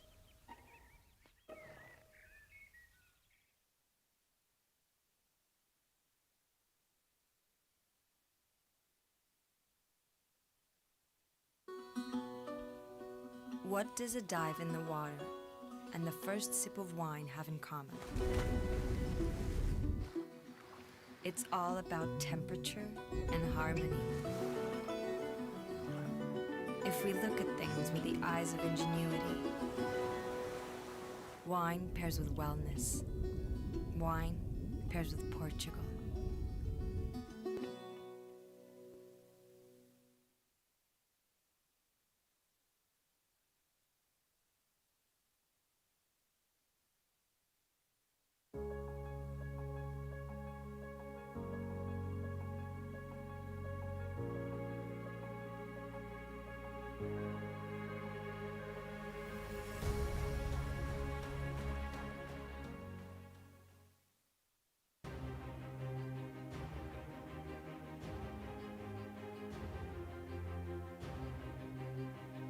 Portugal é uma marca.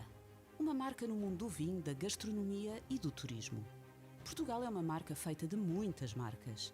É uma marca com história e inovação, com diversidade de paisagem e património, com identidade de terroir e territórios, assente no sorriso aberto de quem acolhe e de quem trabalha. Portugal é uma marca que conquista e seduz.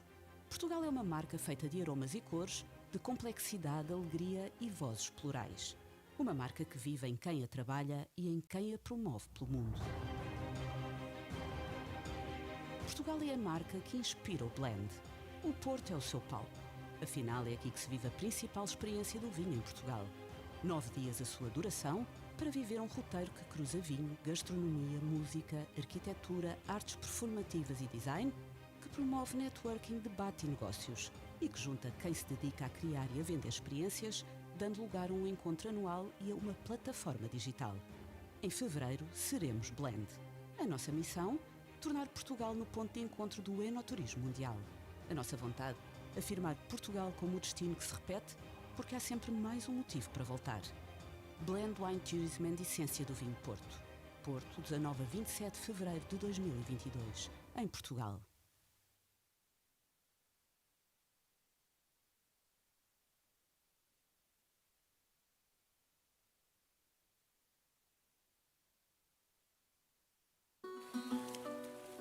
Do you ever gaze at the shape of a wave and at the shape of a grape? They are both waiting for us to shape them into something we love.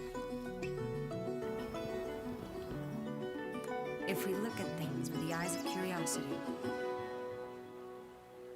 wine pairs with adventure. Wine pairs with Portugal.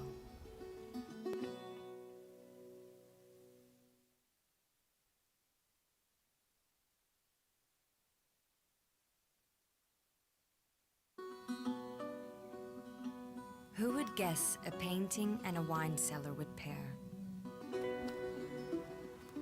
Forms and lines decanted by the hands and souls of their masters. If we look at things from a different perspective, wine pairs with art, wine pairs with Portugal.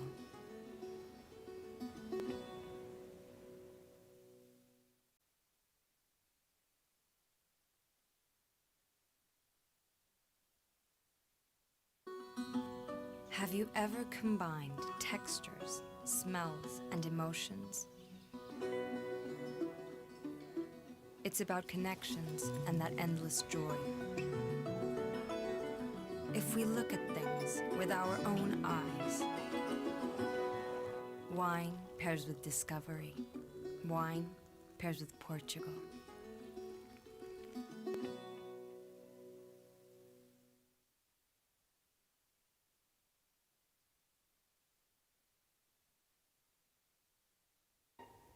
It's time to flow. It's time to raise our glasses, to yell for the masses. It's time to flow, time to peak life. For morning yearnings and golden sunset earnings. It's time to pop and pour indisputable desire, gallantry, will, and be truth. It's time to taste.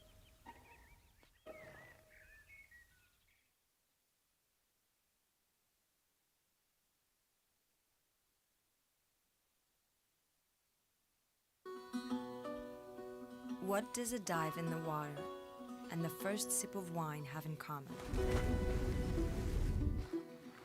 It's all about temperature and harmony. If we look at things with the eyes of ingenuity, wine pairs with wellness. Wine pairs with Portugal.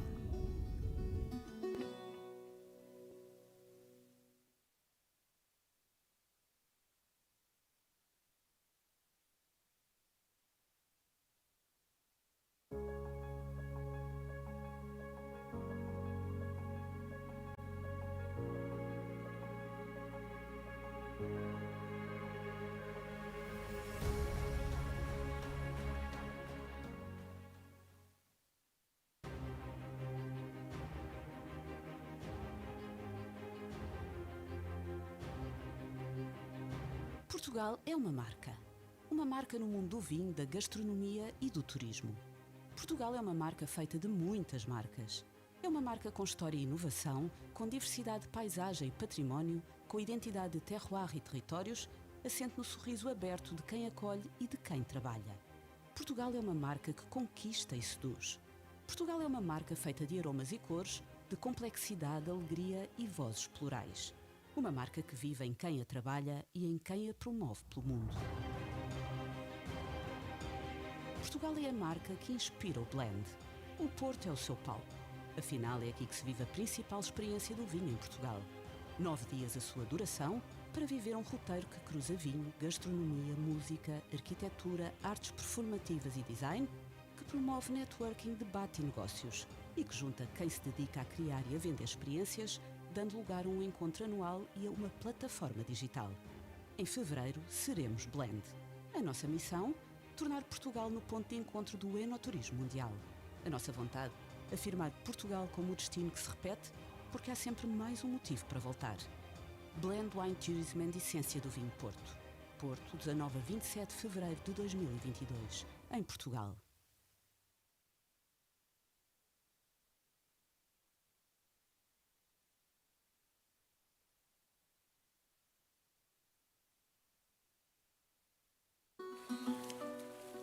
Do you ever gaze at the shape of a wave and at the shape of a grape?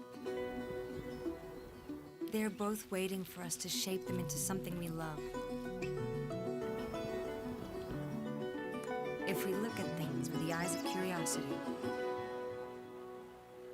wine pairs with adventure. Wine pairs with Portugal.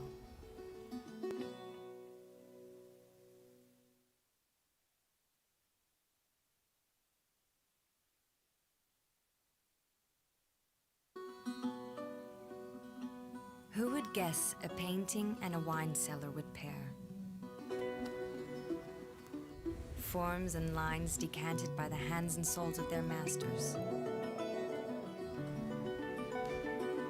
If we look at things from a different perspective, wine pairs with art, wine pairs with Portugal.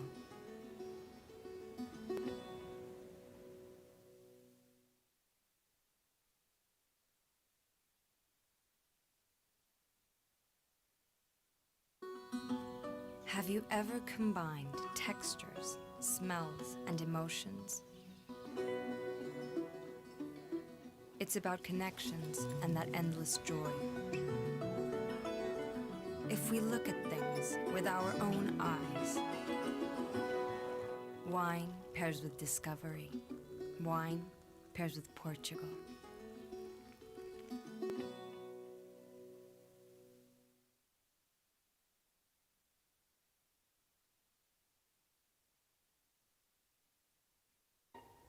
It's time to flow. It's time to raise our glasses, to yell for the masses. It's time to flow, time to peak life.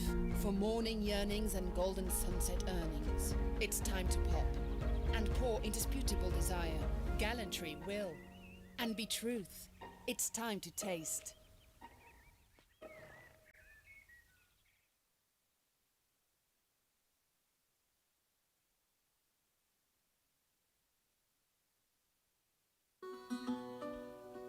What does a dive in the water and the first sip of wine have in common? It's all about temperature and harmony. If we look at things with the eyes of ingenuity, wine pairs with wellness. Wine pairs with Portugal.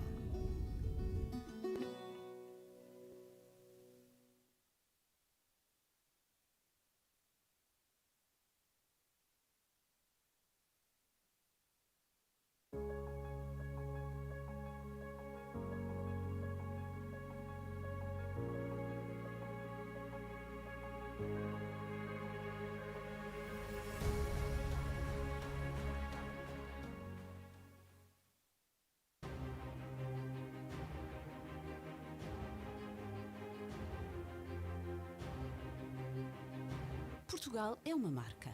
Uma marca no mundo do vinho, da gastronomia e do turismo. Portugal é uma marca feita de muitas marcas. É uma marca com história e inovação, com diversidade de paisagem e património, com identidade de terroir e territórios, assente no sorriso aberto de quem acolhe e de quem trabalha. Portugal é uma marca que conquista e seduz. Portugal é uma marca feita de aromas e cores, de complexidade, alegria e vozes plurais. Uma marca que vive em quem a trabalha e em quem a promove pelo mundo. Portugal é a marca que inspira o blend. O Porto é o seu palco. Afinal, é aqui que se vive a principal experiência do vinho em Portugal. 9 dias a sua duração para viver um roteiro que cruza vinho, gastronomia, música, arquitetura, artes performativas e design, que promove networking, debate e negócios e que junta quem se dedica a criar e a vender experiências, dando lugar a um encontro anual e a uma plataforma digital. Em fevereiro, seremos Blend. A nossa missão? Tornar Portugal no ponto de encontro do enoturismo mundial. A nossa vontade? Afirmar Portugal como o destino que se repete, porque há sempre mais um motivo para voltar. Blend Wine Tourism and Essência do Vinho Porto. Porto, 19 a 27 de fevereiro de 2022, em Portugal.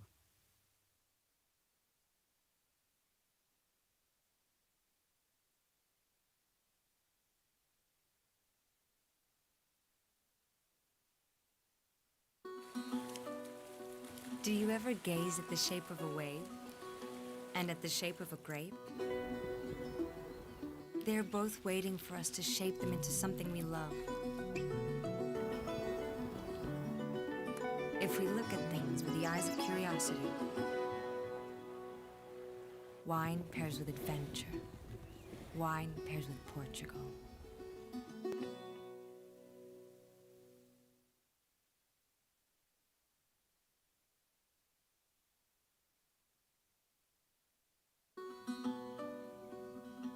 Who would guess a painting and a wine cellar would pair? Forms and lines decanted by the hands and souls of their masters. If we look at things from a different perspective, wine pairs with art, wine pairs with Portugal.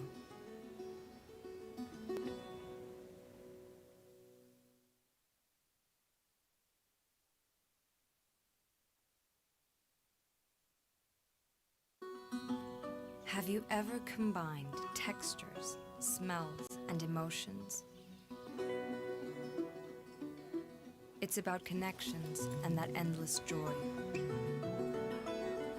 If we look at things with our own eyes, wine pairs with discovery. Wine pairs with Portugal.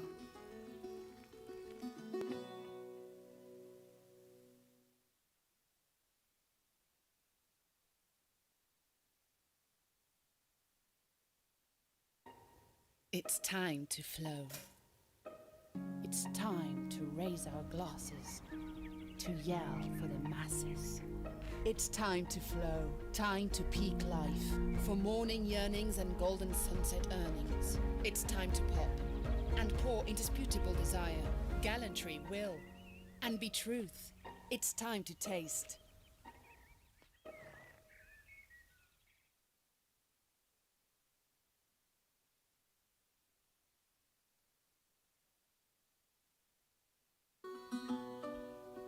What does a dive in the water and the first sip of wine have in common? It's all about temperature and harmony. If we look at things with the eyes of ingenuity, wine pairs with wellness. Wine pairs with Portugal.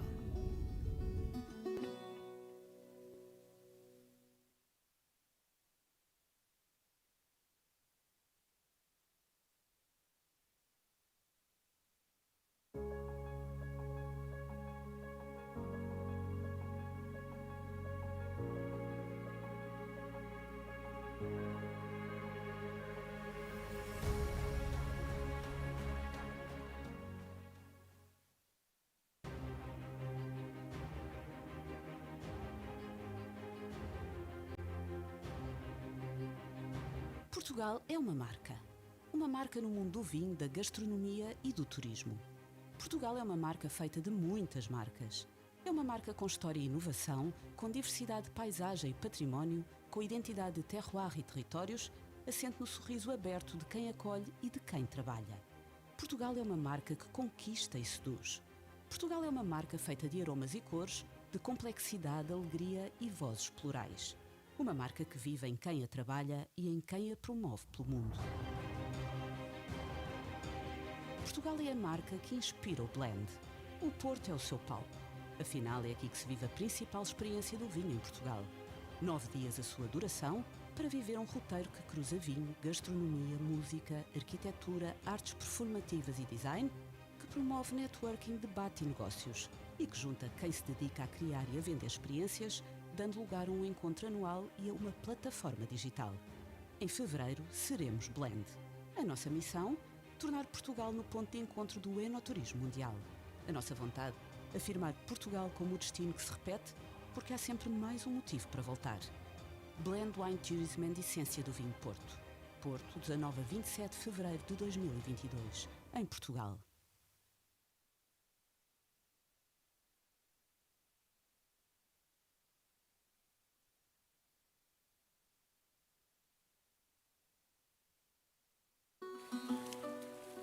Do you ever gaze at the shape of a wave and at the shape of a grape? They are both waiting for us to shape them into something we love. If we look at things with the eyes of curiosity, wine pairs with adventure. Wine pairs with Portugal.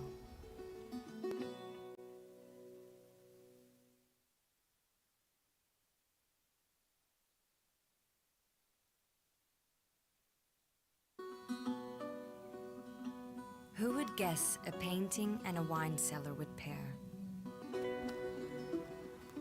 Forms and lines decanted by the hands and souls of their masters. If we look at things from a different perspective, wine pairs with art, wine pairs with Portugal.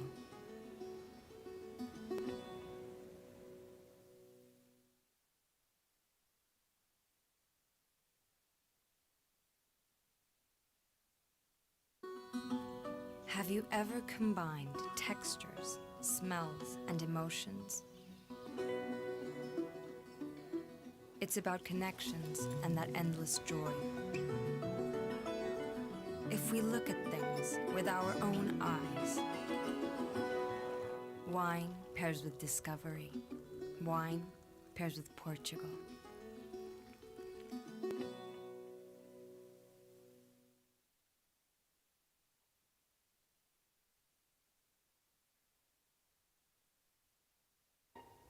It's time to flow.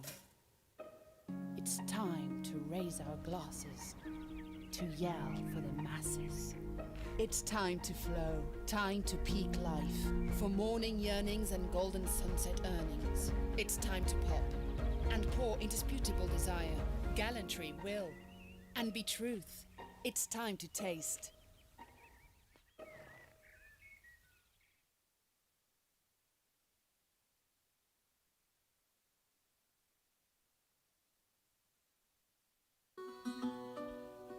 What does a dive in the water and the first sip of wine have in common?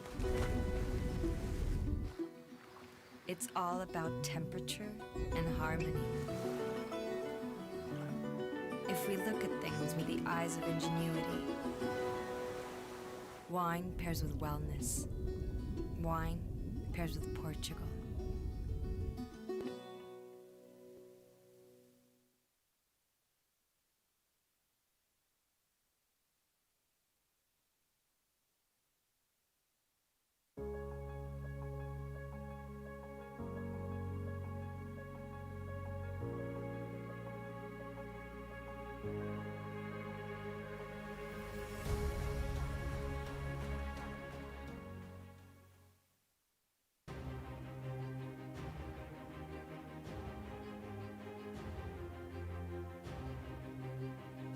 Portugal é uma marca.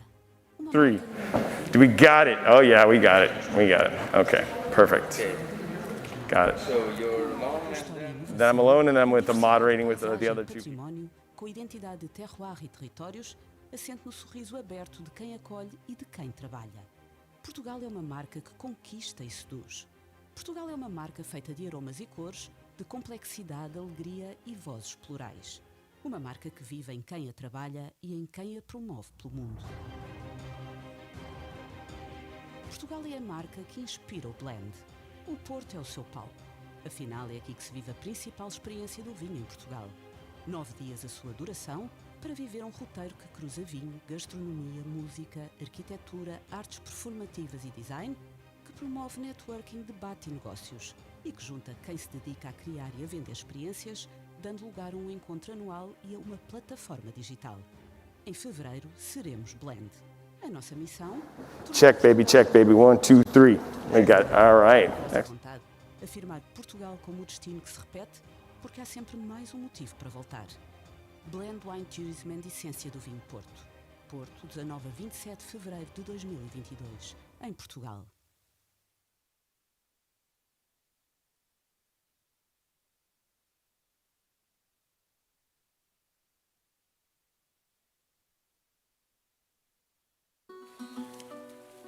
Do you ever gaze at the shape of a wave and at the shape of a grape? They're both waiting for us to shape them into something we love. If we look at things with the eyes of curiosity, wine pairs with adventure. Wine pairs with Portugal.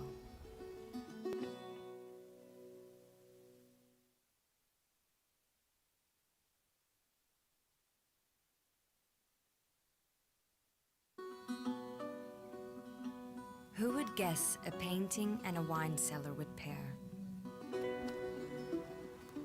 Forms and lines decanted by the hands and souls of their masters. If we look at things from a different perspective, wine pairs with art, wine pairs with Portugal.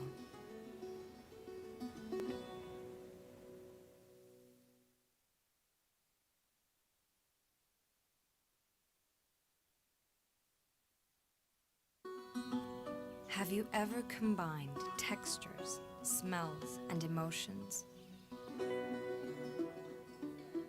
It's about connections and that endless joy. If we look at things with our own eyes, wine pairs with discovery. Wine pairs with Portugal.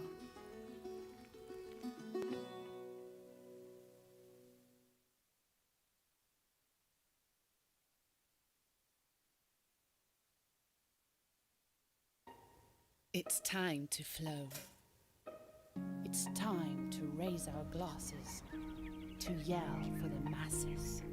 It's time to flow, time to peak life. For morning yearnings and golden sunset earnings. It's time to pop and pour indisputable desire, gallantry, will, and be truth. It's time to taste.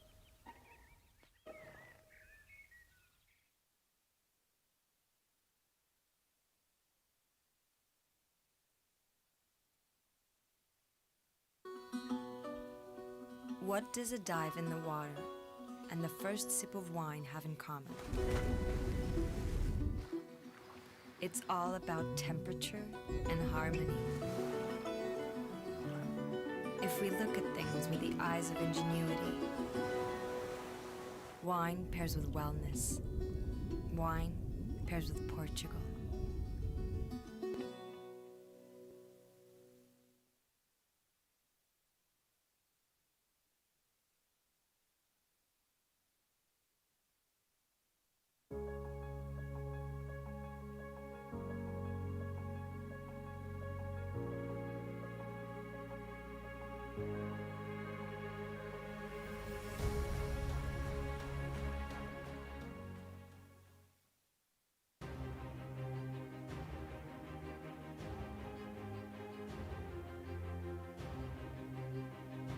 Portugal é uma marca.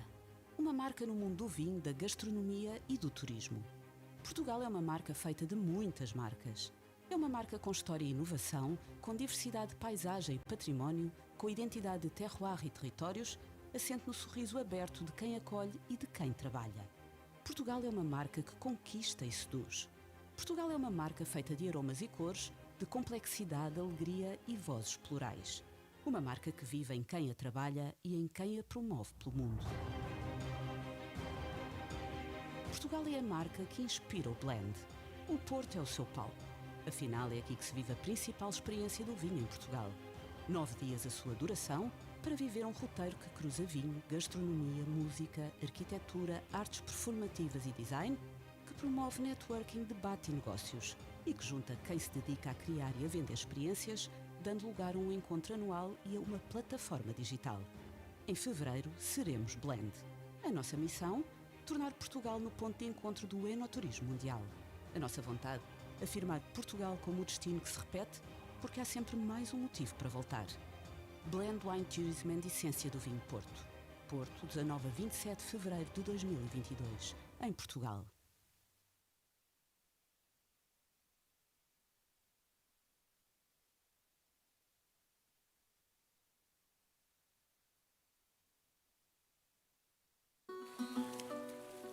Do you ever gaze at the shape of a wave and at the shape of a grape? They are both waiting for us to shape them into something we love. If we look at things with the eyes of curiosity, wine pairs with adventure. Wine pairs with Portugal.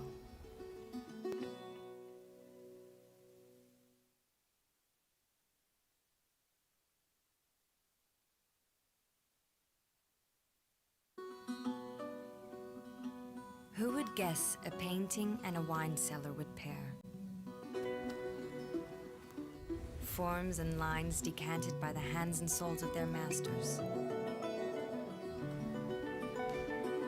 If we look at things from a different perspective, wine pairs with art, wine pairs with Portugal.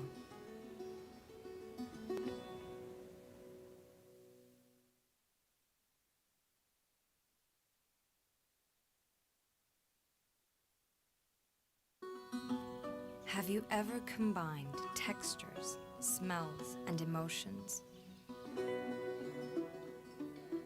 It's about connections and that endless joy. If we look at things with our own eyes,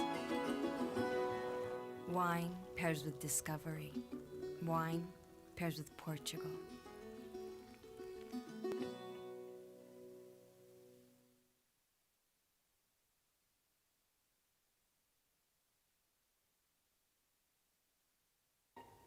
It's time to flow. It's time to raise our glasses, to yell for the masses. It's time to flow, time to peak life. For morning yearnings and golden sunset earnings. It's time to pop and pour indisputable desire, gallantry, will, and be truth. It's time to taste.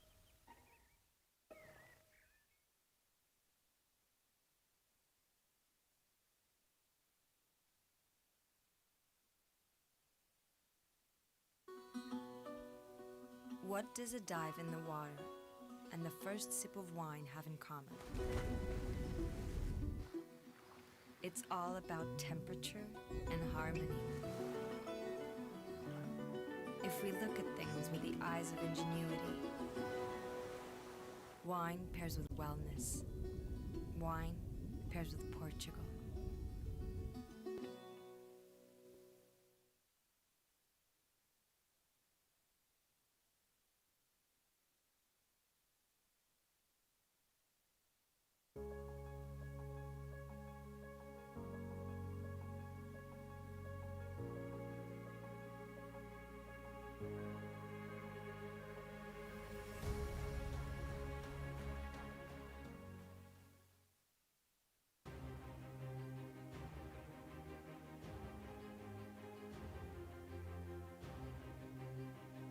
Portugal é uma marca.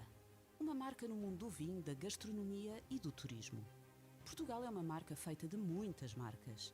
É uma marca com história e inovação, com diversidade de paisagem e património, com identidade de terroir e territórios, assente no sorriso aberto de quem acolhe e de quem trabalha.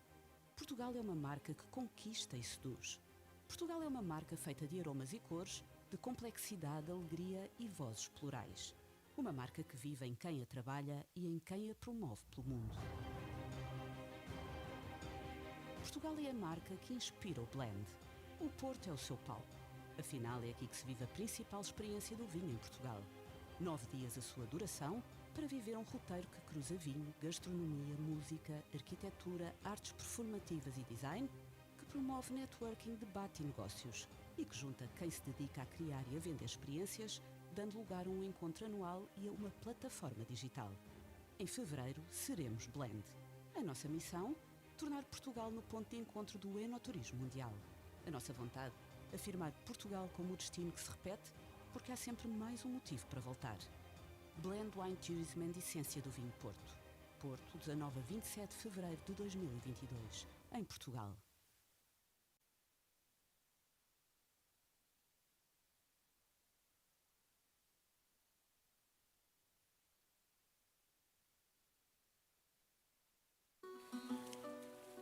Do you ever gaze at the shape of a wave and at the shape of a grape?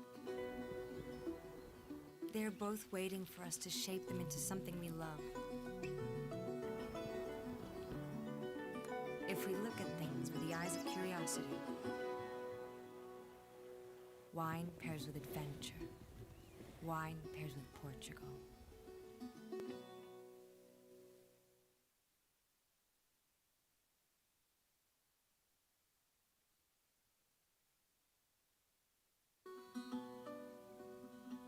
Who would guess a painting and a wine cellar would pair? Forms and lines decanted by the hands and souls of their masters. If we look at things from a different perspective, wine pairs with art, wine pairs with Portugal.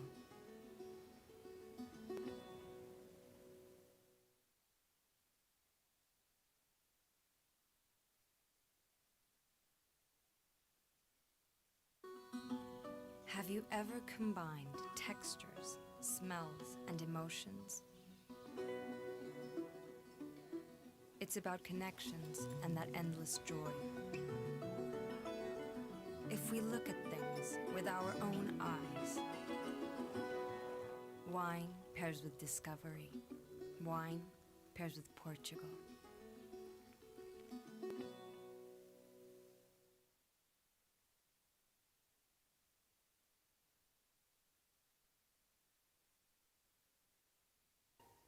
It's time to flow. It's time to raise our glasses, to yell for the masses. It's time to flow, time to peak life. For morning yearnings and golden sunset earnings, it's time to pop and pour indisputable desire, gallantry, will, and be truth. It's time to taste.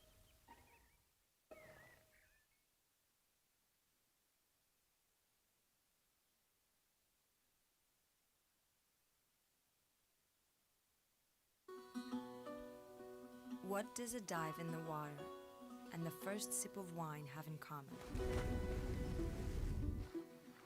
It's all about temperature and harmony. If we look at things with the eyes of ingenuity, wine pairs with wellness. Wine pairs with Portugal.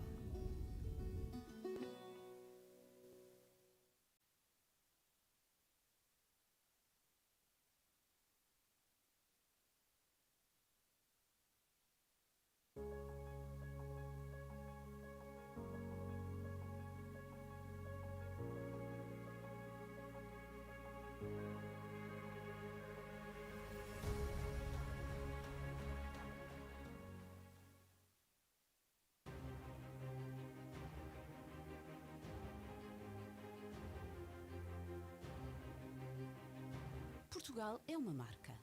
Uma marca no mundo do vinho, da gastronomia e do turismo. Portugal é uma marca feita de muitas marcas. É uma marca com história e inovação, com diversidade de paisagem e património, com identidade de terroir e territórios, assente no sorriso aberto de quem acolhe e de quem trabalha. Portugal é uma marca que conquista e seduz. Portugal é uma marca feita de aromas e cores, de complexidade, alegria e vozes plurais. Uma marca que vive em quem a trabalha e em quem a promove pelo mundo. Portugal é a marca que inspira o blend. O Porto é o seu palco. Afinal, é aqui que se vive a principal experiência do vinho em Portugal. 9 dias a sua duração para viver um roteiro que cruza vinho, gastronomia, música, arquitetura, artes performativas e design, que promove networking, debate e negócios e que junta quem se dedica a criar e a vender experiências, dando lugar a um encontro anual e a uma plataforma digital. Em fevereiro, seremos Blend. A nossa missão? Tornar Portugal no ponto de encontro do enoturismo mundial. A nossa vontade? Afirmar Portugal como o destino que se repete, porque há sempre mais um motivo para voltar. Blend Wine Tourism and Essência do Vinho Porto. Porto, 19 a 27 de fevereiro de 2022, em Portugal.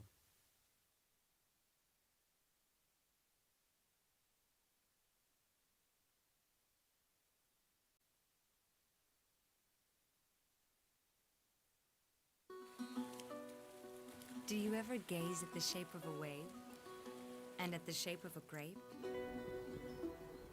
They are both waiting for us to shape them into something we love. If we look at things with the eyes of curiosity, wine pairs with adventure. Wine pairs with Portugal.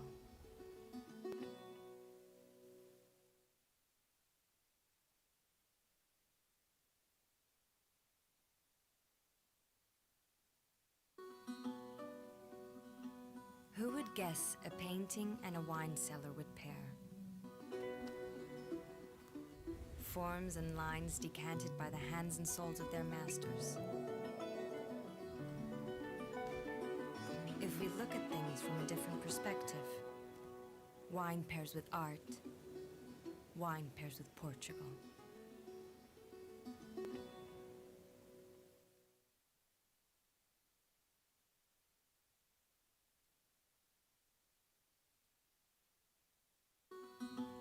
Have you ever combined textures, smells, and emotions? It's about connections and that endless joy. If we look at things with our own eyes, wine pairs with discovery. Wine pairs with Portugal.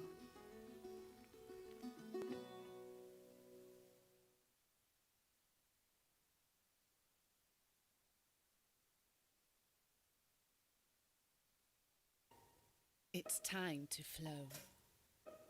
It's time to raise our glasses, to yell for the masses. It's time to flow, time to peak life. For morning yearnings and golden sunset earnings. It's time to pop and pour indisputable desire, gallantry, will, and be truth. It's time to taste.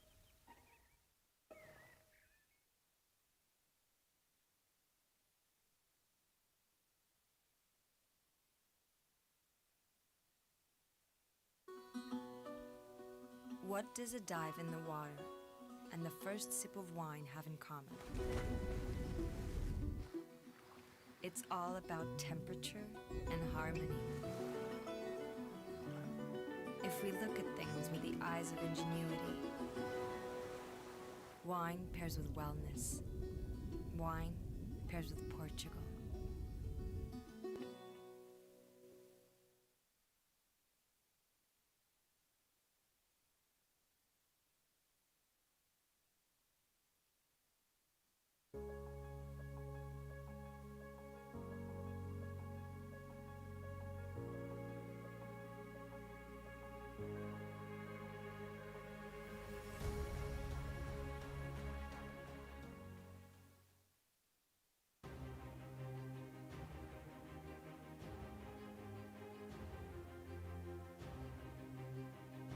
Portugal é uma marca.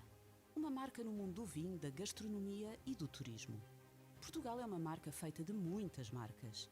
É uma marca com história e inovação, com diversidade de paisagem e património, com identidade de terroir e territórios, assente no sorriso aberto de quem acolhe e de quem trabalha. Portugal é uma marca que conquista e seduz. Portugal é uma marca feita de aromas e cores, de complexidade, alegria e vozes plurais. Uma marca que vive em quem a trabalha e em quem a promove pelo mundo. Portugal é a marca que inspira o blend. O Porto é o seu palco. Afinal, é aqui que se vive a principal experiência do vinho em Portugal. 9 dias a sua duração para viver um roteiro que cruza vinho, gastronomia, música, arquitetura, artes performativas e design, que promove networking, debate e negócios e que junta quem se dedica a criar e a vender experiências, dando lugar a um encontro anual e a uma plataforma digital. Em fevereiro, seremos Blend. A nossa missão? Tornar Portugal no ponto de encontro do enoturismo mundial. A nossa vontade? Afirmar Portugal como o destino que se repete, porque há sempre mais um motivo para voltar. Blend Wine Tourism and Essência do Vinho Porto. Porto, 19 a 27 de fevereiro de 2022, em Portugal.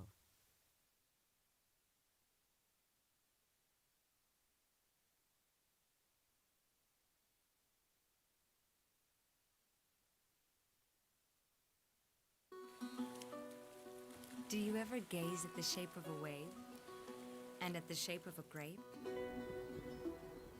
They are both waiting for us to shape them into something we love.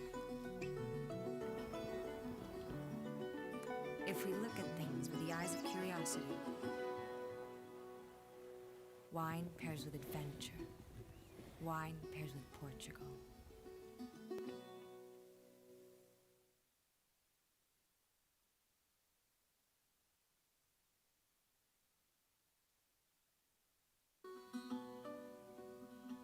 Who would guess a painting and a wine cellar would pair?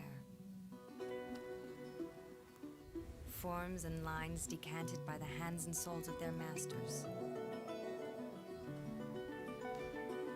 If we look at things from a different perspective, wine pairs with art, wine pairs with Portugal.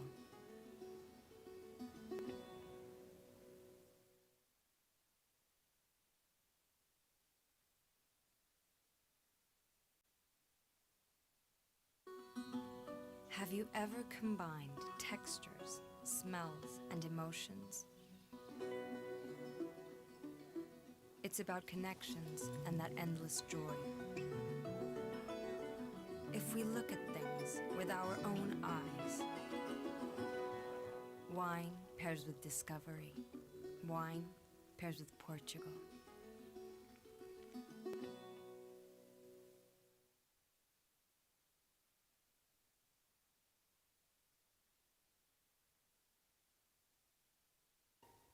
It's time to flow.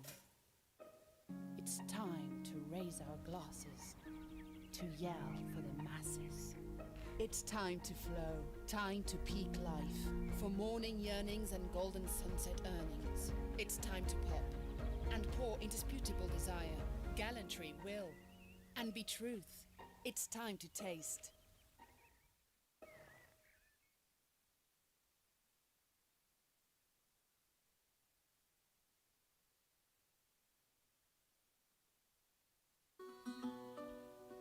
What does a dive in the water and the first sip of wine have in common?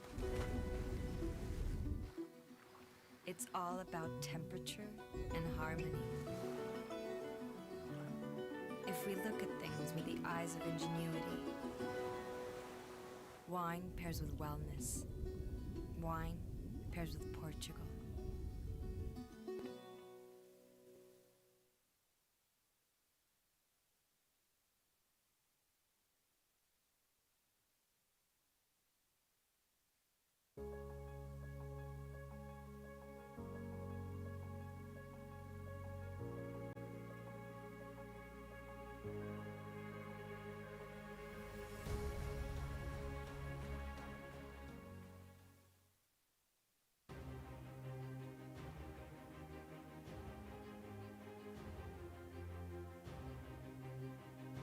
Portugal é uma marca. Uma marca no mundo do vinho, da gastronomia e do turismo. Portugal é uma marca feita de muitas marcas. É uma marca com história e inovação, com diversidade de paisagem e património, com identidade de terroir e territórios, assente no sorriso aberto de quem acolhe e de quem trabalha. Portugal é uma marca que conquista e seduz. Portugal é uma marca feita de aromas e cores, de complexidade, alegria e vozes plurais. Uma marca que vive em quem a trabalha e em quem a promove pelo mundo. Portugal é a marca que inspira o blend. O Porto é o seu palco. Afinal, é aqui que se vive a principal experiência do vinho em Portugal. 9 dias a sua duração para viver um roteiro que cruza vinho, gastronomia, música, arquitetura, artes performativas e design, que promove networking, debate e negócios e que junta quem se dedica a criar e a vender experiências, dando lugar a um encontro anual e a uma plataforma digital. Em fevereiro, seremos Blend. A nossa missão? Tornar Portugal no ponto de encontro do enoturismo mundial. A nossa vontade? Afirmar Portugal como o destino que se repete, porque há sempre mais um motivo para voltar. Blend Wine Tourism and Essência do Vinho Porto. Porto, 19 a 27 de fevereiro de 2022, em Portugal.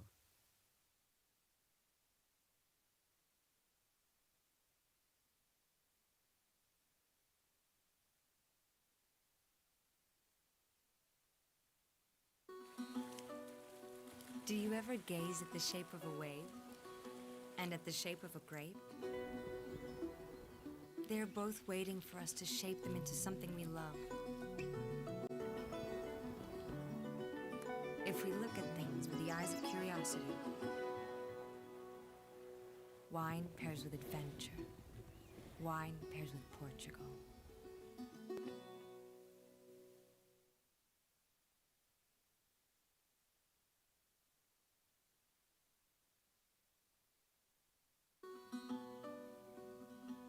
Who would guess a painting and a wine cellar would pair? Forms and lines decanted by the hands and souls of their masters. If we look at things from a different perspective, wine pairs with art, wine pairs with Portugal.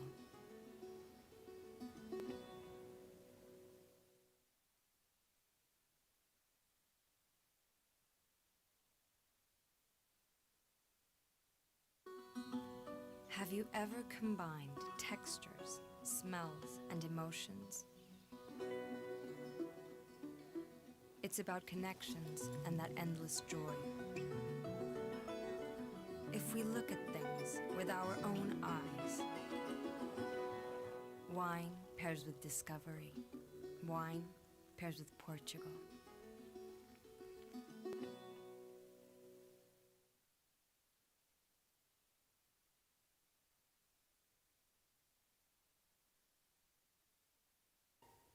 It's time to flow. It's time to raise our glasses, to yell for the masses.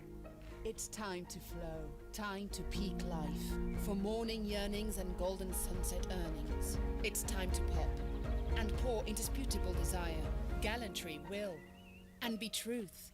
It's time to taste.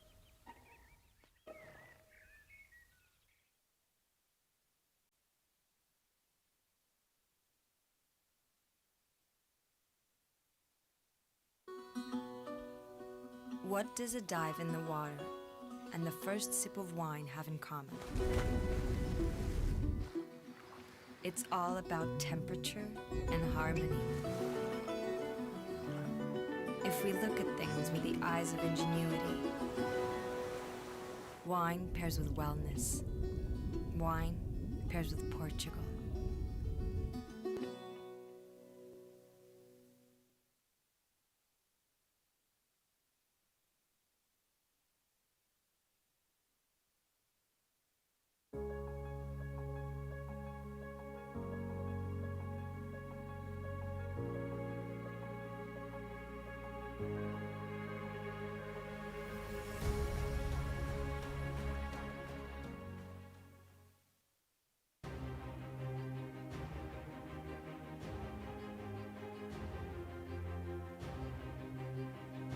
Portugal é uma marca.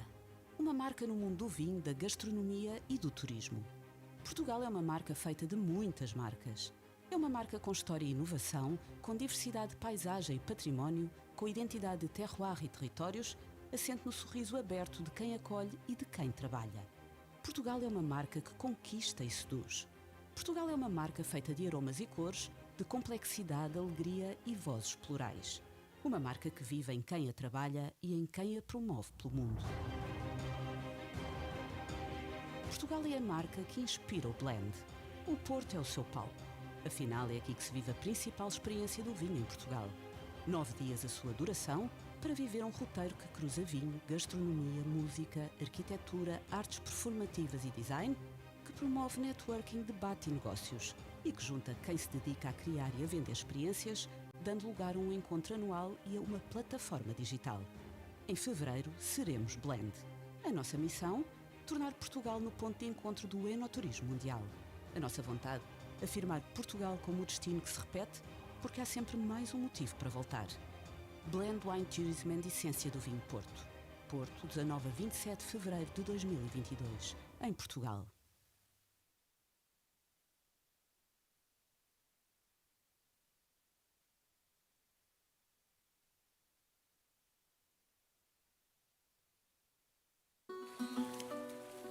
Do you ever gaze at the shape of a wave and at the shape of a grape?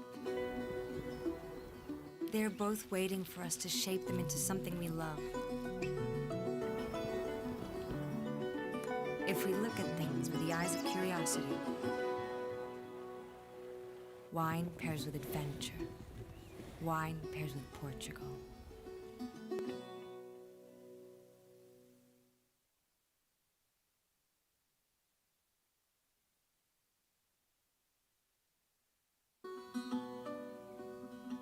Who would guess a painting and a wine cellar would pair? Forms and lines decanted by the hands and souls of their masters. If we look at things from a different perspective, wine pairs with art, wine pairs with Portugal.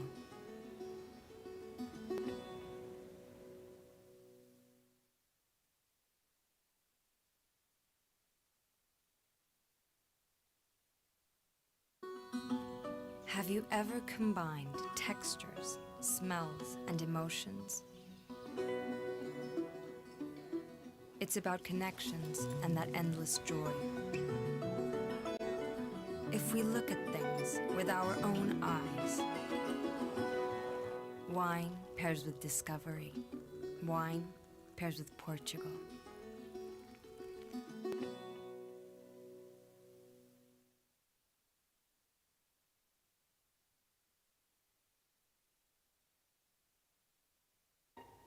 It's time to flow.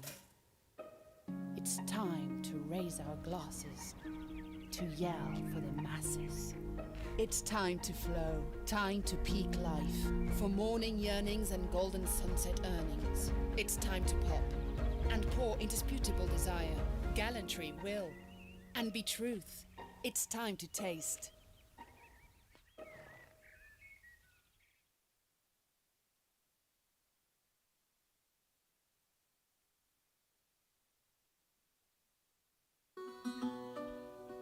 What does a dive in the water and the first sip of wine have in common? It's all about temperature and harmony. If we look at things with the eyes of ingenuity, wine pairs with wellness. Wine pairs with Portugal.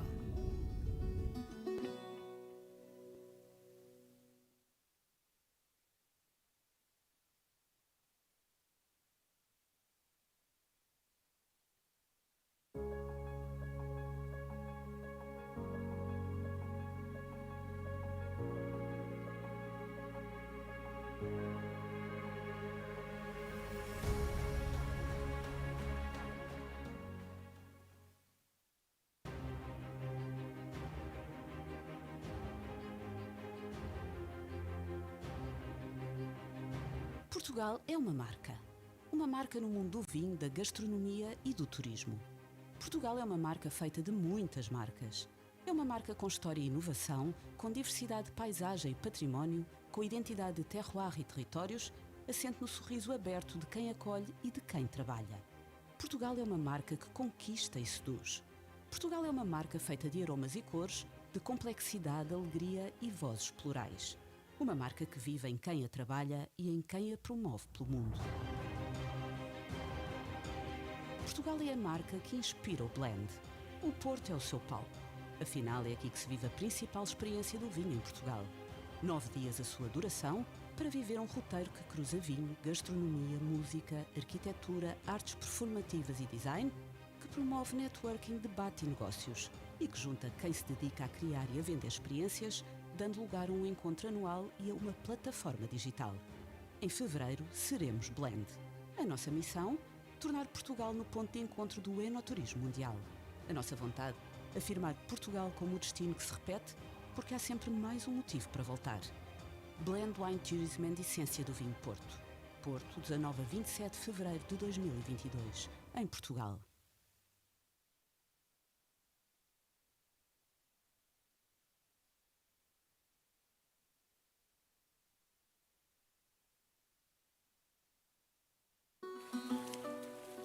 Do you ever gaze at the shape of a wave and at the shape of a grape? They are both waiting for us to shape them into something we love. If we look at things with the eyes of curiosity, wine pairs with adventure. Wine pairs with Portugal.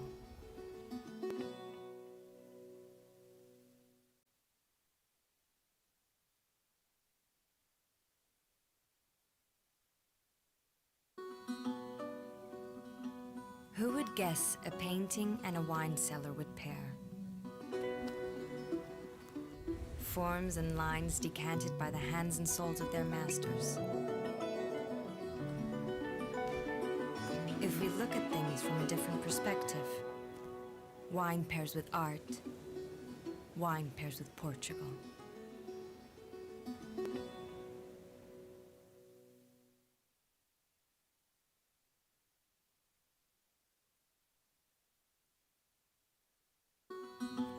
Have you ever combined textures, smells, and emotions? It's about connections and that endless joy. If we look at things with our own eyes, wine pairs with discovery. Wine pairs with Portugal.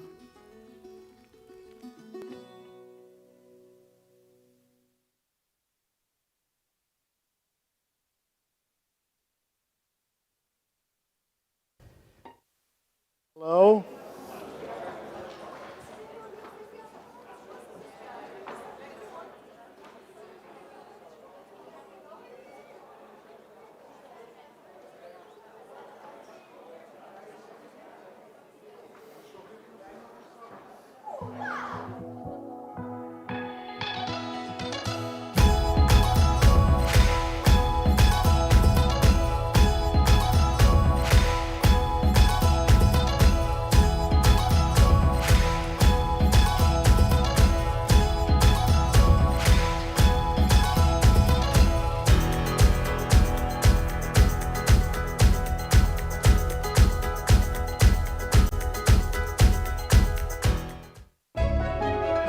Movement defines us. Standing still is not an option. We must come together again under shared values. With sustainability as a guiding principle. We are the innovators, the game changers. We are travelers. We celebrate diversity and champion solidarity. Growing back for people and planet. Unlocking opportunities for millions. And leaving nobody behind. The world is waiting. We will restart tourism. Wise men always say that some things are not meant to pair. Are we supposed to believe in that? What if we look at them with different eyes? The eyes that penetrate deep into things.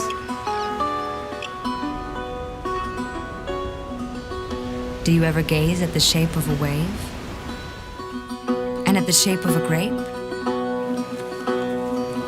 They are both waiting for us to shape them into something we love. Flavors combined with smells, sensations, and emotions.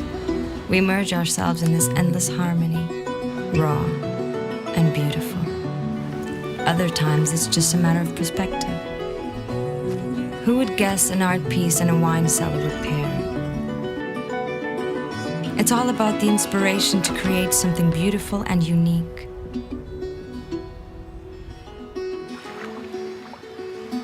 Forms and lines decanted by the hands of their masters. They elevate each other. We need to decompose things to understand them perfectly. Like a great band or a bottle of fine wine. It's a combination of layers, notes, and varieties that form a wonderful symphony. A special melody that pops up to be tasted in the first drop. And we listen. It's like a complex recipe full of mystery. Let's call it chemistry.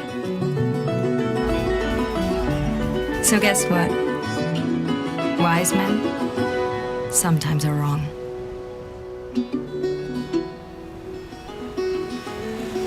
Wine pairs with Portugal.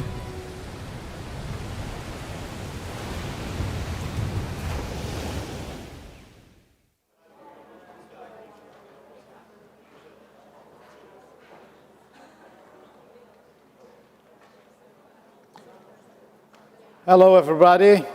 Please, may I ask you kindly, have a seat, please? Did you like the lunch? Great. Okay. I see some pretty faces here, or I should say some pretty masks. But anyway, you look happy. That's great for work. By the way, there's a Portuguese saying that goes like a cabeça com comer se endireita, which means your ideas get clear when you eat. I'm not sure about that. But anyway. So let's go back to work and share some knowledge about the wine tourism. This morning, the session was reaching to all of us present here and those following online also at the conference platform and YouTube. For the ones who join us now for the first time, very warm welcome to the 5th UNWTO Global Conference on Wine Tourism as a driver for rural development. And to help us to reflect on how pandemic affected the sector, what are the transformations in place and what to expect next. It's my great pleasure to invite you to join us on stage, a friend of mine, we know from some years, Paul Mabray, wine industry digital futurist and chief executive of PIX USA. Paul has been forefront of all major digital trends for the wine industry, working with wineshopper.com, wine.com. When they entered the wine digital space, he founded two companies, right? Two companies that changed the digital US wine landscape. First, introducing winery e-commerce, with Inertia Beverage Group that transformed into winedirect.com, right? Okay, Paul. And then again, introducing social media and social customer relationship management with vintank.com. After his presentation, Paul will moderate a session called Brave People Face Up to Challenges. Please put your hands together to Paul Mabray.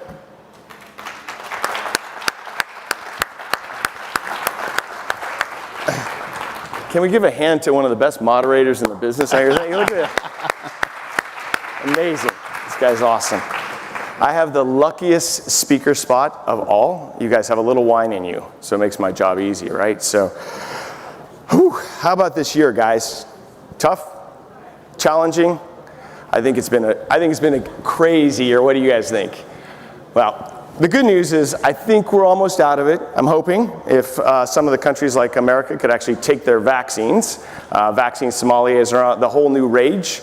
But let's talk about the future, which is strange to talk about in the wine industry because, you know, we work in this really wonderful industry that's rooted in beauty and magic and land. But all around us, the future has passed us by. I really mean that. We've been sitting quiet, dormant for 2 decades. E-commerce started in 2001. Think about that. It's a long time ago, guys. The smartphone was in 2006, I think it was, right? Social media in 2009. And we didn't use any of those. Well, it's no surprise to us because we are an industry rooted in the land. We are an industry rooted in tradition. We are an industry rooted in an annual thinking process. And then the bomb hit. Right? Something we've never expected in our lives, a global pandemic. I didn't have that on my bingo card, to be honest with you. I left that off this year. Aliens I had, zombie apocalypse I had, worldwide plague, not on the bingo card, sorry. And unfortunately, or fortunately, it forced us to adapt. It was a big deal for us, right? And it woke up every single person in the trade in the United States. I mean, really, it shook all of us around the United States, and I think globally, meaning that every retailer, every winery, every consumer, every single person is awake. Oh, it's flashing by. I'm so sorry here. What's going on here? Yeah, is awake to the internet and to the world, right? We're awake to something that's going on. So in the consumer behaviors, we've jumped ahead a decade. And a decade in internet time is like 100 years, guys. You know, it's centuries. We've moved faster and faster. And there's all kinds of new normals. How we use digital, how we do more e-commerce, how we work remotely from home. Zoom, right? We're able to work from all over the world. Our expectations about home entertainment are different. They have movies releasing on Disney Plus and on HBO the same day they're released in theaters. That's a transformation, right? That means that media, that means a family life has changed. We can actually enjoy a meal and a bottle of wine and not have to take an Uber home, right? We can actually have a good home experience. We also have all these technologies that have been around a long time but accelerated. Had any of you DoorDashed before the pandemic? No? How many of you DoorDashed since the pandemic? Okay, sorry, that's an American thing, I apologize. Delivery of groceries, TikTok. How many of you TikTok? Come on, we have to have some. No, we're aging out. We're the older generation. Okay. Okay. You're supposed to raise your hand. Pretend like you're one of the young guys. Okay. You're TikToking. You're TikToking. You just don't know it yet. Okay. All of these things have been around technologies, and they've accelerated to usage. Wineries in the United States, ironically, had a boom year. We blew up in sales in a way that we hadn't expected, right?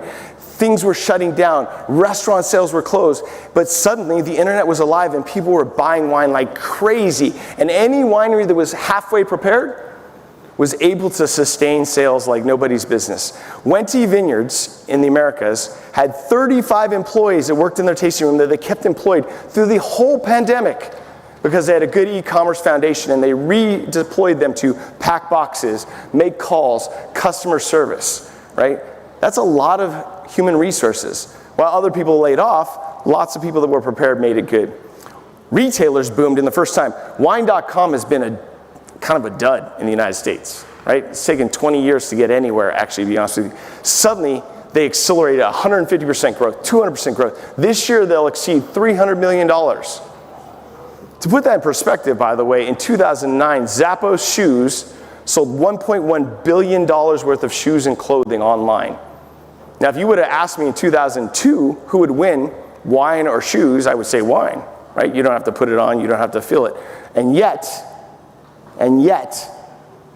wine.com is barely a third of that 20 years later, right? Another decade later even after that. Wholesalers in the United States, which are the slowest to transform, woke up and they're into e-wholesaler. This is a whole transition where they are actually selling online. This is not new in the United States, in other industries, but in the wine industry, we had been resisting it year after year after year. And what changed? Well, it's this concept of people, processes, and programs. Every change, every innovation starts with people. No matter what you say, it starts with people. And here are two kind of groups of people. These are some of the world's greatest leaders. There are 10 of the greatest leaders in the world leading two key divisions. One is online sales, e-commerce, digital advertising.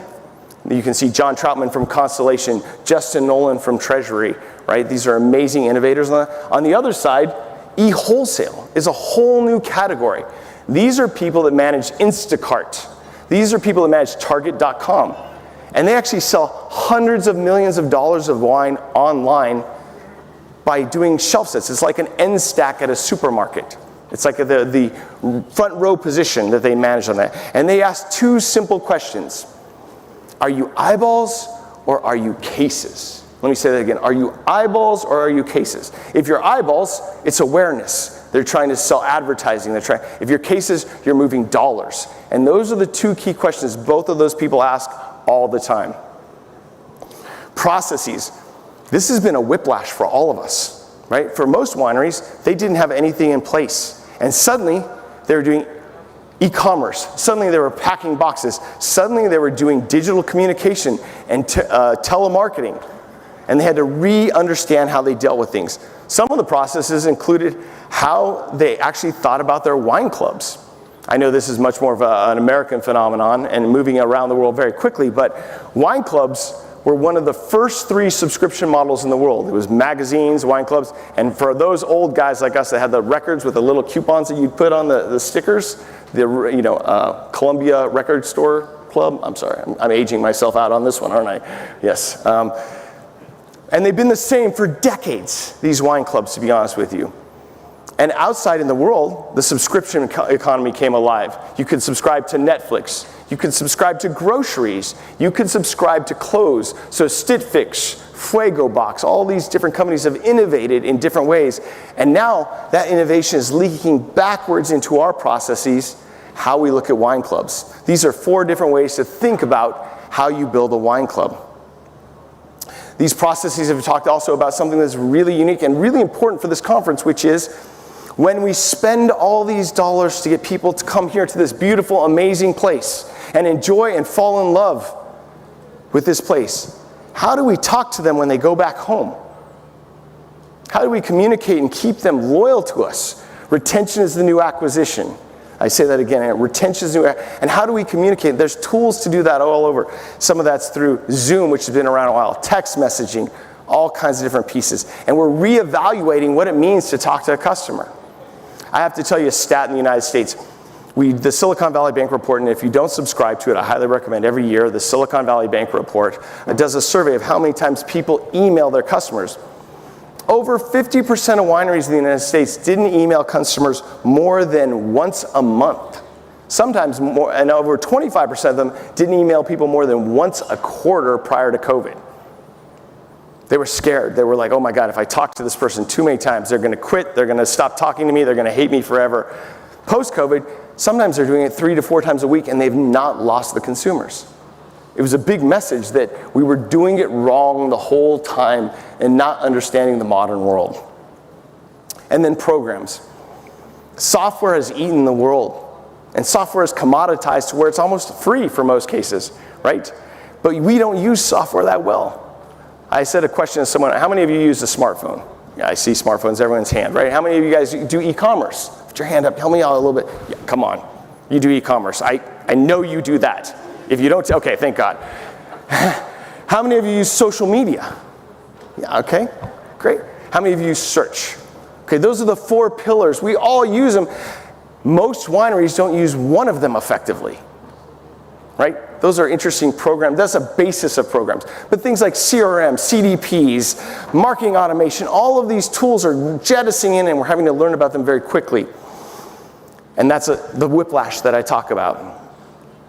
The good news for all of us in this room is R&D breeds innovation. Spending money creates money as we just explore and push the envelopes of things. What's interesting about that is because of this new internet gold rush that had failed for 2 decades around the world. Like I said, wine.com has been a 2-decade success, barely, right? Now people are spending money in that, and we get to reap the benefits of that. So whether they're building infrastructure, right? Better e-commerce, better fulfillment systems, better text messaging, better compliance systems, or whether they are cases or eyeballs. My friend Heini Zaccarini from Vivino raised $245 million. Where do you think he's spending that money? To make the wine industry better. I raised $10 million. Where do you think I'm spending that money? To make the wine industry better. And if I fail or succeed, and God, let's all cross our fingers that I succeed, you know, it's still going to make us better one way or the other. It's still going to bring innovation and benefits. But the one and most important thing about the whole changes that happened from COVID is this. We've been rooted in doing it the same way forever. The one thing that's true forever is the only constant in the world is change. Let me say that again. The only constant in the world is change. And as a result of COVID, we are now an industry that's adapting in ways we never had before. Thank you very much, everyone. I really appreciate the time.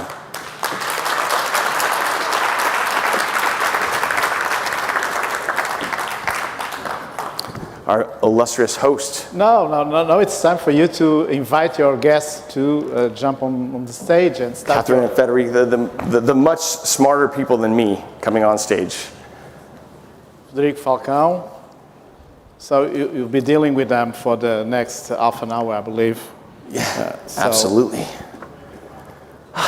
Now he became not a speaker, but a moderator. Look at that. It's a transformation. See, that's adaptability in its best format right there.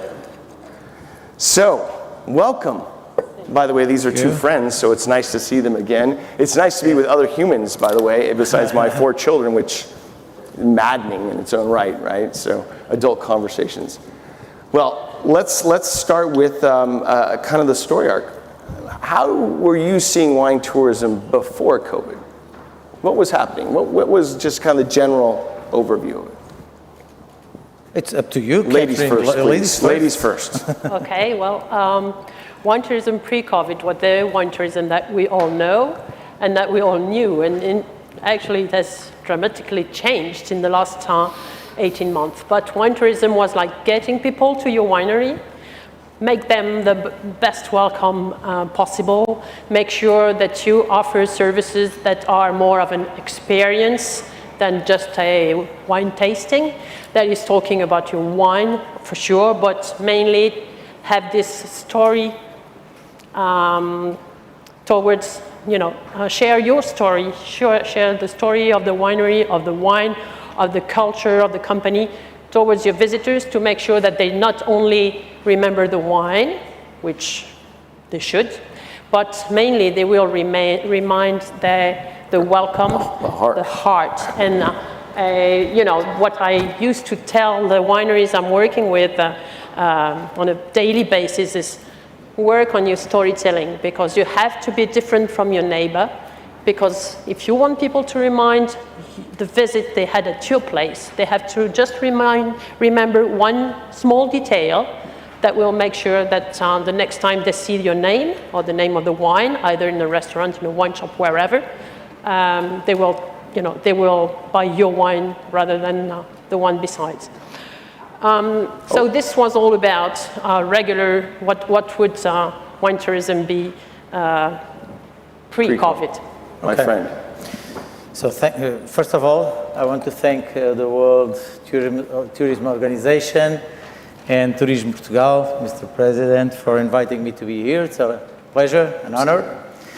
Okay, regarding wine and tourism. So we had, in Portugal, we started to build the wine routes, I would say like 25 years ago. Okay. And then I would say they died of natural causes. Oh, okay. Okay. Because people at that time, they weren't ready. They weren't professionals working on wine tourism. So they didn't open their wineries at weekends. Okay. They didn't answer the calls for reservations. So naturally, it died as, just shortly after they were born. But in the last few years, I would say the last 10 years or so, things are booming in Portugal, in tourism, and also in aerotourism. So it's a strong, sector for Portugal, even wine tourism. I know a lot of wine companies in Portugal that were making more money with wine enoturism than they were making on wine sales. That makes sense. It was quite booming in Portugal until 2020, and then I can evolve.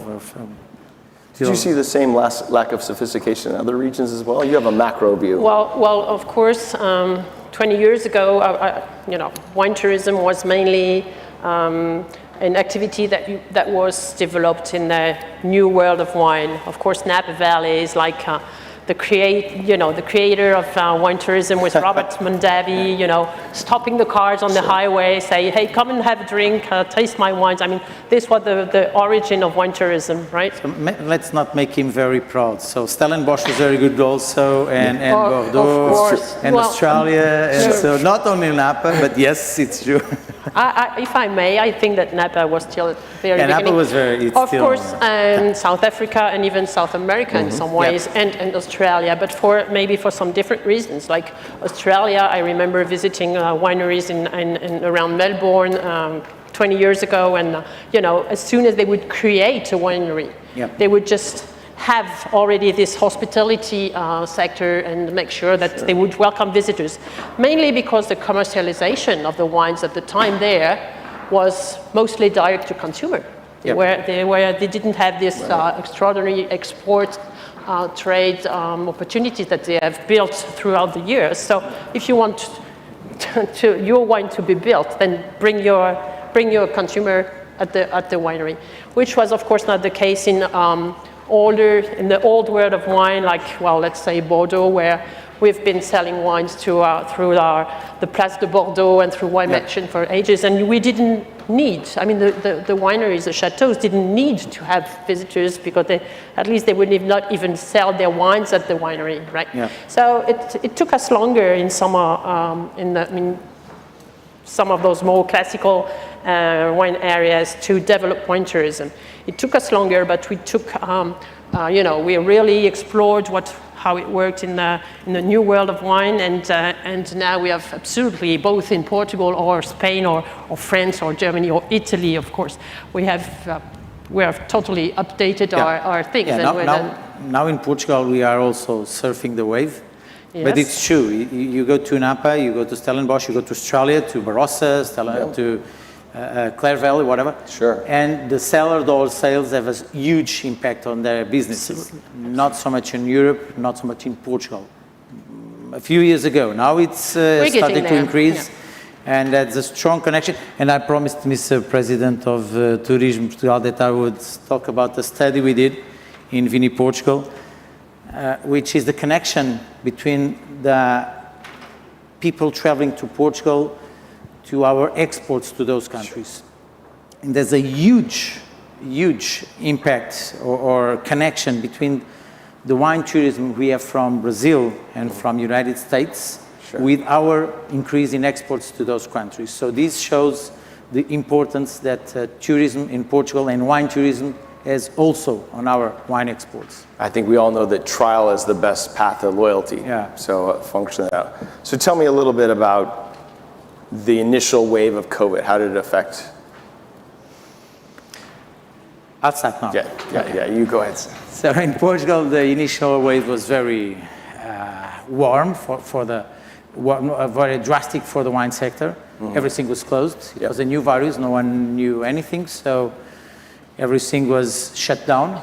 So for most of the companies, it was there was very difficult times. Okay, so the ones selling wines to supermarkets didn't suffer so much big impact. Okay. The ones that had a lot of impact, the cellar-door sales had a huge importance, or they were selling just to supermarkets or local wine shops or whatever, they had a huge impact on sales during the whole year of 2020.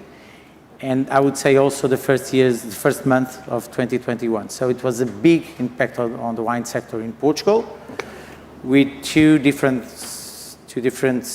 impacts. The big companies selling to supermarkets or exporting to supermarkets outside of Portugal did not suffer a big impact. Okay, so they, if you consider volume, some of them even grow.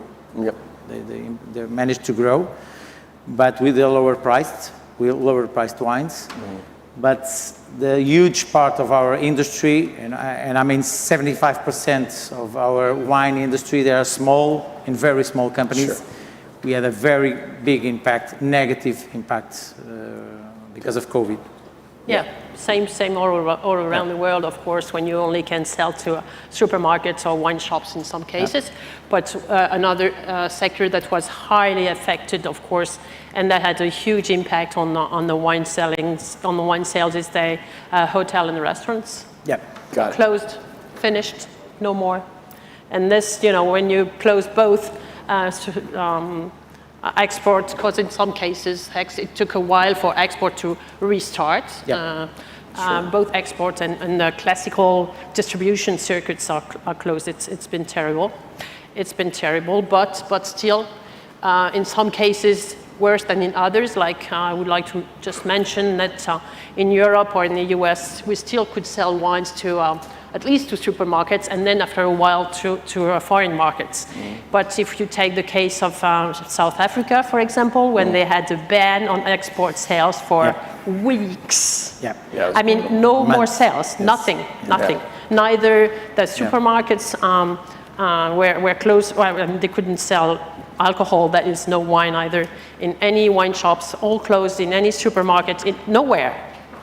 And you know what? I was so impressed by this country and the wineries there, the resilience they showed, as soon, they could not sell the wines, but after a while, restaurants were reopening with small, distanciation, whatever.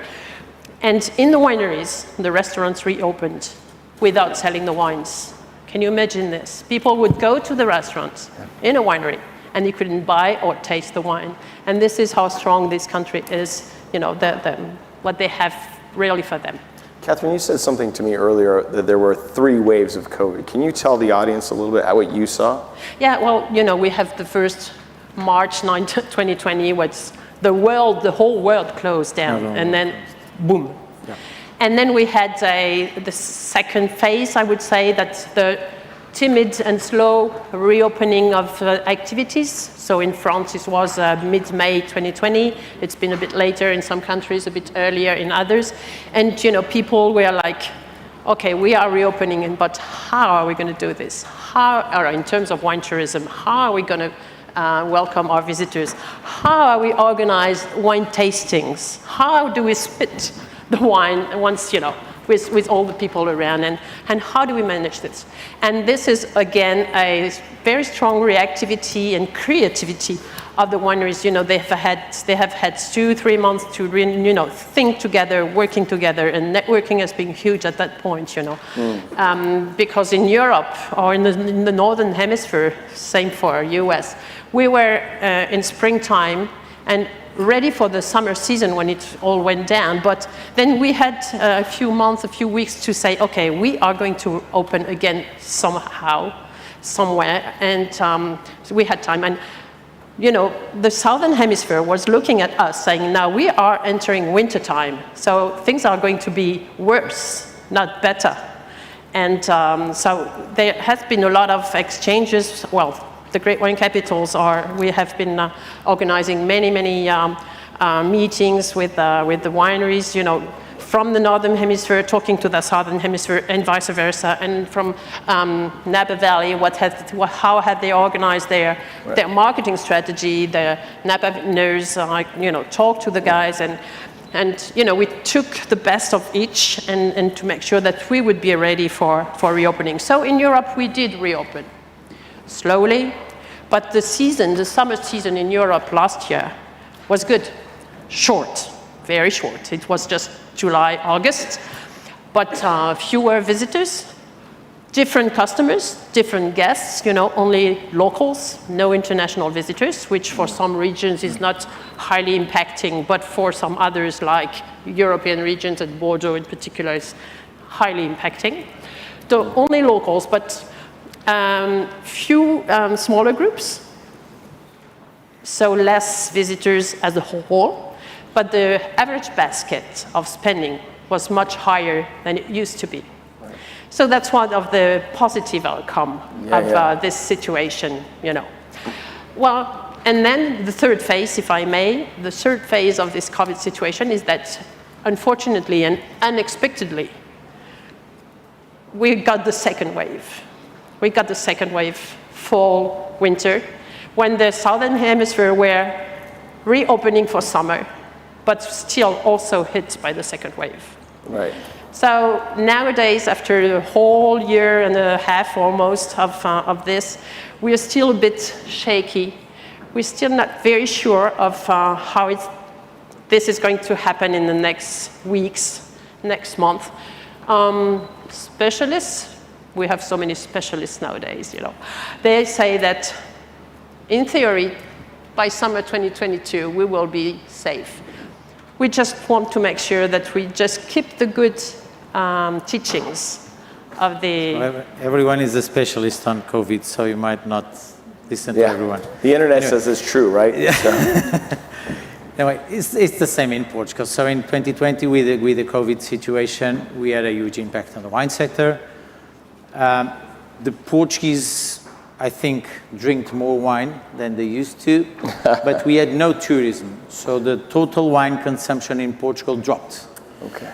And I don't trust the numbers so much. The numbers say we dropped 10%, but we did drop more than 10% in volume in Portugal.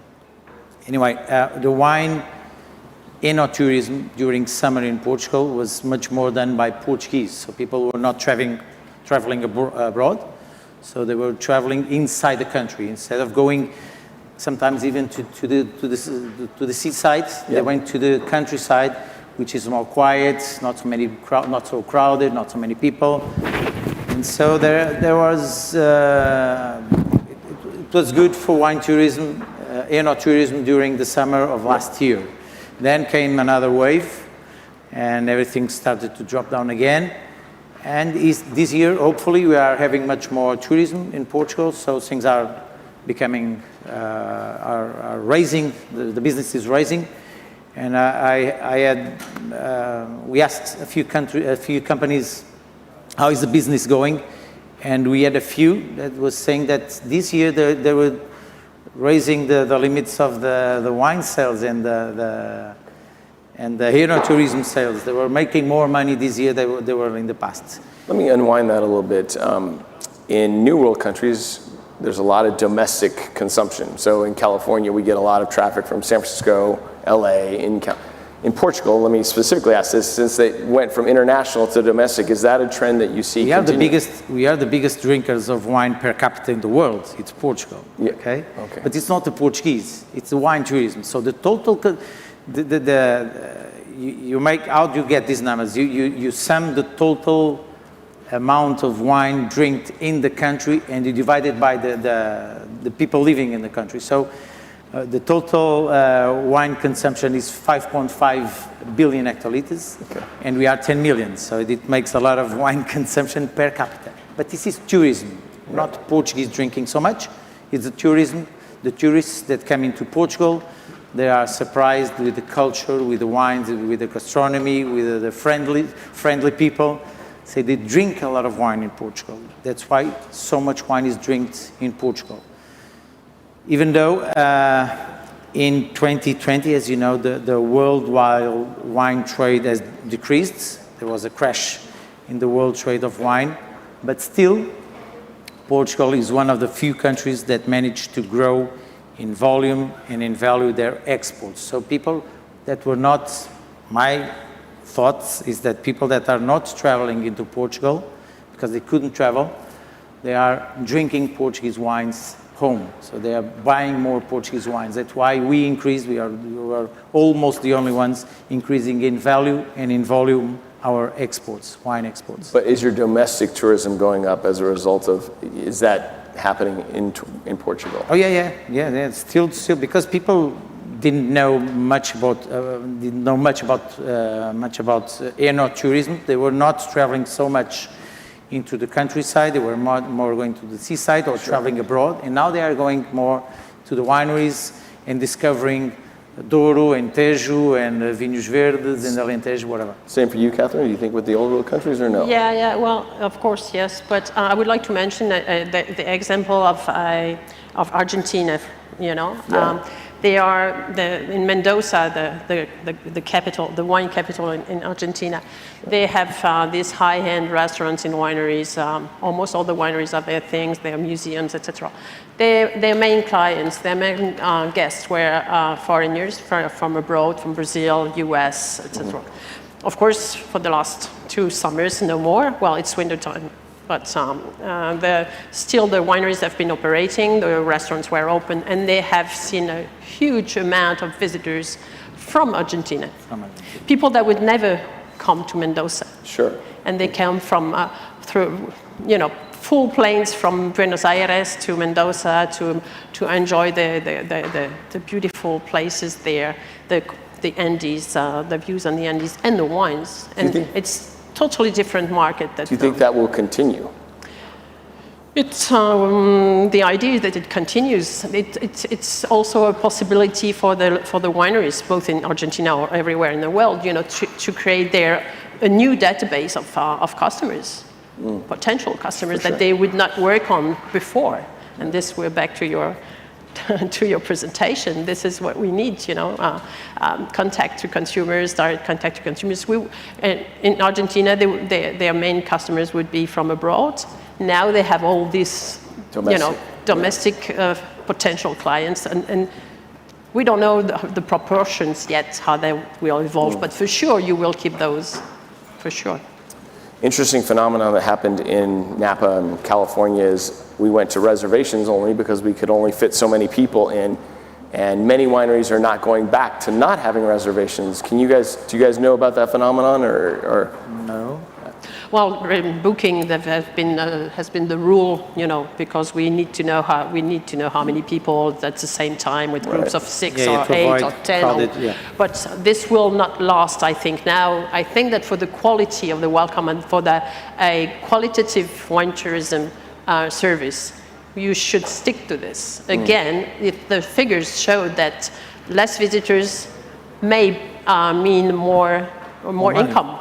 Yep. That's just to put up a point on that is in the United States we found the numbers that less people get a higher average order value and your staff predictability is better. You can figure out how many people you need to have in the tasting room to make a good service. Plus, of course, it's a little bonus regarding sustainability too.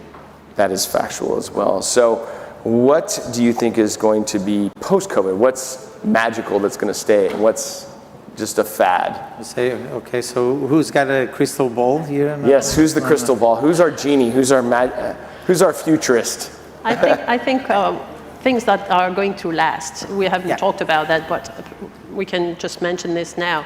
You know, the creativity through the internet that has been built, you know. Wine classes, online wine tastings, cooking classes, wine and food pairing on Zoom sessions. This was a way to maintain the link with your clients, with your potential visitors, with your future guests. This, of course, will never replace a wine tasting or an experience in the winery. Never. No, wine is all about connections. It's also all about being together and still, what I wanted to say that these activities can also exist like in counter season. You can do this in winter time. When people do not come anyway. And you know, keep the contact. stay tuned with us. Stay tuned with our winery. We have this monthly meeting, and then, you know, next summer you come and visit. We had a few wineries that created virtual tools to their wineries, to their spaces, and to be connected with their clients and with their potential clients also. So it's also bring the world to you. It will not disappear. It will be always bigger than it was pre-COVID, but I think it will start slow down because people like to join together in wine tastings or whatever. Yeah. We are starting to do some wine promotions, physical wine promotions outside of Portugal. So we are now starting to travel outside of Portugal to promote. And wherever we go, we have a big, huge attendance of people because people want to be there. People want to try wines and speak to the owner or speak to the winemaker or whatever, which is different from being into screens. Of course, and we are fed up with screens anyway. People are fed up. Yeah, I think I agree with you. I think the decline will happen as we can get out. It will decline. It will be bigger than it was in 19, but it will decline. And maybe different. Yeah, different. And different. Yeah, also remember that through the screens, you can talk to the world. For sure. You know. For sure. So, of course, it will decline because we're not, this is not wine tourism. This is just customer contact, you know. But still, I think these new tools will not disappear. They will drop in. I have the same opinion. Yeah, different usage is what you're saying. What else will keep going? What else? So we have the same crystal ball, I think. You guys have this good. Three of us have the same crystal ball. All right, I agree with that one. Anything else that changed from anything big and interesting? Obviously, e-commerce, wine clubs for old world countries. Yeah, this is something very special because the wine clubs in Napa or in California, in the U.S. in general, is such a tradition. Yes. But in Bordeaux, we had hardly any winery had a wine club. The idea of the wine club, besides shipping the wines on a regular basis, is also to have people come, for events every quarter, every season, for the harvest, etc. But our visitors were not local, so they would not come for this kind of events. We had no real reason to build those wine clubs. But now that our customer environment is much more local than it used to be, now it makes sense to have this. And this is getting implemented in many wineries. Well, it's the same. Yeah, it's the same in Portugal. Wine clubs, they are not so popular. I know a few companies that have wine clubs, but it's just a shallow part of this business, is not so much. E-commerce, yes, it's booming, it's growing. Sure. I would guess it will start to decrease a bit, but it will stay much higher than it was before, and it will keep growing, not so fast as it was. It will be like this, but more slowly, but it will continue growing. Wine clubs, they are not so popular here in Portugal also. Not the same as US, no. What are you worried about, tourism? What's on your mind after COVID? What worries you? I'm an optimistic. I'm not very much worried. I think we had a very difficult year, which was last year. Still, we managed to grow in exports. National wine business was not so good, but this year things are starting to grow again. And I think with this COVID situation, people are fed up of the virus and of the restraints. So people are now starting to come out of the box and not wearing masks, and we see a lot of them here without masks, a few. And it will all come back to normal, slowly, but it will all come back to normal. So I think the business will start growing again soon. I'm pretty optimistic as well regarding wine tourism in particular. I think that wine tourism is a niche in the tourism sector. A beautiful niche. A beautiful niche. But this niche is offering services that are typically what people are looking for, and at least were looking for last summer and are still looking for. It's countryside. Somebody said that, of course, people went much more to the countryside than on the big resorts, sea resorts last year for sure. 30% of the French people last summer who went on holidays, on vacations, went on the countryside. So this is what people want. They want small structures. They don't want to go to those big Disney World thing because they want to remain safe, you know. So small groups in wineries, outside wine tastings, easy. Outside activities in the wineries, easy. You can take a nap in the vineyard. You can practice wellness activities. You can practice yoga in the vineyards. Accommodation in the vineyards are mainly guest houses, 4 or 5 rooms at maximum. So you're not in this big international hotel. Sorry for the big international hotel. And you can horse ride. You can do a lot of activities. And we need international hotels, especially the one that Yitman's Hotel, which is both a wine tourism hotel and a beautiful place. But you know, this is what people are expecting, and this is what we can offer regarding wine tourism. This is safe. This is safe activities that we can have in wine tourism. So people will come back to the wineries for sure, quicker than to other kind of tourism activities. Yeah, I think my greatest concern is they go back to just waiting for people to come and we let go of all the learnings and tools we had. Although I don't think that's going to happen. The genie's out of the bottle. It's hard to put back inside. So enotourism itself is an interesting phenomenon. You said it's a micro-tourism, but it's a very special kind of one. I think the most special. We are the closest connected to the land out of any tourism company, I think. But the carbon cost of tourism is heavy. It's planes, it's trains, it's coming across the world, it's inefficient. How do you think we as an industry should start to address sustainability as a tourism? They're kind of at odds, not at the same time. That's the most difficult question. You answer, Catherine. I think we have to invest in companies that build the planes to make sure that they make the most sustainable planes as possible, as fast as possible. I mean, we're talking tourism. You can't have tourism without people traveling. Okay? So this is one part of the deal. The other part is now, once you have traveled, what are you doing that will be sustainable?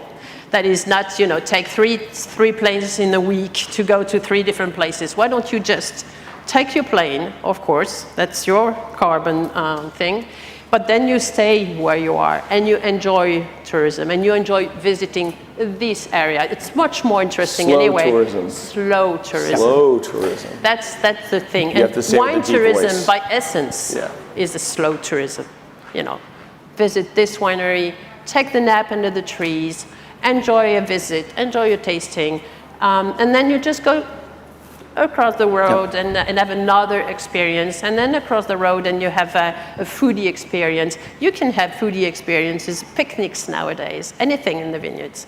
Yeah, the same in Portugal. So most companies, wine companies in Portugal are going towards sustainability of their own businesses. So they are very, very worried about this. Everyone is doing that trial. And I think, like Catherine, that people will continue to travel around. Slow tourism, if they don't want to go to all the country, they can always go to the world of wine in Gaia. They can see a lot of what Portugal has to offer regarding wine tourism. It will continue to grow, but wine companies, yes, they are even day to day, they are getting more worried about going into organic, going into to be sustainable. And the carbon of traveling will be always here. It's a problem to the traveling companies to find more. Sustainability in wine tourism is not something new. It's a concept that we've been working on for ages, for years. Because why? Because wine companies are concerned with sustainability. And wine tourism is, an activity of wineries. So we've had, this huge transformation is going on regarding the wine production, etc. So people in the wineries are aware of this. Some of them more than others, but still, this whole process regarding sustainability is a reality in more and more wineries. So when you talk about this, then wine tourism services is just another leg of your winery activity. So it makes sense. I mean, it's consistency, you know. Sure. People that, you know, that are concerned by sustainability in the services they are offering, they will be concerned as well. And the wine business is leading that We are leading that. And it's our original sin, too. Yeah. I mean, the reality is we ship wine all over the world, and we bring people here. It's our original sin. It will always be our sin. We have to offset it. You know, we only have a few minutes left. Does anyone have a single question that they want, or two questions? Any questions of the audience? These are amazing speakers. I highly recommend a question. Someone? One question there. Oh, there's one going on. Oh, there we go. Hi, I'm Jodie from the Netherlands. I'm a drink and travel journalist. And I was wondering, one thing also about your presentation, Paul, was the lockdown award you acknowledged. And I was wondering, what did it do for consumer-wise? And was there something similar maybe in France and Portugal? I'm so sorry. Rephrase the question. The lockdown award? Lockdown award, I don't know. I don't remember There that. was a slide from your presentation. There was a winery lockdown award. Oh yeah. So they was actually in the UK, and what they did is they rechanged their distribution, and were able to accomplish some different sales in the UK. And I was wondering, did it accomplish anything? And was there something similar maybe in France? I don't think there was. It was recognition for them adapting to the COVID environment is what that actually was. So it was the wholesaler had adapted, and in the UK, wholesalers are very different than everywhere else. They're kind of this strange sell to everybody entity. Yeah. So that's what it was. So yeah, no worries. Yeah, another question there. I think. Now, we didn't acknowledge something that Portugal did first on the planet, I think. Yeah, no, is the safe and clean We did a label. lot of things first on the planet. Yeah, no, Portugal is actually great But in this leader. one was the safe and clean label. Oh yeah. It's the safe and clean. Oh yeah. You know? Yeah, tourism. Yeah. I mean, you did. Portugal's issued this label It's very, true. very soon. It's true. Very soon, and you were certainly the first one, I think. Yeah, to give And, safety to people. Excellent, excellent. That would Definitely some kudos to you guys. You guys are living on a lot of sustainability. The protocol, all of that is for you guys. So. Tourism, yeah. Yeah, Very all of good. that. There's. Specific to the US, but in your presentation you didn't mention the so-called three-tier system we have, which Three-tier system. imposes a lot of extra costs on particularly small wineries, and imposes distributors where they don't need them and prevents direct-to-consumer sales. And do you think COVID is going to have an effect of increasing opposition to that system and maybe overturning it? Also, there's a government review of competition in the wine industry going on at the moment. Correct. And that's one of the things is being looked at.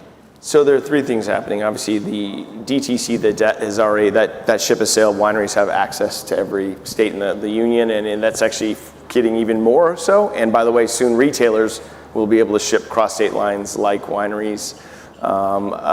There is the big antitrust thing. I think really what you're seeing is an erosion of the three-tier system and a transformation of it actually over time. But really all over the world there is some sort of intermediary, just not mandated by the government or differently mandated. So everywhere not in the so world. much the three-tier in the US, it's more segmented, not so much, but yes, it's... In the United States it's linear and mandated. Everywhere else it's not mandated, but it's actually almost harder to deal with. It's like a spider web in the UK to sell versus the United States. They're just very different, but they're still, one's ordered chaos and one's chaos ordered, or I don't know.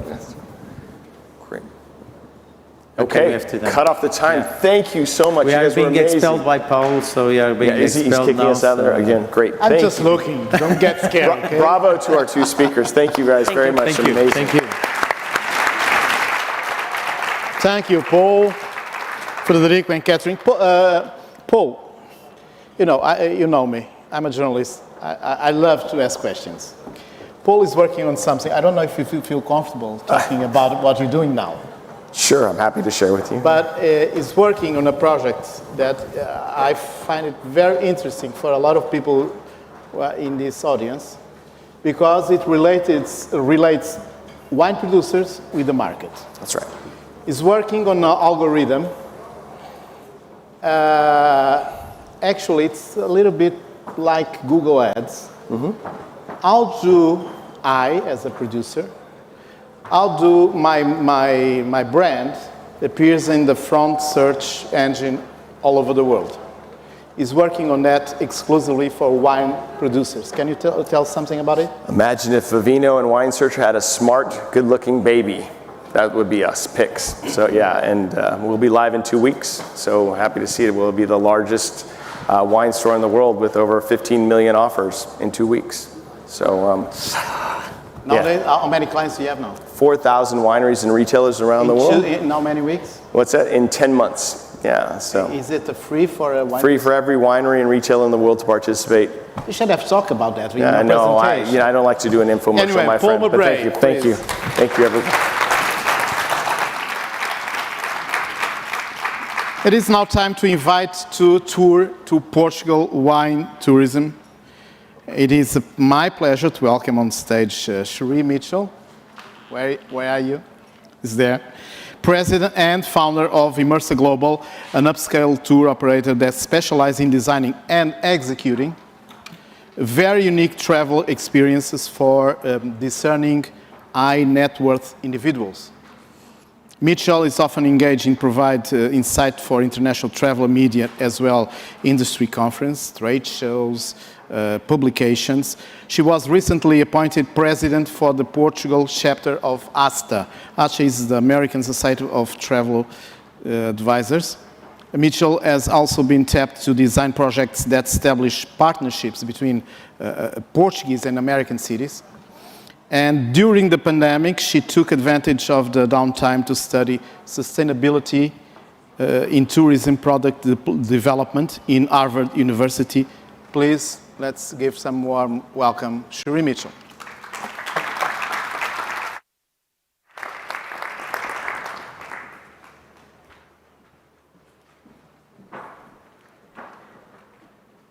Thank you, Paulo, for that introduction. It is such a pleasure to be here today, especially right here in the Alentejo.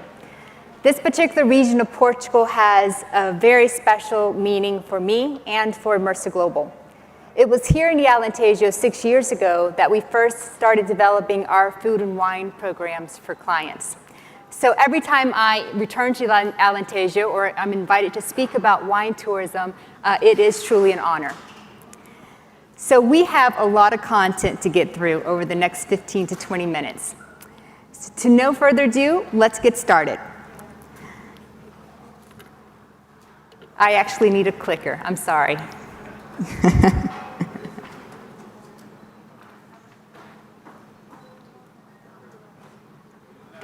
No. Okay. So while we're looking for the clicker, I'm going to give you a brief introduction about Immersa Global, and then we're going to jump into behind the scenes to give you an idea of how we produce the travel programs for high net worth individuals from the US, and then we'll end with a snapshot of wine tourism here in Portugal.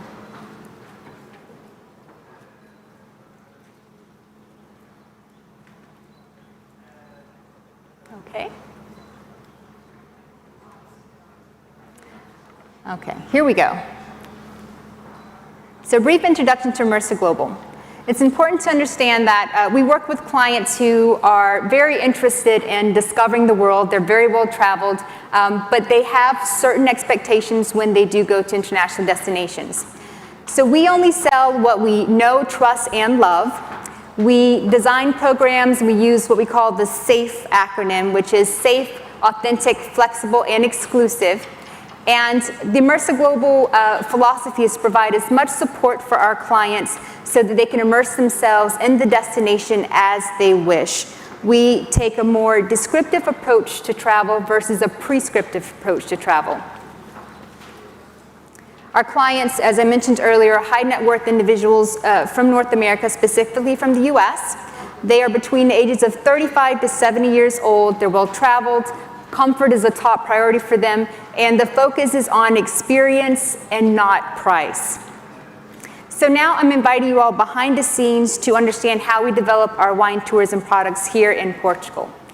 There are 4 unique selling propositions that we discuss with our clients.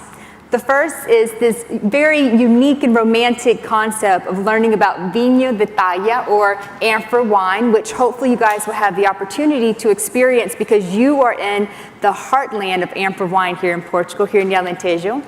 We also talked to them about the over 250 grape varieties that they'll have the opportunity to experience and to play with when they're in Portugal. We remind them that Portugal is a small, compact country. It's half the size of my home state of Florida. So there's a lot that you can cover in a short 8 to 10 day program. And the last thing that I specifically like to talk about, especially right now during September and October, is the harvest and the special harvest programs that we have here in Portugal, specifically here in the Alentejo. You can see I'm having a lot of fun there. So there are 4 factors that we take in consideration when designing these tourism products. For our clients, lodging is the absolute most important. If we can get the hotels and also their F&B offerings right, then we have a lot of flexibility to show them other things that they may not necessarily look for themselves. Lodging is so important that it conditions where our clients can visit throughout the country. There are 4 main markets in Portugal that we use for lodging: Greater Lisbon, Greater Porto, a couple of products and properties in the Douro, and a couple of properties here in the Alentejo. I also starred the Algarve because they have an upscale tourism infrastructure. However, we're going to speak about later, the Algarve is not in our top 4 for our clients' first immersion experience in wine tourism in Portugal. We're saving that for their second trip. Points of interest are also really important. As we know, when you visit a country for wine tourism, you're not just visiting wineries every day, you are also learning about the culture and the historical importance of the zone or the region that you're visiting. And we also keep in consideration the travel time from point A to point B, and we try not to have our clients in transit for over 90 minutes on each transfer. Now, since we are in the Alentejo, I thought that it would be interesting to show you a little bit about the products that we've created here in this region. We have 3 main products. The first is a day trip from Lisbon, where the clients are still staying in their hotels in Lisbon, but they come to the Alentejo for a day. The second is an overnight stay here, and the third is a 48-hour stay here, so 2 nights. All of the suppliers that we use are local Alentejo-based suppliers, with the exception of our transportation partners who are based in Lisbon. So for us, that's really important because the money that's spent on these services remain in the area that we are visiting, which is definitely a part of the overall conversation that we're having today about economic and social drivers in rural regions. So this is the national tour guide that is Alentejo-based. This will be F&B, so the restaurants, the museums that they're visiting, or any other cultural attraction, the wineries, of course, the consumption in the wineries, and in some case, our clients will even order large cases or large orders of cases of wine to send back home to the US when they fall in love with the amazing Portuguese wine. For the overnight programs, it also includes an overnight stay at a hotel or a luxury wine resort. So now let's look at those same products, but at their economic impact in the region. So for the full day experience, the typical economic impact for a group of 6 clients would be over $2,000 for that day that they're in the Alentejo. They're not staying overnight. For the 24-hour product, which is one night stay, double occupancy, so 3 rooms, the economic impact is over $5,000. This is an increase of 152% from just the day trip. And then, of course, if it's a 2-night stay, it's an increase of 348% from the day trip, and the economic impact is somewhere around $9,550 US dollars. Now let's speak quickly about how we prepare our clients for their wine journey to Portugal. So as some of you may know, Americans tend to book their long-haul travel experiences 8 to 12 months in advance. So there's a lot of time for them to think about their amazing trip to Portugal. And what we started to do 3 years ago was to give them touch points to start interacting with the destination and even with wine from Portugal while they're still home in the United States. So what we decided to do was to create a list of places for our clients to purchase Portuguese wines at home. We also provide them curated content about the wine production in Portugal. And some of you all here who represent the wine regions are providing really great content in English that we're later able to send to our clients so they can start to learn about how wine's produced and even make contact with some of the top wine producers in the regions that they'll visit. And we also have a very interesting product which is From Vine to Table, and it's a private online Portuguese wine tasting experience that I have the honor to moderate. So now we're going to get to the meat of our presentation today, which is a snapshot into Portugal's diverse wine region. It's important to note that this is all from the perspective of an American tour operator. Now, what you're going to find throughout the entire country, you'll find small family-owned and operated wineries. This is definitely a value add for people who want to have this type of experience.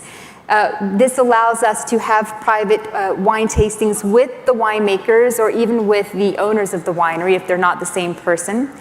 And we also find throughout all of Portugal high quality wine with great stories. So this is a given for every single region. Now we're going to start with the Alentejo because we are here. And in Immersa Global, we promote the Alentejo as the wine soul of Portugal. Here you'll find diverse types of wineries, both modern and traditional. It's easy to combine winery visits in the Alentejo with popular cultural attractions, such as some of the historical visits in Évora or Estremoz. And here you also have upscale wine resorts, and we're going to learn about a few later today. You have vegan wines that are produced in a sub-region called Vidigueira. You also have a concentration of amber wine production there as well. And, of course, you have cork production all around. And if you've driven here to this event today, then you have definitely seen the cork trees in this area. These are some of the unique selling propositions about wine tourism, specifically in the Alentejo region. Torre de Palma is a wine resort that's located not too far from here, and this is one of our favorite properties because not only are they doing a really good job providing authentic and regional experiences to guests, they are also working on a few sustainability projects within their rural community that we're also sharing with our clients who are interested in supporting that initiative. Now we're going to go to the region that we call Lisbon. Now, this is a region that's actually divided into 3 real wine regions in Portugal, but for the purpose of communicating where our clients will be, we just call it the Lisbon wine region. It's made up of Lisboa, Setúbal, and Tejo. And this is a wine lover's paradise and Lisbon's backyard. So we're able to really highlight how close it is to Lisbon. This is easy to combine with popular cultural attractions, such as a visit to Sintra. And in this area, you have high-end tourism infrastructure for the clients who need that extra support. In Lisbon area, actually wedged between Sintra and Greater Cascais, if you will, you have this really unique phenomena that I call, or that is called, colares. And here you have, just as the New York Times states, an area where the vineyards snake through the sand. And if you haven't had the chance to see it for yourself in person, please make sure you do it because it is absolutely amazing to see vines growing in the sand, such as in this area. Next, you have a great product, Bacalhau Palace, and this is in Setúbal. Not only is it a beautiful 16th century palace with a great curated art collection, but this area is also surrounded by vineyards, and they do a really good job with creating exclusive experiences where you can basically rent out the entire palace for a few hours if you wish to do so. Quinta da Lapa also has really unique experiences for clients who are interested in trying wines from the Tejo region. Now we're going to go up to the Douro. The majority of our clients are familiar with the Douro Valley. Some of them have actually explored the Douro Valley via river cruises, but what we want to challenge them to do is to immerse yourself in the authentic Douro and to explore it via land. Here you have a UNESCO World Heritage Site, something that's quite a spectacle to see if you haven't visited the perfectly etched terraces. You have high-end wine resorts in this area. Boating and river sports are also available. And you have something that a lot of people aren't very aware of. It's the prehistoric rock art. You have open murals of prehistoric rock art that's nestled right in the middle of wine country, and it's definitely something that's easy to combine with any visit to Upper Douro. Six Senses is a product that many people are attracted to around the world. Here in Portugal, we have a property in the Douro. Here's a gorgeous view of the river. And now we're in central Portugal. This is another combination of three real wine regions in Portugal, Bairrada, Down, and Beira Interior, but we just call it central Portugal to make it easy for our clients to understand. And we call this the land of elegant surprises. Here you have the concentration of sparkling wine production in Portugal. You have a sparkling wine cellar that has an international art collection. And this is also the area where you'll find the only Michelin-starred dining experience that is located on a winery. This is the art collection in Bairrada and Aliança, so you can explore international world arts and have a lovely glass of sparkling wine in the process. Quinta de Lemos, which is in the Down area, and then on the same property you have Mesa de Lemos that has a Michelin star. Now, this next category, restaurants, wine bars, and tasting rooms, is a bit of a challenge to the traditional definition of wine tourism. For the past 3 years, I have also defined wine tourism as any touch point a tourist has with wine produced in a destination that they intentionally elected to visit based on that local destination's gastronomic offer. And the reason why I include restaurants, wine bars, and tasting rooms in wine tourism is because our clients cannot get to every single region on one visit. And so it is my secret mission to convert our visitors into wine aficionados for Portugal, where they want to consume Portuguese wine on a regular basis. And it's also my personal mission to want them to come back. So if we can create touch points in Lisbon and in Porto where the clients are experiencing wines from the regions they're not visiting on that trip, they'll be more likely to want to come back to Portugal for a round two. That's an industry secret I just gave you. Vini Portugal wine tasting room in Lisbon and Porto are basically any wine lover's playgrounds. So if you guys are visiting us from abroad and you have some time in either Lisbon or Porto, please make sure that you stop by the wine tasting room where you're going to find many different types of wines from different regions that you may not get a chance to visit, as well as literature and maps from around the country. It's an amazing educational experience. So now we're going to jump down to the Algarve, which we call the Portuguese stream. Sea, sun, food, and wine. Well, it's probably any one stream, not just Portugal. Here you have high-end tourism infrastructure, and you also have something that's really unique, and it's a foreigner's perspective on wine production in Portugal. The Algarve has historically been an area in Portugal that has attracted a lot of foreign expats, and a few of them are now producing their own wines. And so it's interesting to see Portuguese wines through their lens. Next, you have Vinho Verde, and I call this, this is not your parents' Vinho Verde. Now, you have to understand the context of the U.S., where the Vinho Verde that was historically imported and consumed in the U.S. was not always the highest quality. So when you talk to Americans about Vinho Verde or Vinho Verde, the response that you get sometimes is a little bit of resistance. And so we're challenging them to just suspend your thoughts of what Vinho Verde is supposed to be and open your palate and try it. You are going to love what you find here in Portugal. In this region, which is one of our second trips to Portugal regions, you have sparkling wines, micro-production that's difficult to find outside of the region, let alone the country, and you also have what I consider off the beaten path wine region of Portugal. Tras os montes, or what we would call what happens behind the mountains, stays behind the mountains, a bit of a play on the translation from Portuguese, is another one of those very small, off the beaten path wine regions that a lot of Portuguese have not even visited. So we're also saving this for a round 2 when our clients come back and search for more. Also off the beaten path in Portugal. Now we're going to jump out to the middle of the Atlantic Ocean to Pico Island in the Azores. And we like to promote this as you won't believe it until you see it, because that was exactly the reaction that I had the first time I went to Pico, literally just a couple of months ago. It's a UNESCO World Heritage Site, definitely off the beaten path adventure. And what you have here are these plots of volcanic rock that are used to protect the vines from the wind and also to provide some insulation and warmth during the colder months. This particular picture is from the Azores Wine Company, and I believe that we are going to hear from them throughout our conference.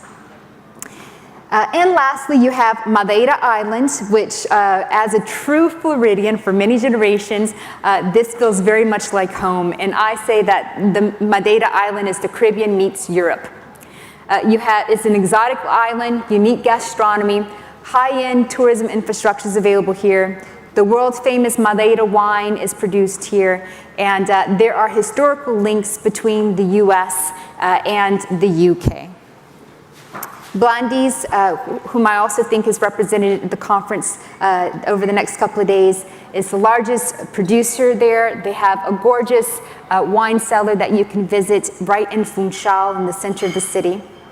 And then you also find interesting projects such as this. This is an engineer turned winemaker who owns a small organic farm that literally sits in between, wedged in between the mountains, right where it meets the sea. And this area called Feijão dos Padres, where this gentleman has made it his mission to conserve and to recuperate a particular wine grape that was near extinction, which is Alentejo. So it was with this conversation that I had with him just a couple of days ago, actually, that I was reminded that wine also pairs with conservation and sustainability. And I'm looking forward to being able to further this conversation with anyone who is interested, because this is definitely the area that we need to move into. So thank you so much for your time and your attention. If you have any questions or would like to get in touch with me, I am readily available. Thank you.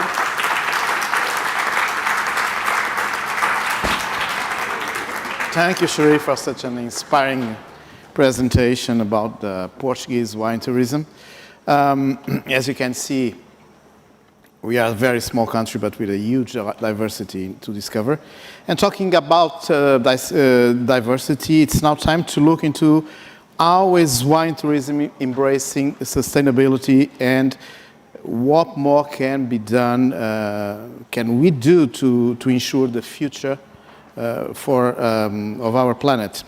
I welcome on stage Maria João Almeida, President of APENO, which is the Portuguese Wine Tourism Association, to moderate a session called Wine Pairs with Nature. Maria João, let's put our hands together to receive her.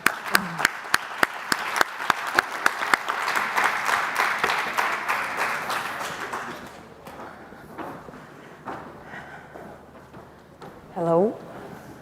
Hello. Thank you very much. We thought that to talk about wine and wine tourism, we had to drink a little bit. Maria João. Sorry? Tira. Oh, sorry. Thank you. So, first of all, I would like to thank you for being here, not only as a journalist, a wine journalist, but also a president of APENO, Portuguese Wine Tourism Association. In our association, we want to put the Portuguese wine tourism in a high level and organize the sector, which is not organized. In the last years, Portugal has been growing in the wine tourism sector, and today there are two properties represented here in this conference. One in Alentejo region, and the other one in Azores. Azores, you could see the winery of António Massanita in the presentation of Cherie, which are good examples of fantastic wine tourism in Portugal. In concerns quality, beauty, and services. So our wine tourism, when they have good service, can be so good as any other country. And above all, they follow global trends, respecting the environment and believing in sustainability. Okay? So today we are going to talk with Rita. I know you have lots of good examples of sustainability in your winery, so you can talk a little bit about that, please. Thank you, Maria João. Good afternoon to all participants. First of all, I want to thank the organization for inviting me to be presenting and sharing my life project. I want to greet Turismo de Portugal in the name of Lydia that invited me to come, and Luís Araújo. I want to greet also my colleagues' speakers and everything that has been shared here today. It is very important for my project, my family project, this initiative, and hoping that everything that has been happening here today can be an action for the future of our projects and the future of the wine tourism in Portugal. So to begin, we are wine producers. António, I want to greet my friend António, a producer, and Maria João, a wine journalist. So we are now in a new world, the wine. And of course, I will share my experience, my family experience, when we started investing in the south of Alentejo 23 years ago. So me and my family, my husband here present, João, we were brave enough to invest our time and our money in one of the less populated regions in Europe, Albernoa, in the south of the Alentejo. And I would like to go through my presentation or sharing my experience through three different concepts or guidelines, which is to begin preservation. So Malhadinha Nova, global wine and tourism project in Alentejo, in the south of Alentejo, is a way of life, and it was the project that we started by planting vines. We bought in '98 an abandoned property, and we planted the vineyards, we built the winery, and a little bit later we started a tourism project. Our investment was really in a philosophy of living, our philosophy that we wanted to share. So we feel that we are passing, that Malhadinha doesn't belong to us, but it is passing through our hands, and it is really important for us to leave a legacy, to transform the lands in a way that it can be for future, an example for future generations. So we are very proud to say that today we have 450 hectares of land, totally under organic certification. We produce wine, we planted the vineyard. We have today 80 hectares of vineyards. We breed Alentejo cattle, we breed indigenous species of cattle, of Alentejo, and we started bringing new life to abandoned houses in the Alentejo, and we were able to open a small charming hotel in 2008, where we were sharing experiences concerning wine, gastronomy, and nature this was really our aim since the beginning. So the idea of creating experiences in our tourism was really to educate about the tradition and culture of the Alentejo, of the place that we decided to invest in a certain time of our lives. Innovation was really very important in our path. So it was a big investment again of money and time to create a unique and personal project that we could share with everyone in the world, not only in Portugal. So for that, the investment was and is at the moment, in what concerns to tourism, the participation in the most important wine fairs in the tourism fair and wine fairs in the world. So today, my team at Malhadinha is participating in one of the most important tourism fairs in the world, which would be in Marrakesh. It's called Pure Luxury Travel, where we are presenting our project to the best travel agents in the world. So this is the investment in the tourism, which we do also with the wine. The partnerships that we develop in what concerns to digital marketing. So for many years we have a company that we work together in digital marketing to develop the project in digital. We have an international PR that promotes our very high-end quality tourism. We have a social media manager contact. And I have created a personal project in 2015, which is a book that promotes the best wine tourism in Portugal, my selection. So I've made 2 editions of that book, and the idea is to present Portugal as a wine destination all over the world. So I was able to promote an event in Lisbon where I invited all my partners, the other producers, the chefs, and the owners and the winemakers to be all together presenting wine as a destination, which is my mission. Finally, our aim as a family is to leave a legacy. That's why we are investing our lives, our time, and our money in such an unpopulated region and so desertified. So the idea is to share what we have built, the space in a very educative way, our will to share our way of living as an example of preservation, as a tool for a better world. Yeah. Our mission is to educate through wine, through gastronomy, and so many other experiences that we provide. Give the example for new generations. So just to end my presentation, I would like to pick a quote that is on the website of the Global Wine Tourism, and it's from António Guterres, our ex-Prime Minister and the General Secretary for the United Nations, that really represents what we feel and what is our mission.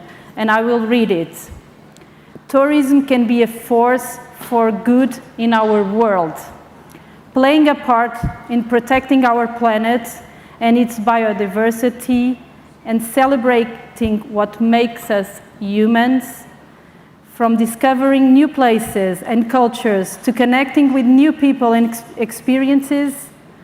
It's really what we have done since '98 at Malhadinha, and thank you once again, Maria João, for asking me this question and for presenting our project of life. Thank you all.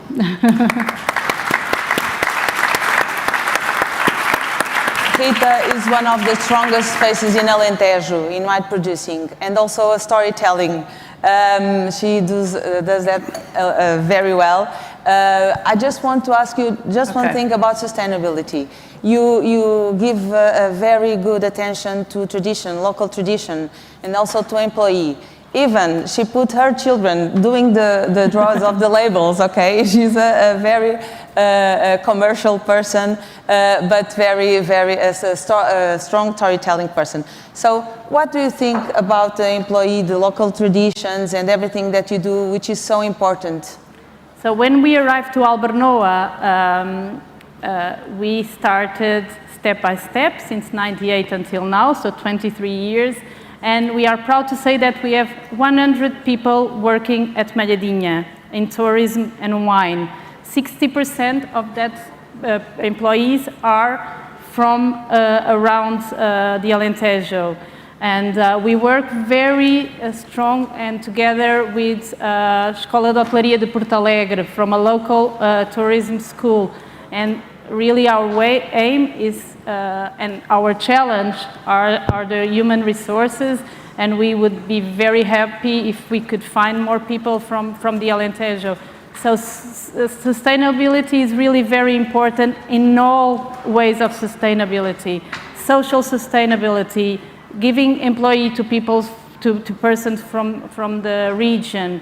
Economical sustainability, of course, we are very worried about giving them conditions to stay there at the property and bring some people from other parts of Portugal to stay in the villages and to develop the regions, the villages. And the final one, which is what we are doing with the lands and with the wines, which is having a property under organic production, all the property, all the vineyards, and producing the wines in the most natural way that we can. It's an example of sustainability and bringing, like João was saying, stories of the past to our tourism, to our houses, the local artisans, bringing our guests to the clay in Bringel, a local village, and involving people from all over the world in the traditions of Alentejo. This is really the sense of place that we want to share, to pass, and we want our guests to enjoy it and to live it at Malhadinha. So we are very worried about sustainability in every sense of the cycle. Thank you very much, Rita. António, I know you also have lots of things about sustainability to say. Even so, I just want to say that Portugal have a huge varieties of grapes and traditional grapes, and in its varied region. And of course, Azores it's a good example. In recent years, Azores Wine Company has been studying various native Azores grape varieties in order to make known our richness, okay? This is also a highly sustainable practice that makes our wines better known. Mm-hmm. So, do you want to talk with us a little bit about the work you are doing and a good work in Azores Island? Yes, for sure, for sure. Well, thank you everyone, and fantastic presentation, Rita. Thank you. I think it's we're all fighting our fight, so to speak. So each one is in its own place, and it's more just grabbing the word sustainability. That I prefer the French version, durability. So we're talking about things that can last, that can pass the test of time. And when I'm making wines, when I'm thinking about wines, I'm thinking about this. I'm thinking about things that can pass the test of time. So it's about, could be a building, could be a bottle of wine, could be a vineyard, is making a decision today that we know that has to be a good decision when our kids take over or when the next generations take over. Regarding then, what's interesting is the example of Rita, and I can give the same example on Azores. We did more than sustainability. It's about looking at a place and understanding that it's way below its potential. So it's finding unique places that have unique potential, and Portugal is full of them. And so Alentejo is for sure one of those treasures. And Azores, I'm half Alentejano, so my mother is from Alentejo and my father is from the Azores, so I can split my love a little bit. And when we look at Azores, what makes this place unique? So we can talk about first the land. So it's a remote island in the middle of the ocean. 14,000 people living there in Pico. So 250,000 for the 9 islands, but specifically on Pico, 14,000 people living there. It was an immense wine region.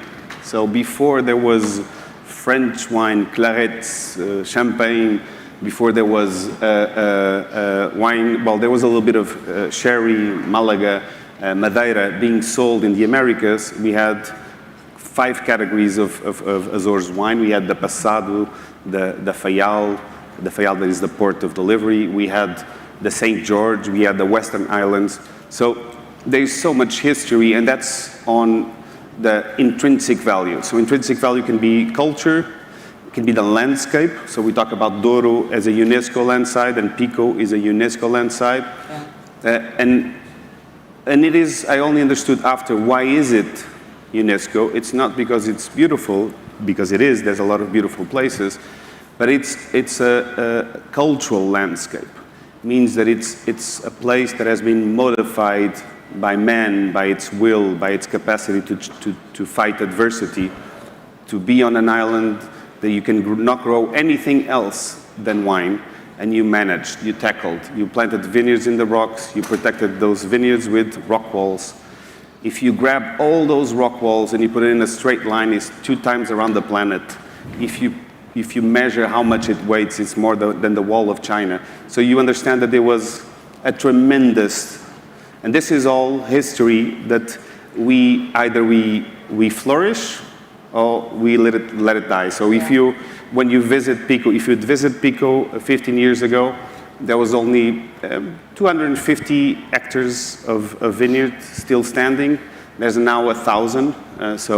And I think this is more than sustainability. On a big picture is for sure sustainability, and we're still not talking about tourism, just talking about, it could be farming or precise farming, it could be a great sausage, a great cheese, wine, so everything that relates to a certain place, and here in this case is wine.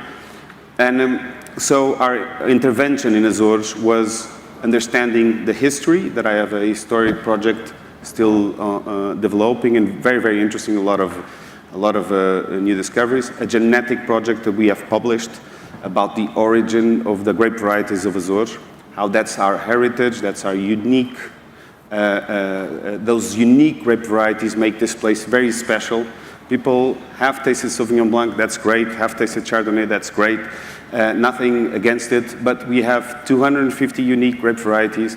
They have new tastes, new adventures to taste, and some of them make certain places very unique. The grapes that you have in Azores, they're specific to this place, so it makes it even more special. And so I focused on this base and focused on trying to make great wine, not trying to make a wine similar to something else. And so this, Maria João said an example, we have wine tourism as good. I really prefer different, the word. I prefer competing Portuguese food, competing with French food, or Portuguese wine competing. It's not. What I want is that people, when they taste our wine, they really feel that it's from Azores. They really had a new experience. When they go on there and go in our winery, they have an experience that they've never had before. So we've been focused on this, and our challenges are the same. It's hard to find specialized people in a place where there is no enough specialized people for our work, whether it is in winemaking, that we are proud that we managed to keep some local winemakers. They came back to Pico.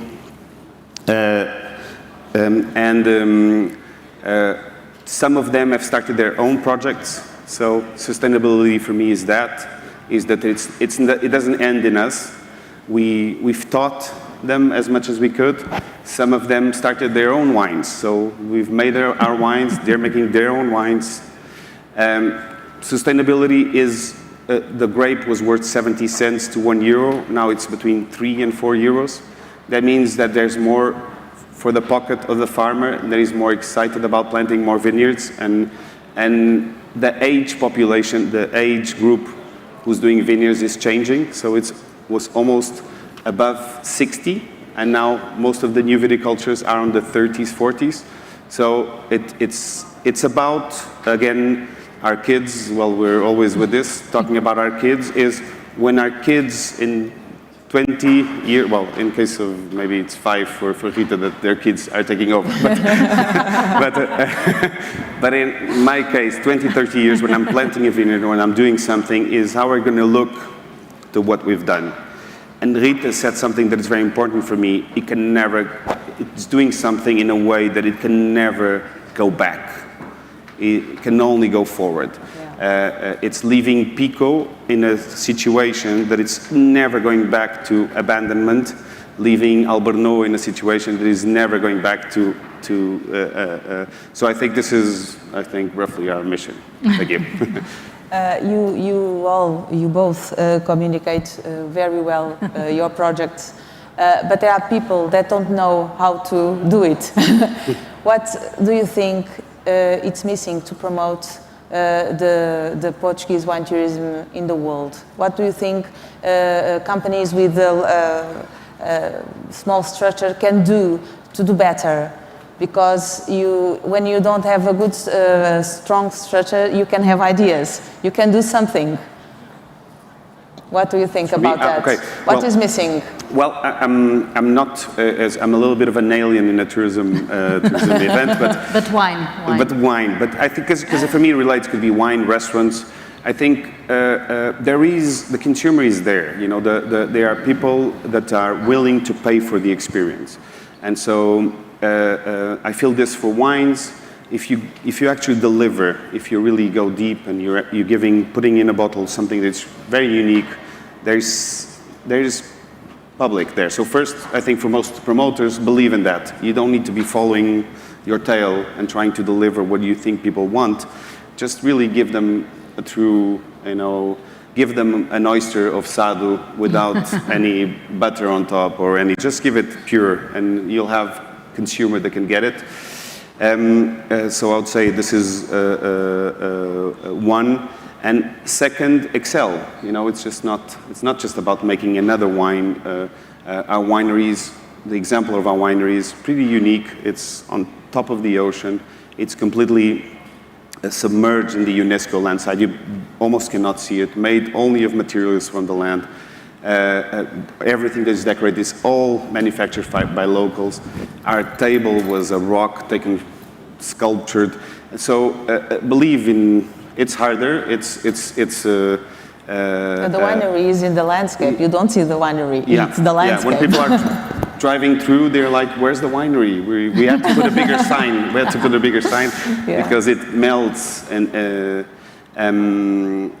and so I would say this, we have a gastronomic restaurant in Pico Island that most people said our most expensive menu is $450, the degustation menu. This could be an unthinkable, unheard of. These guys are on high drugs doing this in Pico. But there is clients, and we had very demanding clients that flew over after tasting a wine from São Miguel, and he said, well, I've been here and that, and not to do too much name dropping, and he said, this is one of the most amazing experiences I've had in my life. And so I think this is what we work for, trying to pass a little bit this. So what's missing? I think more projects like this, and there's plenty more projects. And do you think it's important to have attitude? Because I don't think Portugal sometimes, when they go outside to fairs and everything, sometimes not only the producers, but some Portuguese enterprise with activities connected to wine, sometimes they don't know how to have an attitude because we are so small and sometimes we have some, I don't know. What do you think about that? I think my opinion regarding international promotion, I can talk about the two worlds, which is wine and tourism. Concerning wine, me and Antonio, we've been going to wine fairs all over the world since the right beginning of our projects, a little bit earlier hours, with the support of Vini Portugal, an organism that takes care of the international promotion of the wines, and it's really a very important tool and a very important support. And we all, wine producers, talking about wine, we all go, and we all are able to present our products, to get importers for our products all over the world. In what concerns to tourism, giving my experience is that I am going since the beginning to very important fairs in the world with our private investments. Of course, we've been working again with Turismo de Portugal, especially in Brazil, with Bernardo, with Tourism of Portugal, making lots of events in Brazil. But then there are some other very important fairs that I think we should get a little bit of support so we can bring our high quality products to the best important events in the world. So promotion, like Maria João said, is very important. To the ones that they can really invest to go to those very important events, it's a little bit easier. To the ones that doesn't have that chance, it gets a little bit more difficult. The rule of Tourism of Portugal is to bring also the journalists to Portugal, which is happening a lot, and we receive a lot of journalists coming from Turismo de Portugal. Actually, we will have on Saturday a group of journalists that are present here, and Turismo do Alentejo, of course, bringing a lot of journalists, so this is a very important rule. And for me, it's really one of the most important is to bring journalists to the destiny.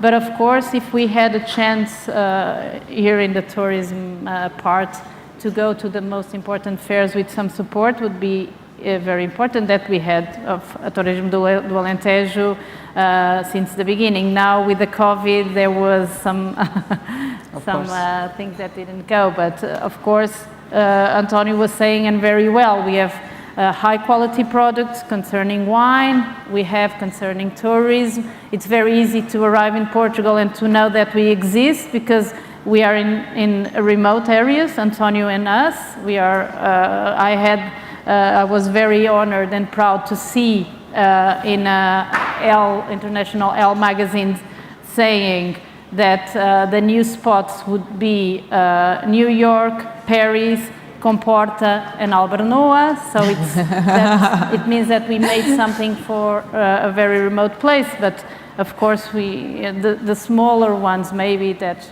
are starting now maybe need a little bit more support to go and show their projects abroad. That's the thing, I guess. Okay, thank you very much. I think it was a good conversation. Anyway, if anybody wants to ask something, it's the opportunity. They are convinced. It was clear. Okay, thank you very much. Thank you so much. Thank you very much. And thank you to Thank you very much. It was a very nice session. Malhadinha nova, maçanita. Nice work you're doing. Thank you, Maria João. So now we have a coffee break. We'll be back 7:30. So it will be, I don't have a watch, so you do the counting. But 20 minutes, okay. In 20 minutes we'll be back. Those online, 20 minutes, come back, okay? See you.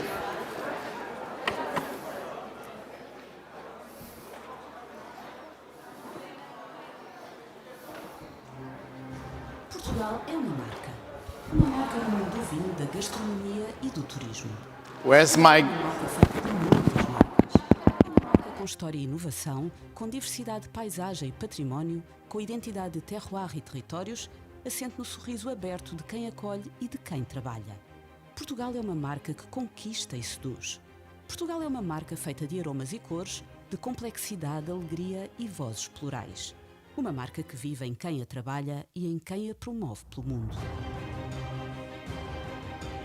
Portugal é a marca que inspira o blend. O Porto é o seu palco. Afinal, é aqui que se vive a principal experiência do vinho em Portugal. 9 dias a sua duração para viver um roteiro que cruza vinho, gastronomia, música, arquitetura, artes performativas e design, que promove networking, debate e negócios e que junta quem se dedica a criar e a vender experiências, dando lugar a um encontro anual e a uma plataforma digital. Em fevereiro, seremos Blend. A nossa missão? Tornar Portugal no ponto de encontro do enoturismo mundial. A nossa vontade? Afirmar Portugal como o destino que se repete, porque há sempre mais um motivo para voltar. Blend Wine Tourism and Essência do Vinho Porto. Porto, 19 a 27 de fevereiro de 2022, em Portugal.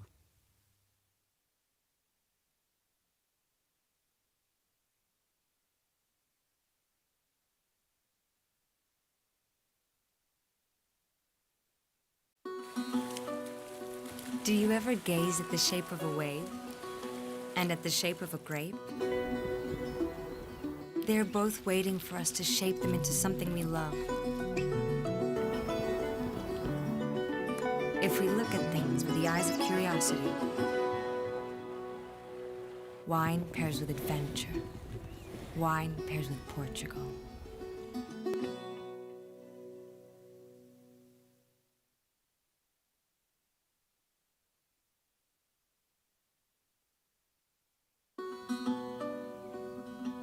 Who would guess a painting and a wine cellar would pair?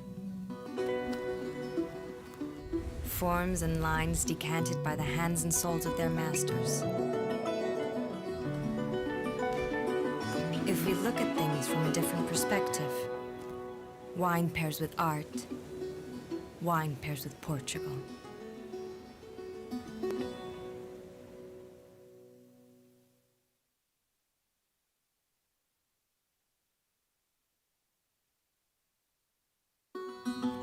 Have you ever combined textures, smells, and emotions? It's about connections and that endless joy. If we look at things with our own eyes, wine pairs with discovery. Wine pairs with Portugal.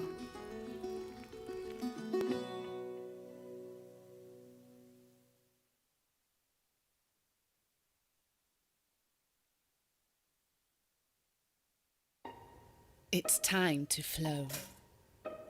It's time to raise our glasses, to yell for the masses.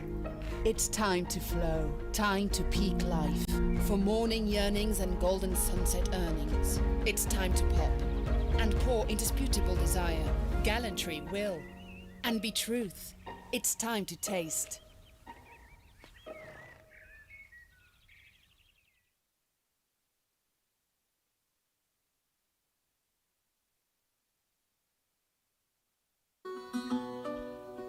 What does a dive in the water and the first sip of wine have in common? It's all about temperature and harmony.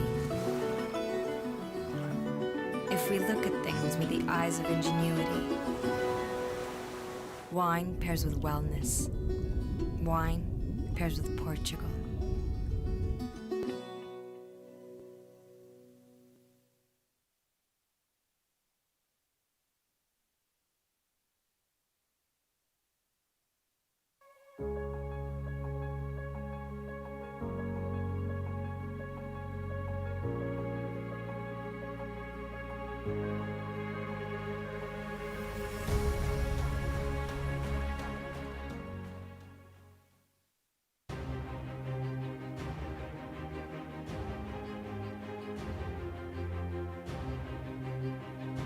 Portugal é uma marca.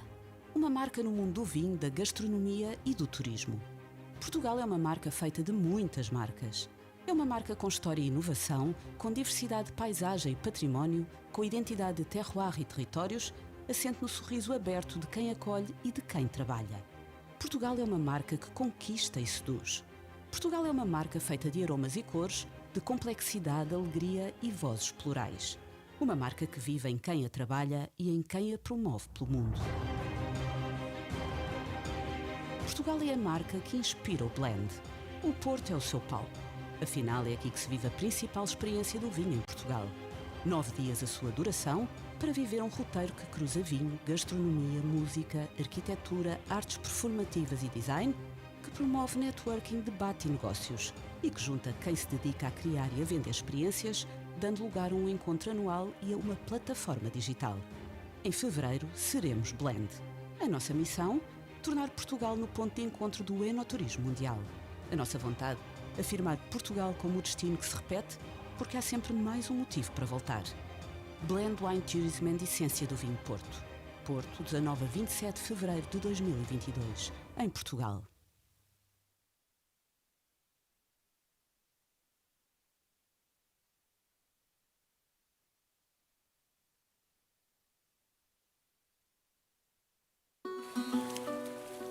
Do you ever gaze at the shape of a wave and at the shape of a grape? They are both waiting for us to shape them into something we love. If we look at things with the eyes of curiosity, wine pairs with adventure. Wine pairs with Portugal.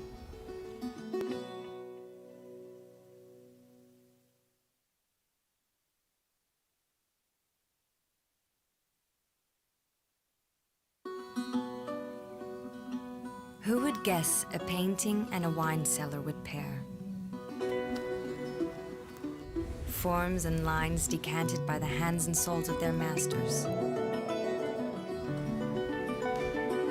If we look at things from a different perspective, wine pairs with art, wine pairs with Portugal.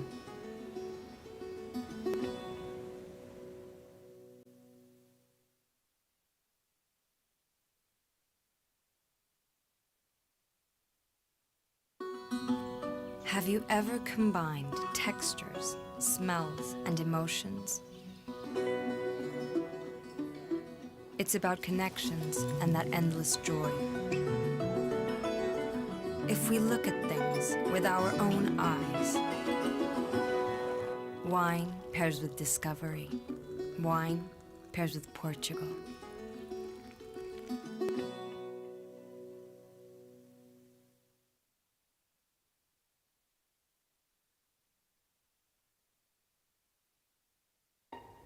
It's time to flow. It's time to raise our glasses, to yell for the masses. It's time to flow, time to peak life, for morning yearnings and golden sunset earnings. It's time to pop and pour indisputable desire, gallantry, will, and be truth. It's time to taste.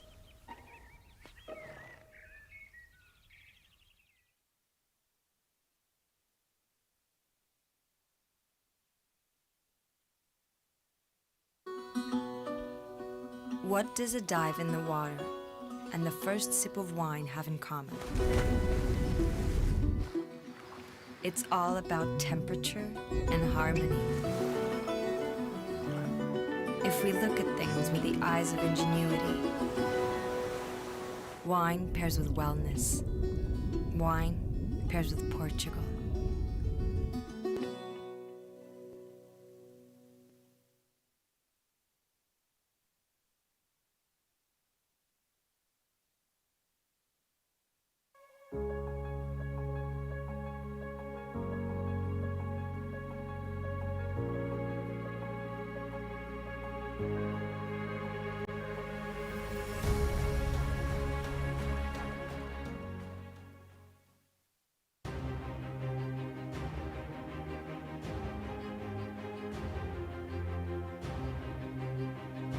Portugal é uma marca. Uma marca no mundo do vinho, da gastronomia e do turismo.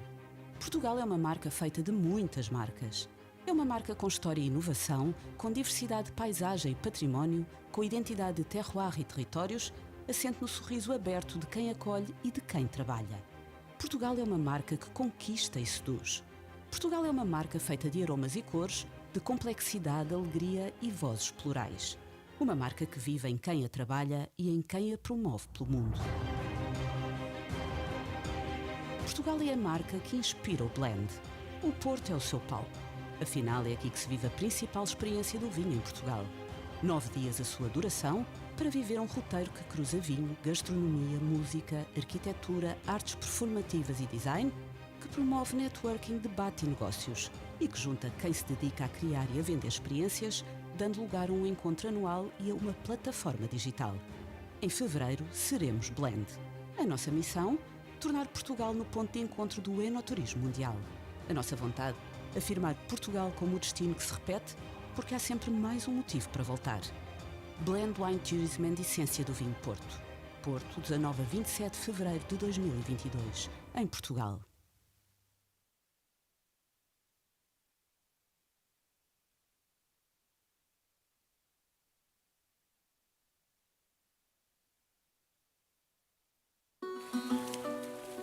Do you ever gaze at the shape of a wave and at the shape of a grape? They are both waiting for us to shape them into something we love. If we look at things with the eyes of curiosity, wine pairs with adventure. Wine pairs with Portugal.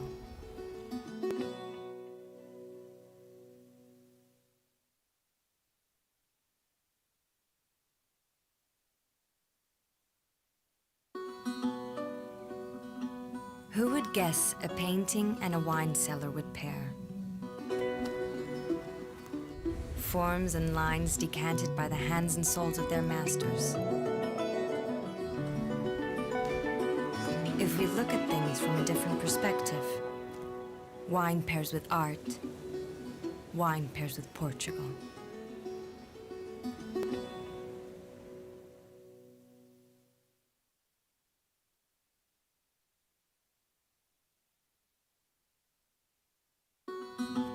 Have you ever combined textures, smells, and emotions?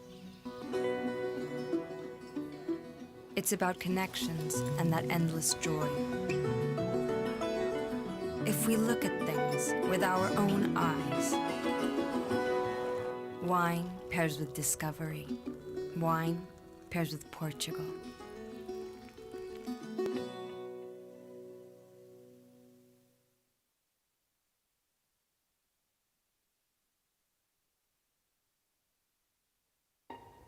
It's time to flow. It's time to raise our glasses, to yell for the masses. It's time to flow, time to peak life, for morning yearnings and golden sunset earnings. It's time to pop and pour indisputable desire, gallantry, will, and be truth. It's time to taste.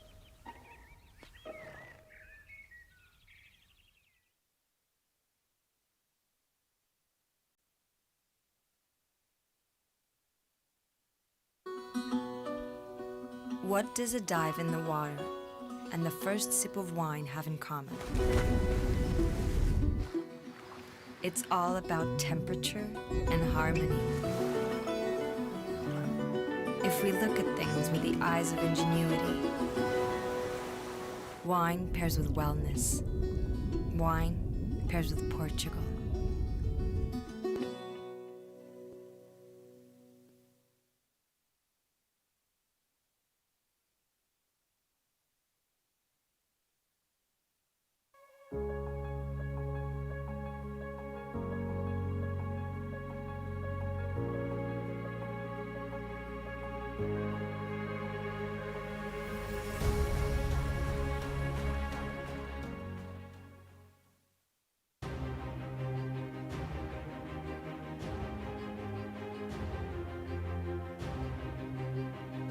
Portugal é uma marca no mundo do vinho, da gastronomia e do turismo. Portugal é uma marca feita de muitas marcas. É uma marca com história e inovação, com diversidade de paisagem e património, com identidade de terroir e territórios, assente no sorriso aberto de quem acolhe e de quem trabalha. Portugal é uma marca que conquista e seduz. Portugal é uma marca feita de aromas e cores, de complexidade, alegria e vozes plurais. Uma marca que vive em quem a trabalha e em quem a promove pelo mundo. Portugal é a marca que inspira o blend. O Porto é o seu palco. Afinal, é aqui que se vive a principal experiência do vinho em Portugal. 9 dias a sua duração para viver um roteiro que cruza vinho, gastronomia, música, arquitetura, artes performativas e design, que promove networking, debate e negócios e que junta quem se dedica a criar e a vender experiências, dando lugar a um encontro anual e a uma plataforma digital. Em fevereiro, seremos Blend. A nossa missão? Tornar Portugal no ponto de encontro do enoturismo mundial. A nossa vontade?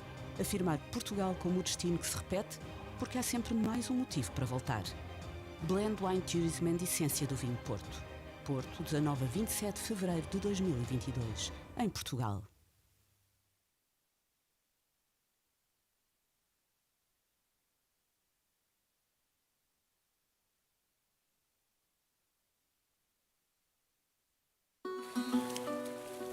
Do you ever gaze at the shape of a wave and at the shape of a grape. They are both waiting for us to shape them into something we love. If we look at things with the eyes of curiosity, wine pairs with adventure. Wine pairs with Portugal.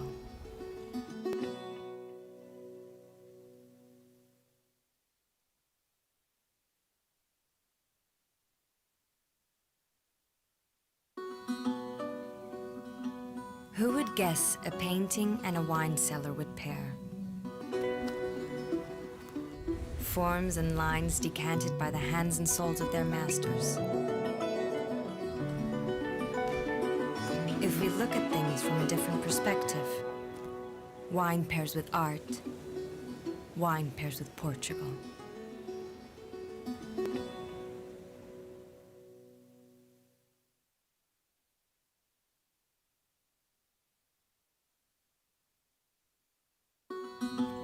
Have you ever combined textures, smells, and emotions? It's about connections and that endless joy.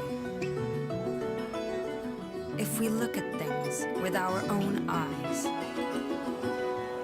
wine pairs with discovery. Wine pairs with Portugal.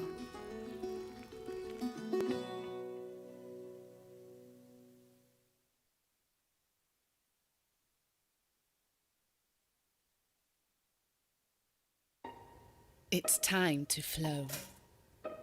It's time to raise our glasses, to yell for the masses. It's time to flow, time to peak life, for morning yearnings and golden sunset earnings. It's time to pop and pour indisputable desire, gallantry, will, and be truth. It's time to taste.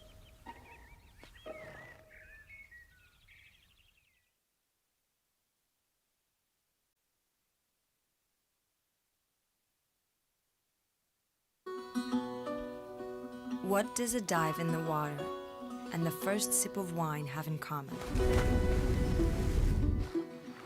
It's all about temperature and harmony. If we look at things with the eyes of ingenuity, wine pairs with wellness. Wine pairs with Portugal.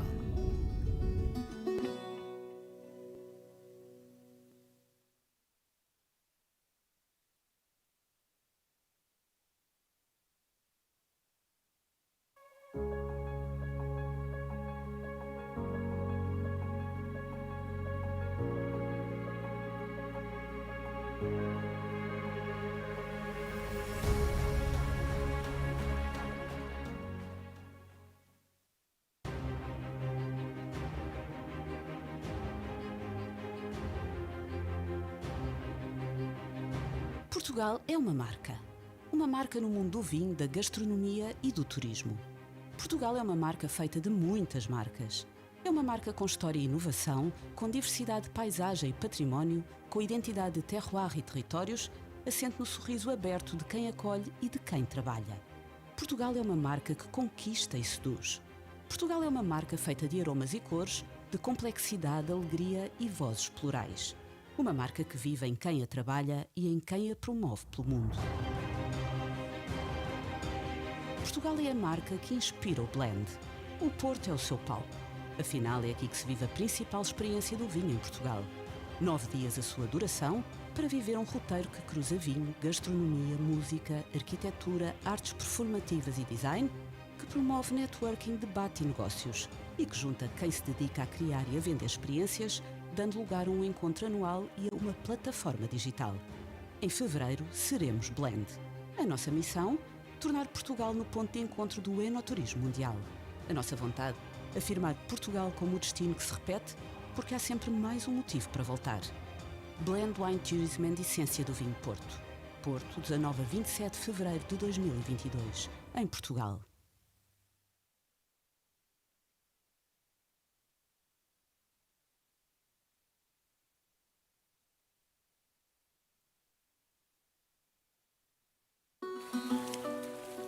Do you ever gaze at the shape of a wave and at the shape of a grape? They are both waiting for us to shape them into something we love. If we look at things with the eyes of curiosity, wine pairs with adventure. Wine pairs with Portugal.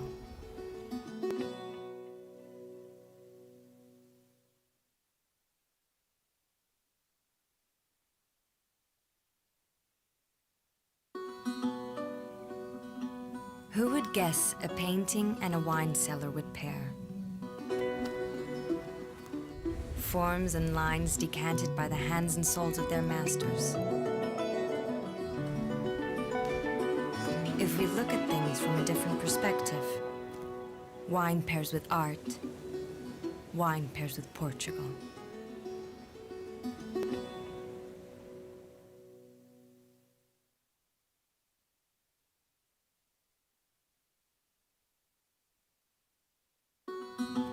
Have you ever combined textures, smells, and emotions? It's about connections and that endless joy. If we look at things with our own eyes, wine pairs with discovery. Wine pairs with Portugal.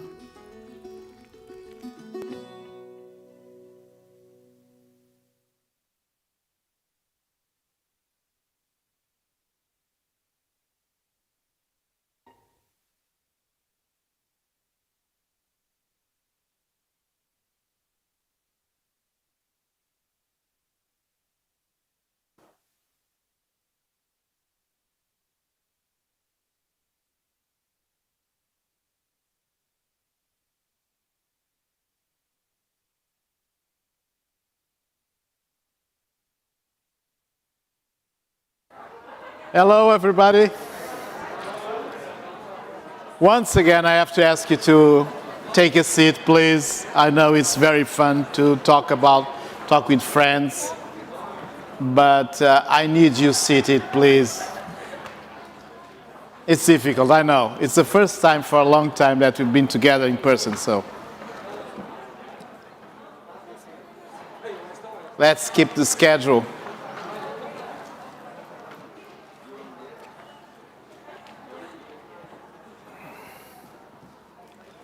Okay, things are getting better. It's not the end yet, so let's wait. Because now we have a very interesting session. So let me welcome back all of you on the other side of the screen, which means the online people following us online from our platform and also on YouTube. We are coming to the end of this first day, but not without looking into one of the most important elements of the wine tourism development. And the question is this: how do we create a wine tourism destination? How can we, all players working together in one objective, both at local and national level? To moderate this session, I have the pleasure to invite, I don't need to invite because he's already on stage, my colleague and friend Manuel Carvalho, director of the Portuguese newspaper Público. He will moderate this panel. Manuel, the stage is yours. Okay, welcome. Thank you very much. Good afternoon to all of you. I'm a journalist. It's a pleasure to be here in this wonderful place. We have here in this panel different visions, different experience about how to create a wine tourism destination. And we are trying to make this, this panel not as a debate, but more as a conversation. Let's try to do this in an informal way. I think it would be better for ourselves and also for the people that are over there listening to us. We have also here We have to manage the way how we communicate, because we are going to make this session in English mainly, but sometimes I have to make some questions in Spanish. I'll try to do my best in both languages. Anyway, the subject of this session invite us to two wonderful things of our life. First, wine. Second, tourism. And the purpose, the intention of this conversation is try to discuss, try to find out how to manage the best combination between both. We know that wine tourism is growing. It's all the data shows in Europe mainly, but also in the United States or in South Africa, that the combination between wine, the taste of wine, and the culture of wine, and the tourism industry, it's getting each time better. It's increasing the numbers of. But I feel that sometimes we are just in the beginning of this process. I think that the way that we have ahead of us, it's a long way, and with lots of opportunities for the people that works in the industry of tourism, but also for the people that works in the with wine and in the vineyards, and also for the wine regions. We have here four interesting visions and experience to talk about all these questions. We have Laure Lambert-Campeiro. It's okay, my pronunciation? Okay. She is CEO of Chateau Cigala-Ribot from Sauternes in France. Everybody knows Sauternes, of course. And she has an experience on working with wine tourism in her chateau, but she is also president of Wine Route of Grave and Sauternes. We have also with us Amaya Lopez de Heredia. She comes from Spain. She works for Aquimo, Proyectos Turísticos, and as far as I know, she helps wine growers or tourist operators to define and to develop strategies to business that combines wine and tourism. We have also Jesus Camacho Arias. She is from Spanish Association of Wine Tourism Cities, and also from Spanish Wine Routes. As far as I know, he was the creator of Spanish Wine Routes. Congratulations, Jesus. And finally, Luis Araújo, on the opposite side of this panel, that can help us to have a broad idea of how public institutions can, what they can do to help to increase this area, this business. Luis Araújo is president of European Travel Commission and president of Tourism of Portugal. We have 45 minutes for this session. We combined previously that the best way to manage our time is to give the word to our speakers to introduce themselves and to introduce what they are doing, what their visions and their experience about this subject. And in the last 15-20 minutes, we intend to have a more freely conversation between us about all the things and the thinking about this problem that they have. Well, let's start. You have to start. Okay. First of all, thank you, Manuel. It's difficult to present very quickly, but actually, I think to understand, I was born in a barrel, but I left Bordeaux during 20 years because I wanted to be by myself someone, and I decided to come back home in Sauternes area because I am in love with this region. I am in love with this prestigious wine. I think there is something special, a special know-how, special selection to produce this wonderful wine.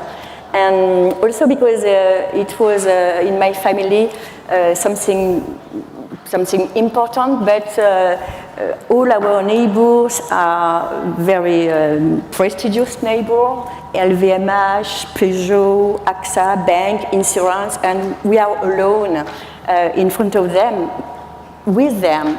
So I decided to try to do something with this jewel, this little jewel, the smallest properties for the smallest first classified growth.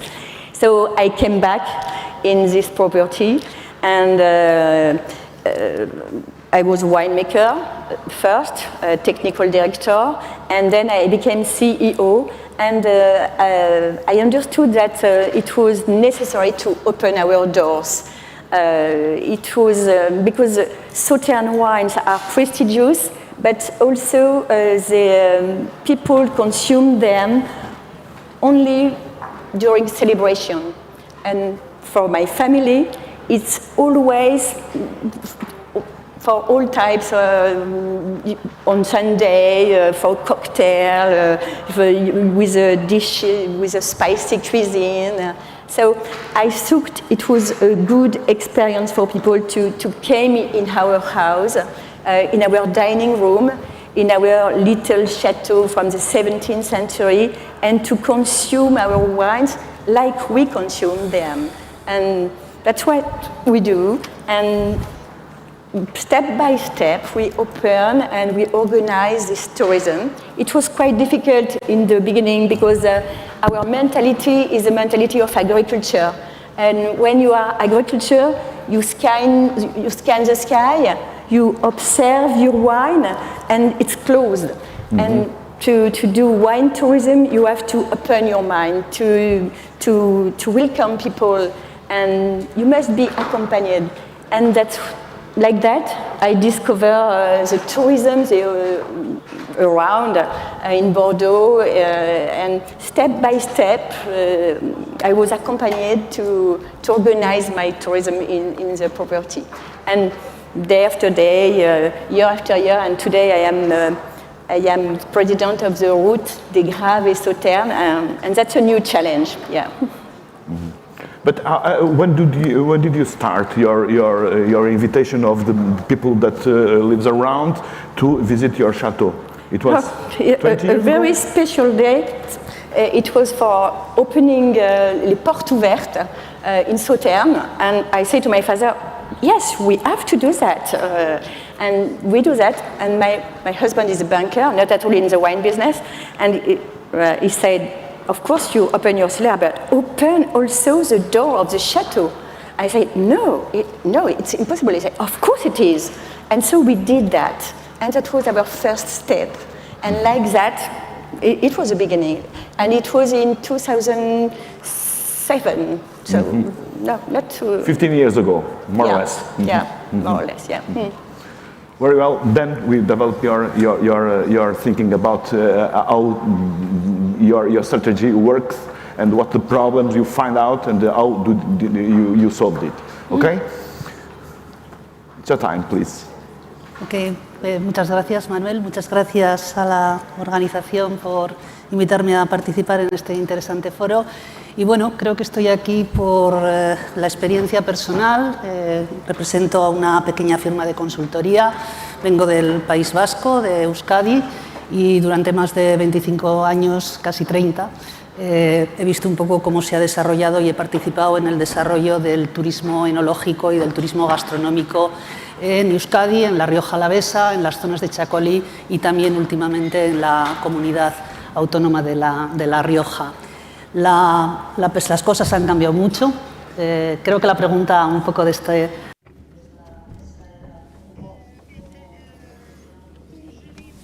How we manage the destinations and how we create a destination of wine tourism. Things have changed a lot during the last 20 years. We made it the first stage. The important was to involve the wine sector so that they could see in enoturism to see something interesting. We have overcome this and we are now facing new challenges. How to answer this question? There is not a definitive answers as the destinations wine tourism, I would ask two questions. There is no wine destinations. They all have to be involved in the value chain, and not as the gastronomic tourism that has developed more. And this is more important even because the tourism system is more diversified. We are completely enclosed in with 25 years of ecotourism. We have opened the concept of ecosystem. They work with universities to generate talent in the destinations. I think that's one of the keys of the collective efforts. Another key can be that to preserve the impulse and the preservation of the heritage that are understood as the culture of the territory, and they have to be preserved and they have to evolve without losing its essence. And last but not least, I think that we have to, the population has to be involved in this. When I analyze the success destinations that are very interconnected, the fact that the populations living intensely the gastronomic factor and wine factor is something that has to be have a price. How to create a destination is to each tourist destination of ecotourism is a tourism, and each destination has to think of about its vocation, which role as it has in the definition of its tourist strategy, if it's going to be a prevailing role, if it's the residual, if it's complementary, or if it's wine or wine and gastronomy. And this marks the ways of working. Gastronomy, you choose differently from region to region, is it? Sorry?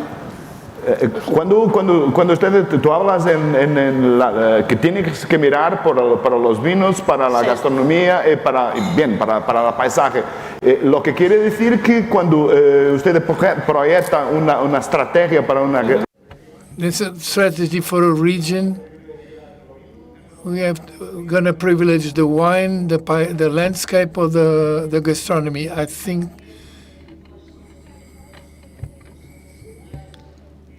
think that we have to think of the singular elements. We have to have sufficient numbers to create a product. Gastronomy and culture of the wine.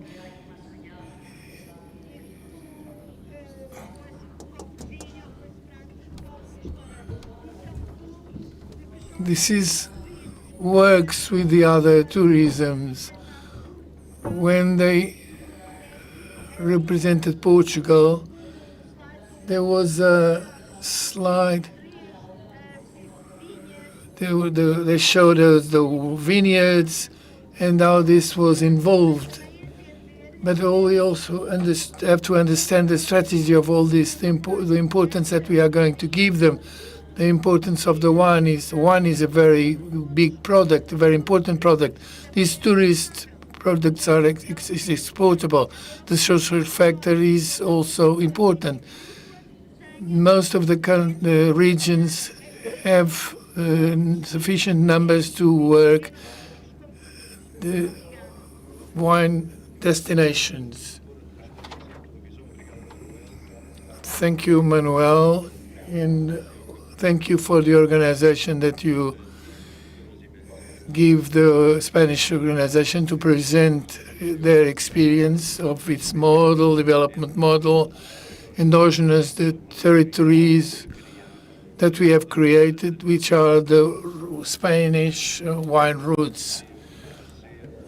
I must make a small presentation of what our association is. The Spanish Association congregates almost the national territories, the Spanish territories, and also the islands. Incorporates also a variable of destinations that are typical of sun and the beach that have been added to the NO tourism.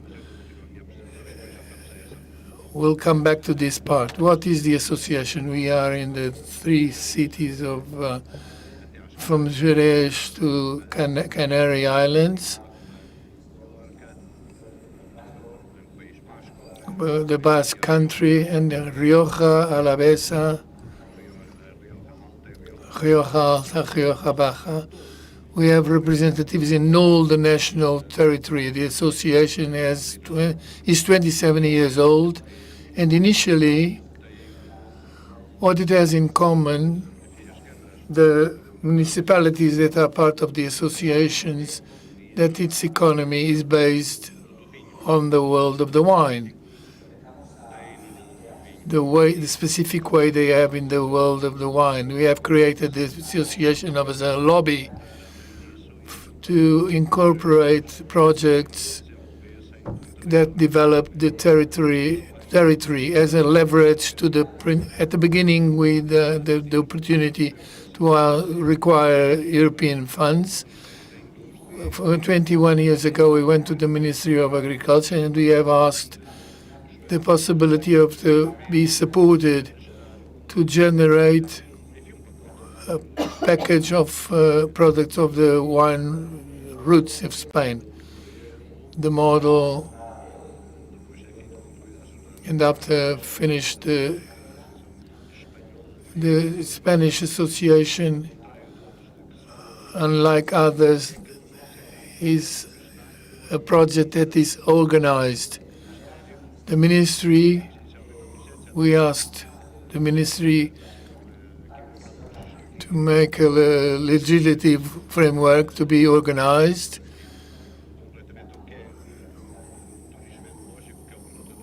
To define what is a wine route or NO tourism. And they said they would give us some funding to create a manual of products that incorporate the items of quality that should comply with the destination points that were chosen. This is a manual. It's considered a successful publication, The Roots of the Spanish Wines. The main difference regarding the others is a model that is a written model. There's a publication that regulates the quality of what is a cellar or winery, how do you visit a winery, what is a restaurant. Each establishment has to have each requirement that is provided in this manual. And to develop, they have developed this model. And so the visitor is going to see what he wants to see. He will find something that is restructured and nobody can not comply without receiving sanctions. Who doesn't comply with the quality rules will be penalized. Our product is legislated, and from here we have developed economic activities in territories that have nothing. I live in La Mancha, but touristically we were a land of rocks and mountains, and we opened through this model. We opened our current account and generate income to the local economy and to put this development movement, sustainable movement.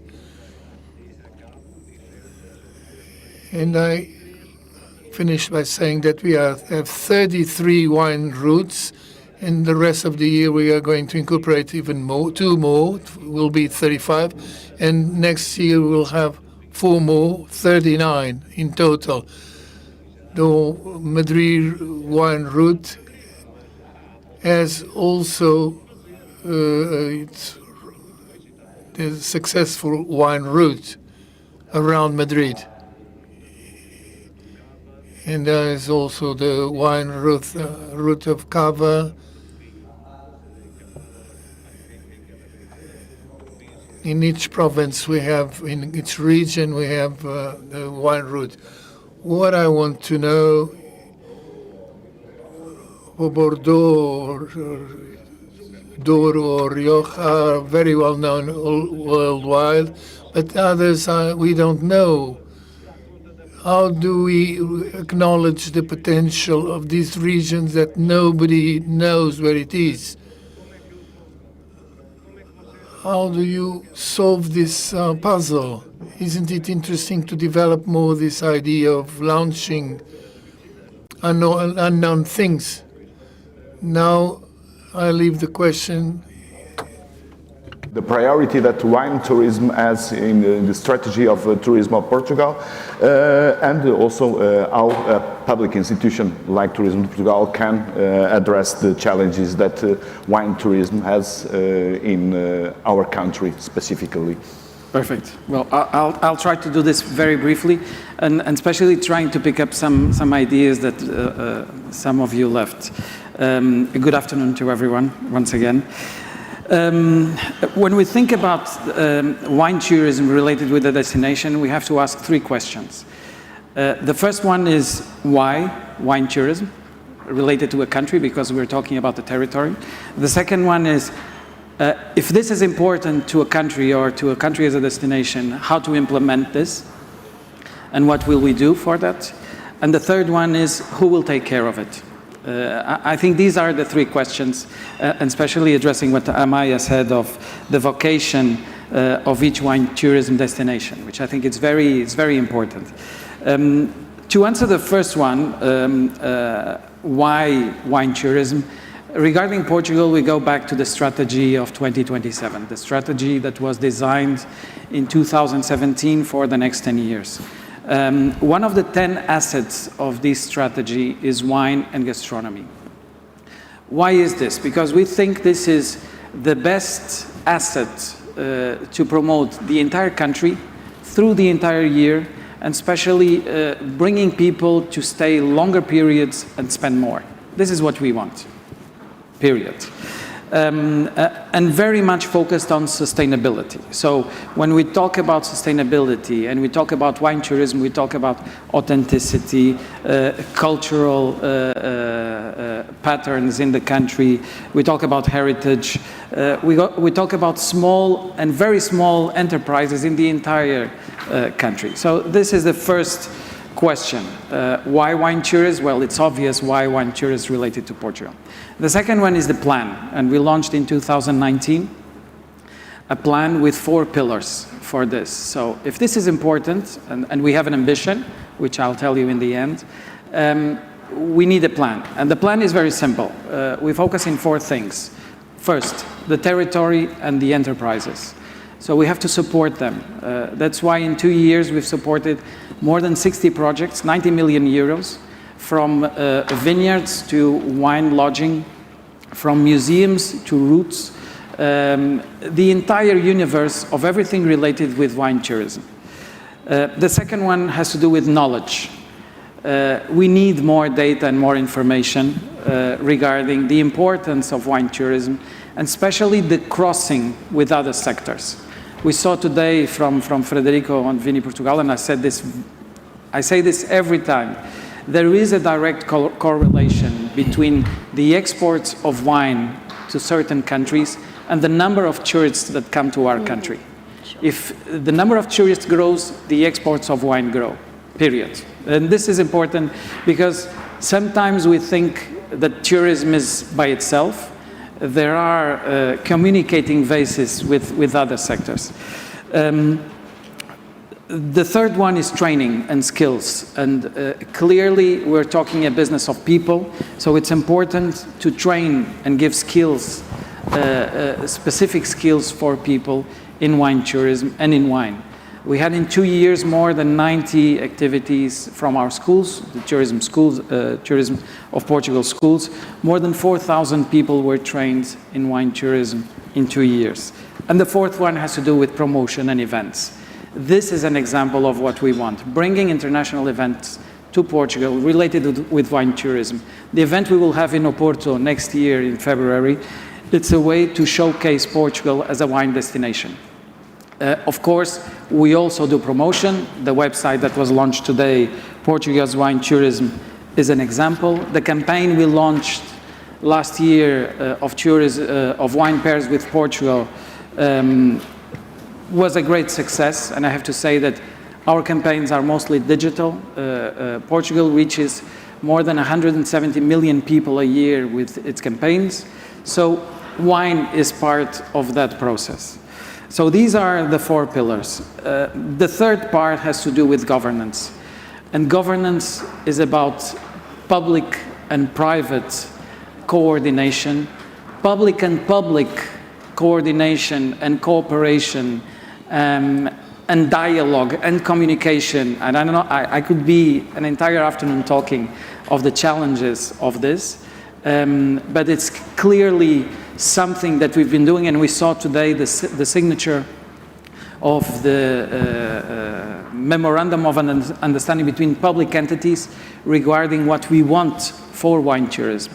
And here we include the regional entities of tourism, the agencies of promotion, the secretaries, regional secretaries, the routes of wine tourism in Portugal. So it's a universe of bodies that have to be together and aligned for this to work. This said, and having answered the why, the how, and who does what, our ambition is to become not the best, but one of the more recognized wine tourism destination in the world. Why is this? Because we think, of course, we think we have a wonderful product and we have to sell it. But more important, we have something to show the world, that we can do this sustainably, that reaches everyone, from small enterprises to big companies, and that reaches the entire country. Mm-hmm. So this is more or less what our vision for a wine tourism destination. Thank you very much, Luis. I have some questions for all of you, and I'll begin with Laure. Amaya talked about the collective destination. Wine tourism is as a collective destination. But we know that inside any of the collective destinations, there are always and naturally competition, of course. You have a different experience, one as a CEO of your family company, and also other experience as president of ROOT. How do you see this question that everybody struggles to compete, to have more tourists inside their own vineyards? And how do you cooperate? How do you manage what is apparently different interests? That is absolutely essential. I'm sure you can spend time on your differences, and you can waste your time fighting against the other. But I'm sure it's better to be together. I'm sure we are more intelligent together. And I believe in the collective intelligence and the collective action.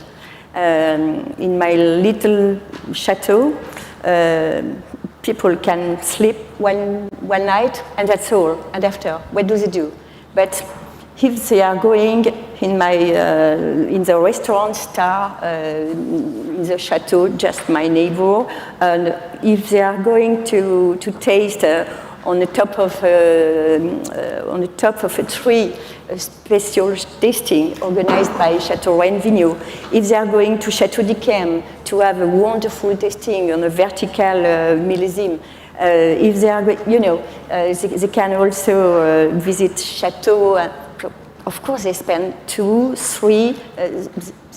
They are more in my house, and like that, I understand. If you cooperate, it's better for everybody, and you must be connected with the other because you need them and they need you, and it's better to spend your time to find what we can do together. Yeah. It was easy to pass to install that kind of ideas between all the members of the route. I think it's a perpetual work. They discovered by themselves. Yes, to share, to meet, and to organize, and to speak, and to you have to do that all the time, because when you meet, all is possible. When you share, everything becomes possible. For example, on Tuesday we had a special dinner with official person with tourism, person élue. Wine growers, 9 persons around the table, and we spoke about what happened today. What is a great destination? How can we organize a great destination? And that was so interesting. And like that, step by step. Very well. Maya, this is a very basic question, I know, but I do not resist to pose it to you. That if you have to choose between landscape, wine reputation, and culture of wine, what do you think is the most important asset to communicate a strategy to build a wine tourism destination? I think that maybe landscape better explains the difference between the wine destinations. And I think that there is no touristic project that cannot be constructed under the landscape and the identity of the style of life of the wineries and the wine producer methods and so on. So for me, I think because it's a very important part of the in Spanish, yo creo que quizá, bueno, todo es importante, ¿no? Pero el paisaje es lo que nos otorga una singularidad muy especial. But it's what is more important is the destination, and so it's extremely important the techniques of labor, the speeches that we can try to build around the whole wine production with certain differences, but in the field, this is what is more different: the style of life and the way that it's as considered our wine production, things that how to do it, the techniques used, everything that are unique. At the end, in terms of consultancy, we want to build those resources and this characteristic, and from that to build an authentic and credible report that communicates by itself with the right ingredients and sufficient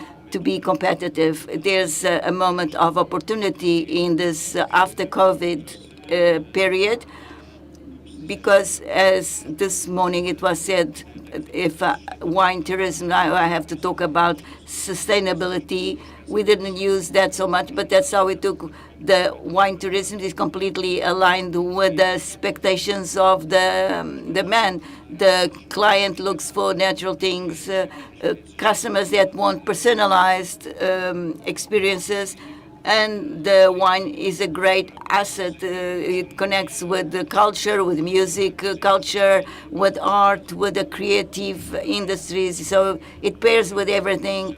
And so, so that we may build in a territory the wine tourism proposals that are also complementary, that explain very well the identity that of the territory, that connects the wine tourism. It can be the winery with the elements of the territory, and that might be used to capture talents.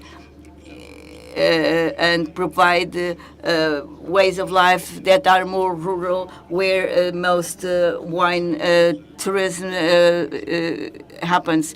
I was a long time creating the wine routes of Riojas, and do you remember this?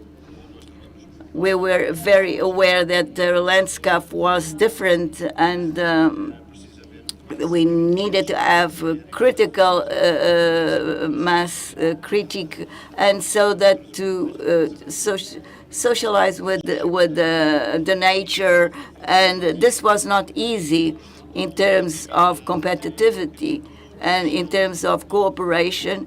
It was something that, and we needed to establish a mechanism of participation, transparency, formal and informal stuff, and then the dialogue that at that time sometimes was not easy.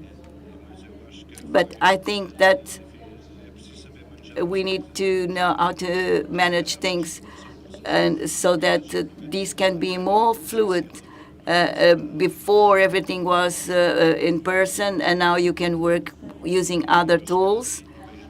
And as Kadir in the Basque country, they have a platform that they have just presented that is regarding pro tourism in general. But we have the gastronomy tourism and wine tourism, and it's a platform that you see the content and covers the as an important institution in the different layers of public issues, and also horizontally with the different departments of public administration, and with the sectorial and entrepreneurial sectors. And there's the projects for training, where the government gives the possibility to have structures and coaching, personalized follow-up, and in terms of collaboration. And my Portuguese colleague said that how and what and how. So it's important that the wine destination has the clear vocation to become wine tourism. So needs people specialized in the matter, technical resources, and economic and financial resources, and any other objectives that we want to achieve. What do you mean with that? There must be a route or a script? No, there must be an organization, technical people that work and organize the destination. So it depends the time and the maturity of the product. But there must be, we must work more on the structure of the product, the division of experiences, the articulation of synergies, the valuation of resources, what offer must we give. And there must be an organization of the destination management with enough budget dotation, and because we cannot play around in this. In Spain, there were amateurs with great plan, and when they launched the rocket, it just exploded. There was not enough maturity nor technical capacities, because this involves a very serious engagement and commitment. Because the administration here has to provide the right elements so they can work with a net to support them. The public administration is not to generate the conditions so that the product gets critical mass for its own development. Let's go to another question. I think it's very important. Not all regions have the same potential to gain critical mass or to be established in the market as wine regions of reference.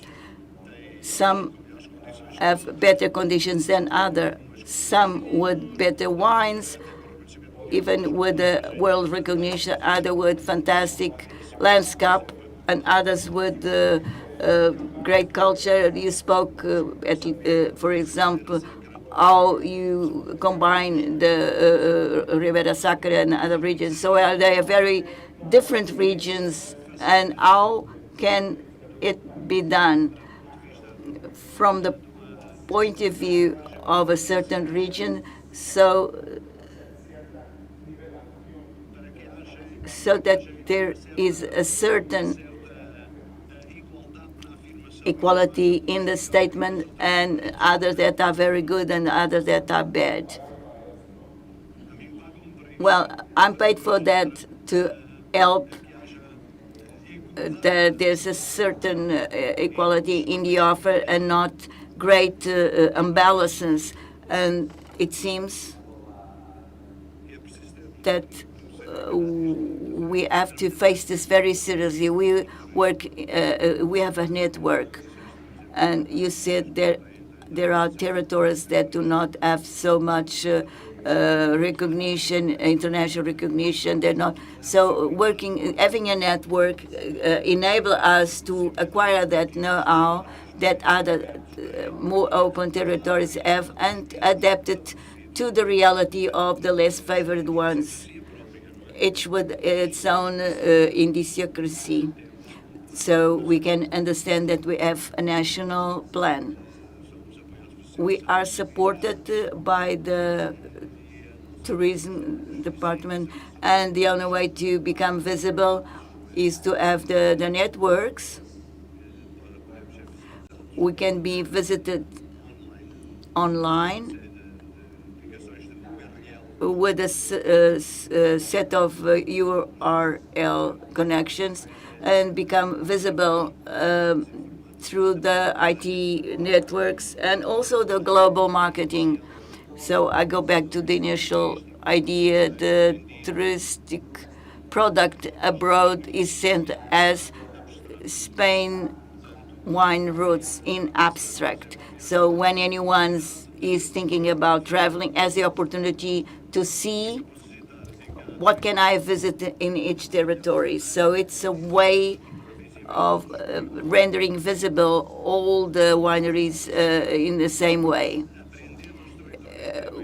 We learn about the territories that have more tradition, and then lend that know-how to know how to be and how to do, so that they gain their own critic mass and they can operate much better.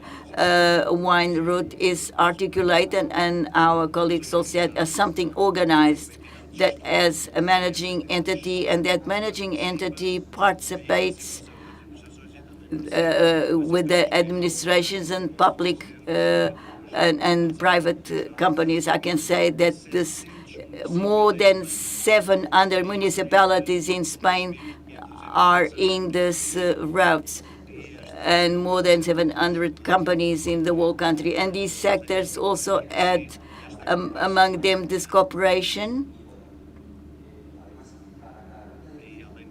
And besides that, each wine route has the obligation to fulfill the quality system that is audited every year. And if the quality system is not kept, then it is expelled from the route. So this creates an ambition to improve every day. And this is what we do. I replied already to your question. To welcome people, you must be professional and you give services and yeah. Thank you, love. You can talk anytime you want, no problem. I have a question for Luis. We talked about economic impact to wine industry, mainly in exports, when you develop a wine tourism strategy. And we know that here in Portugal we have a very good example of cooperation between Turismo Portugal and also with Vini Portugal, the federation of the wine growers and wine companies.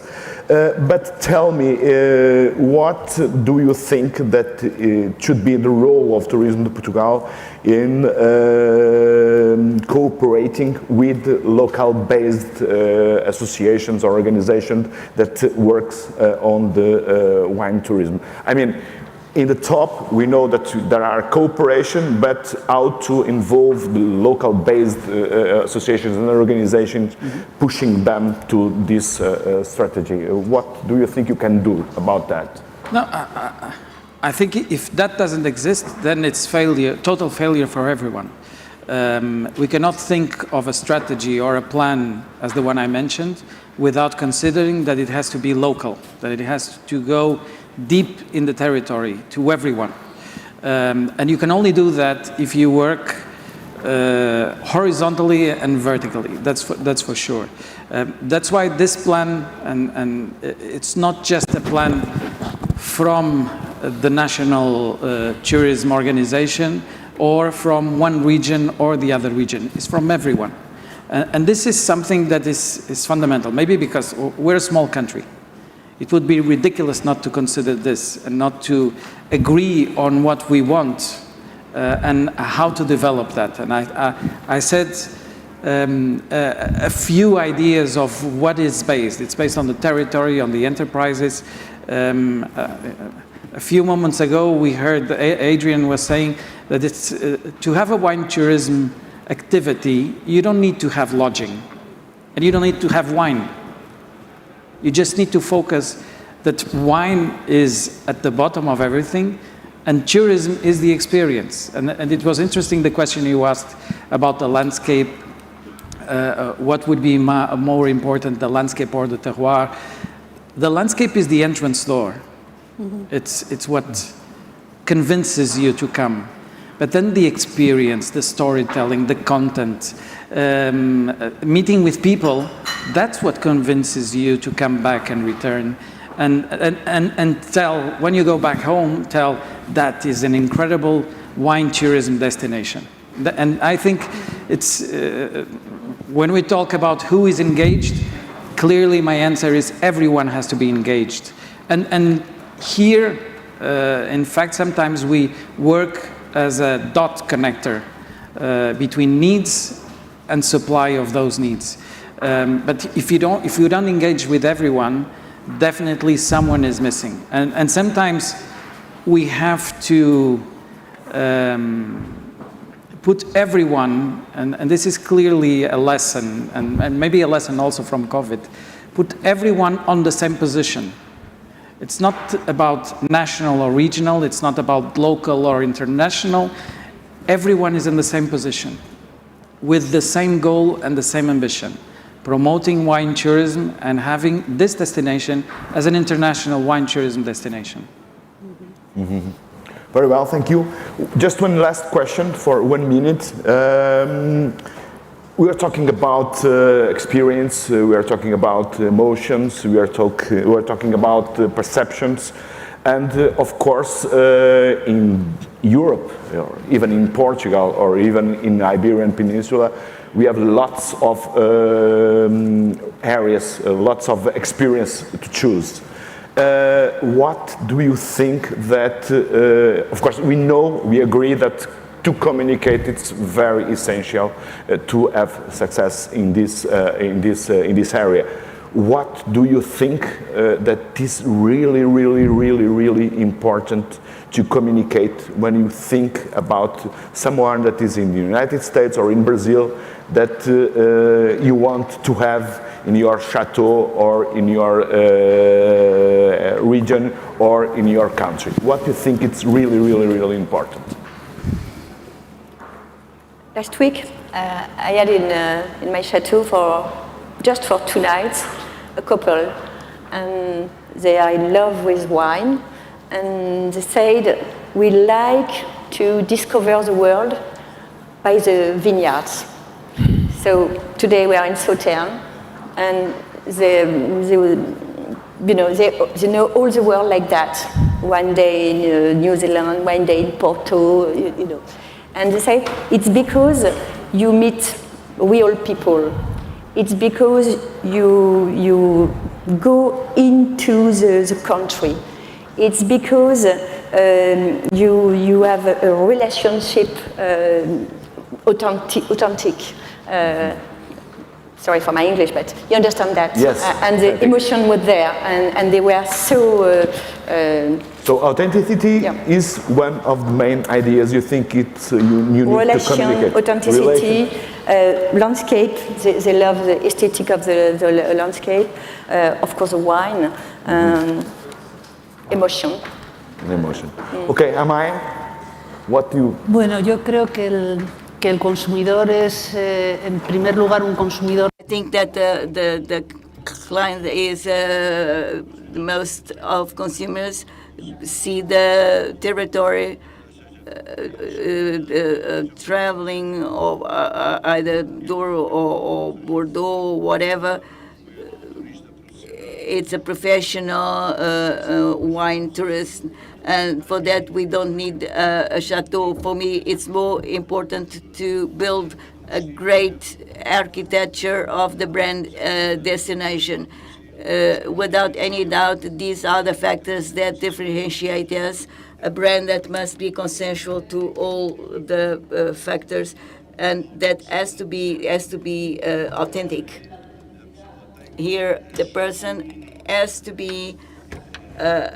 have to receive well the people, to have hospitality, to have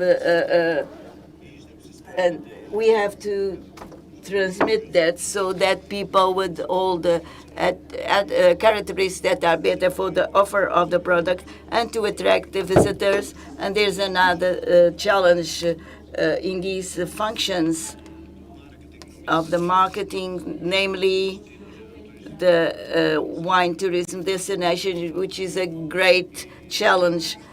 The wine gastronomy tourism, it's better to think better the clients that we can offer an offer, thinking about the requirements of the user.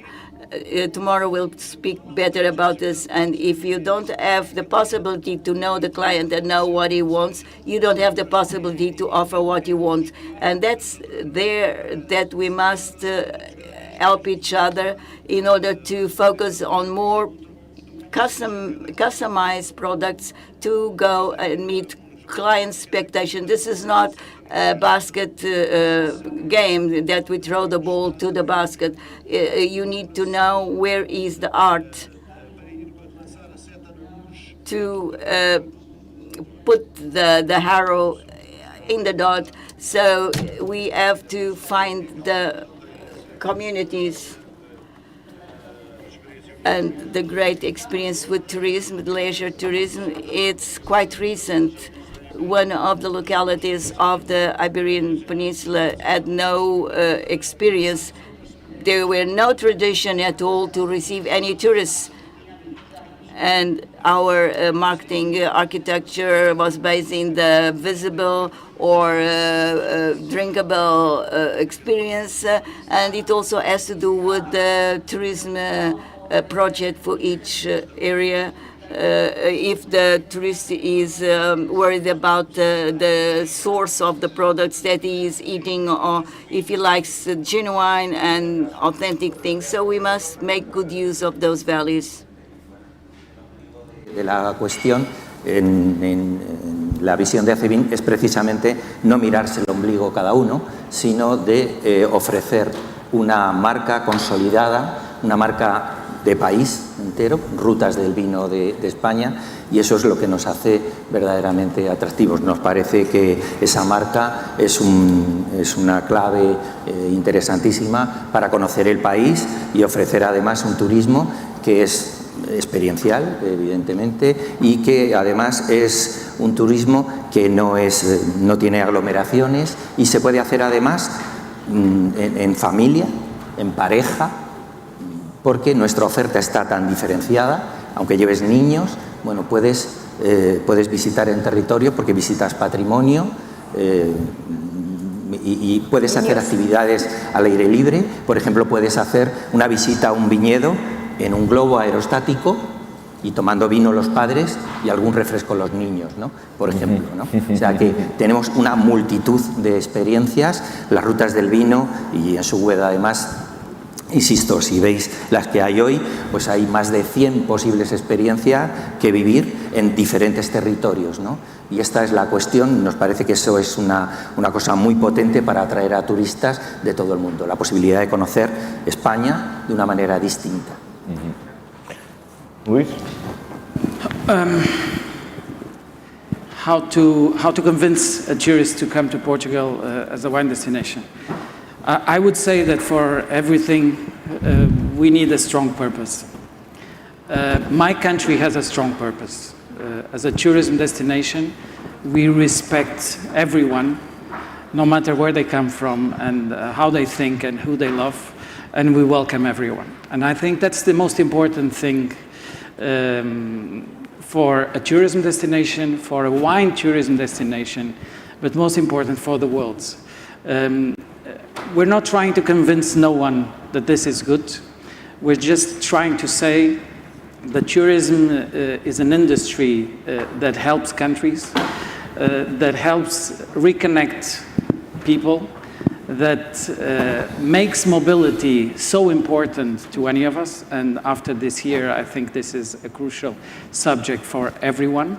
And most important, brings us more and more together. If we can do that, and if Portugal can be spreading the message, then I think I'm happy.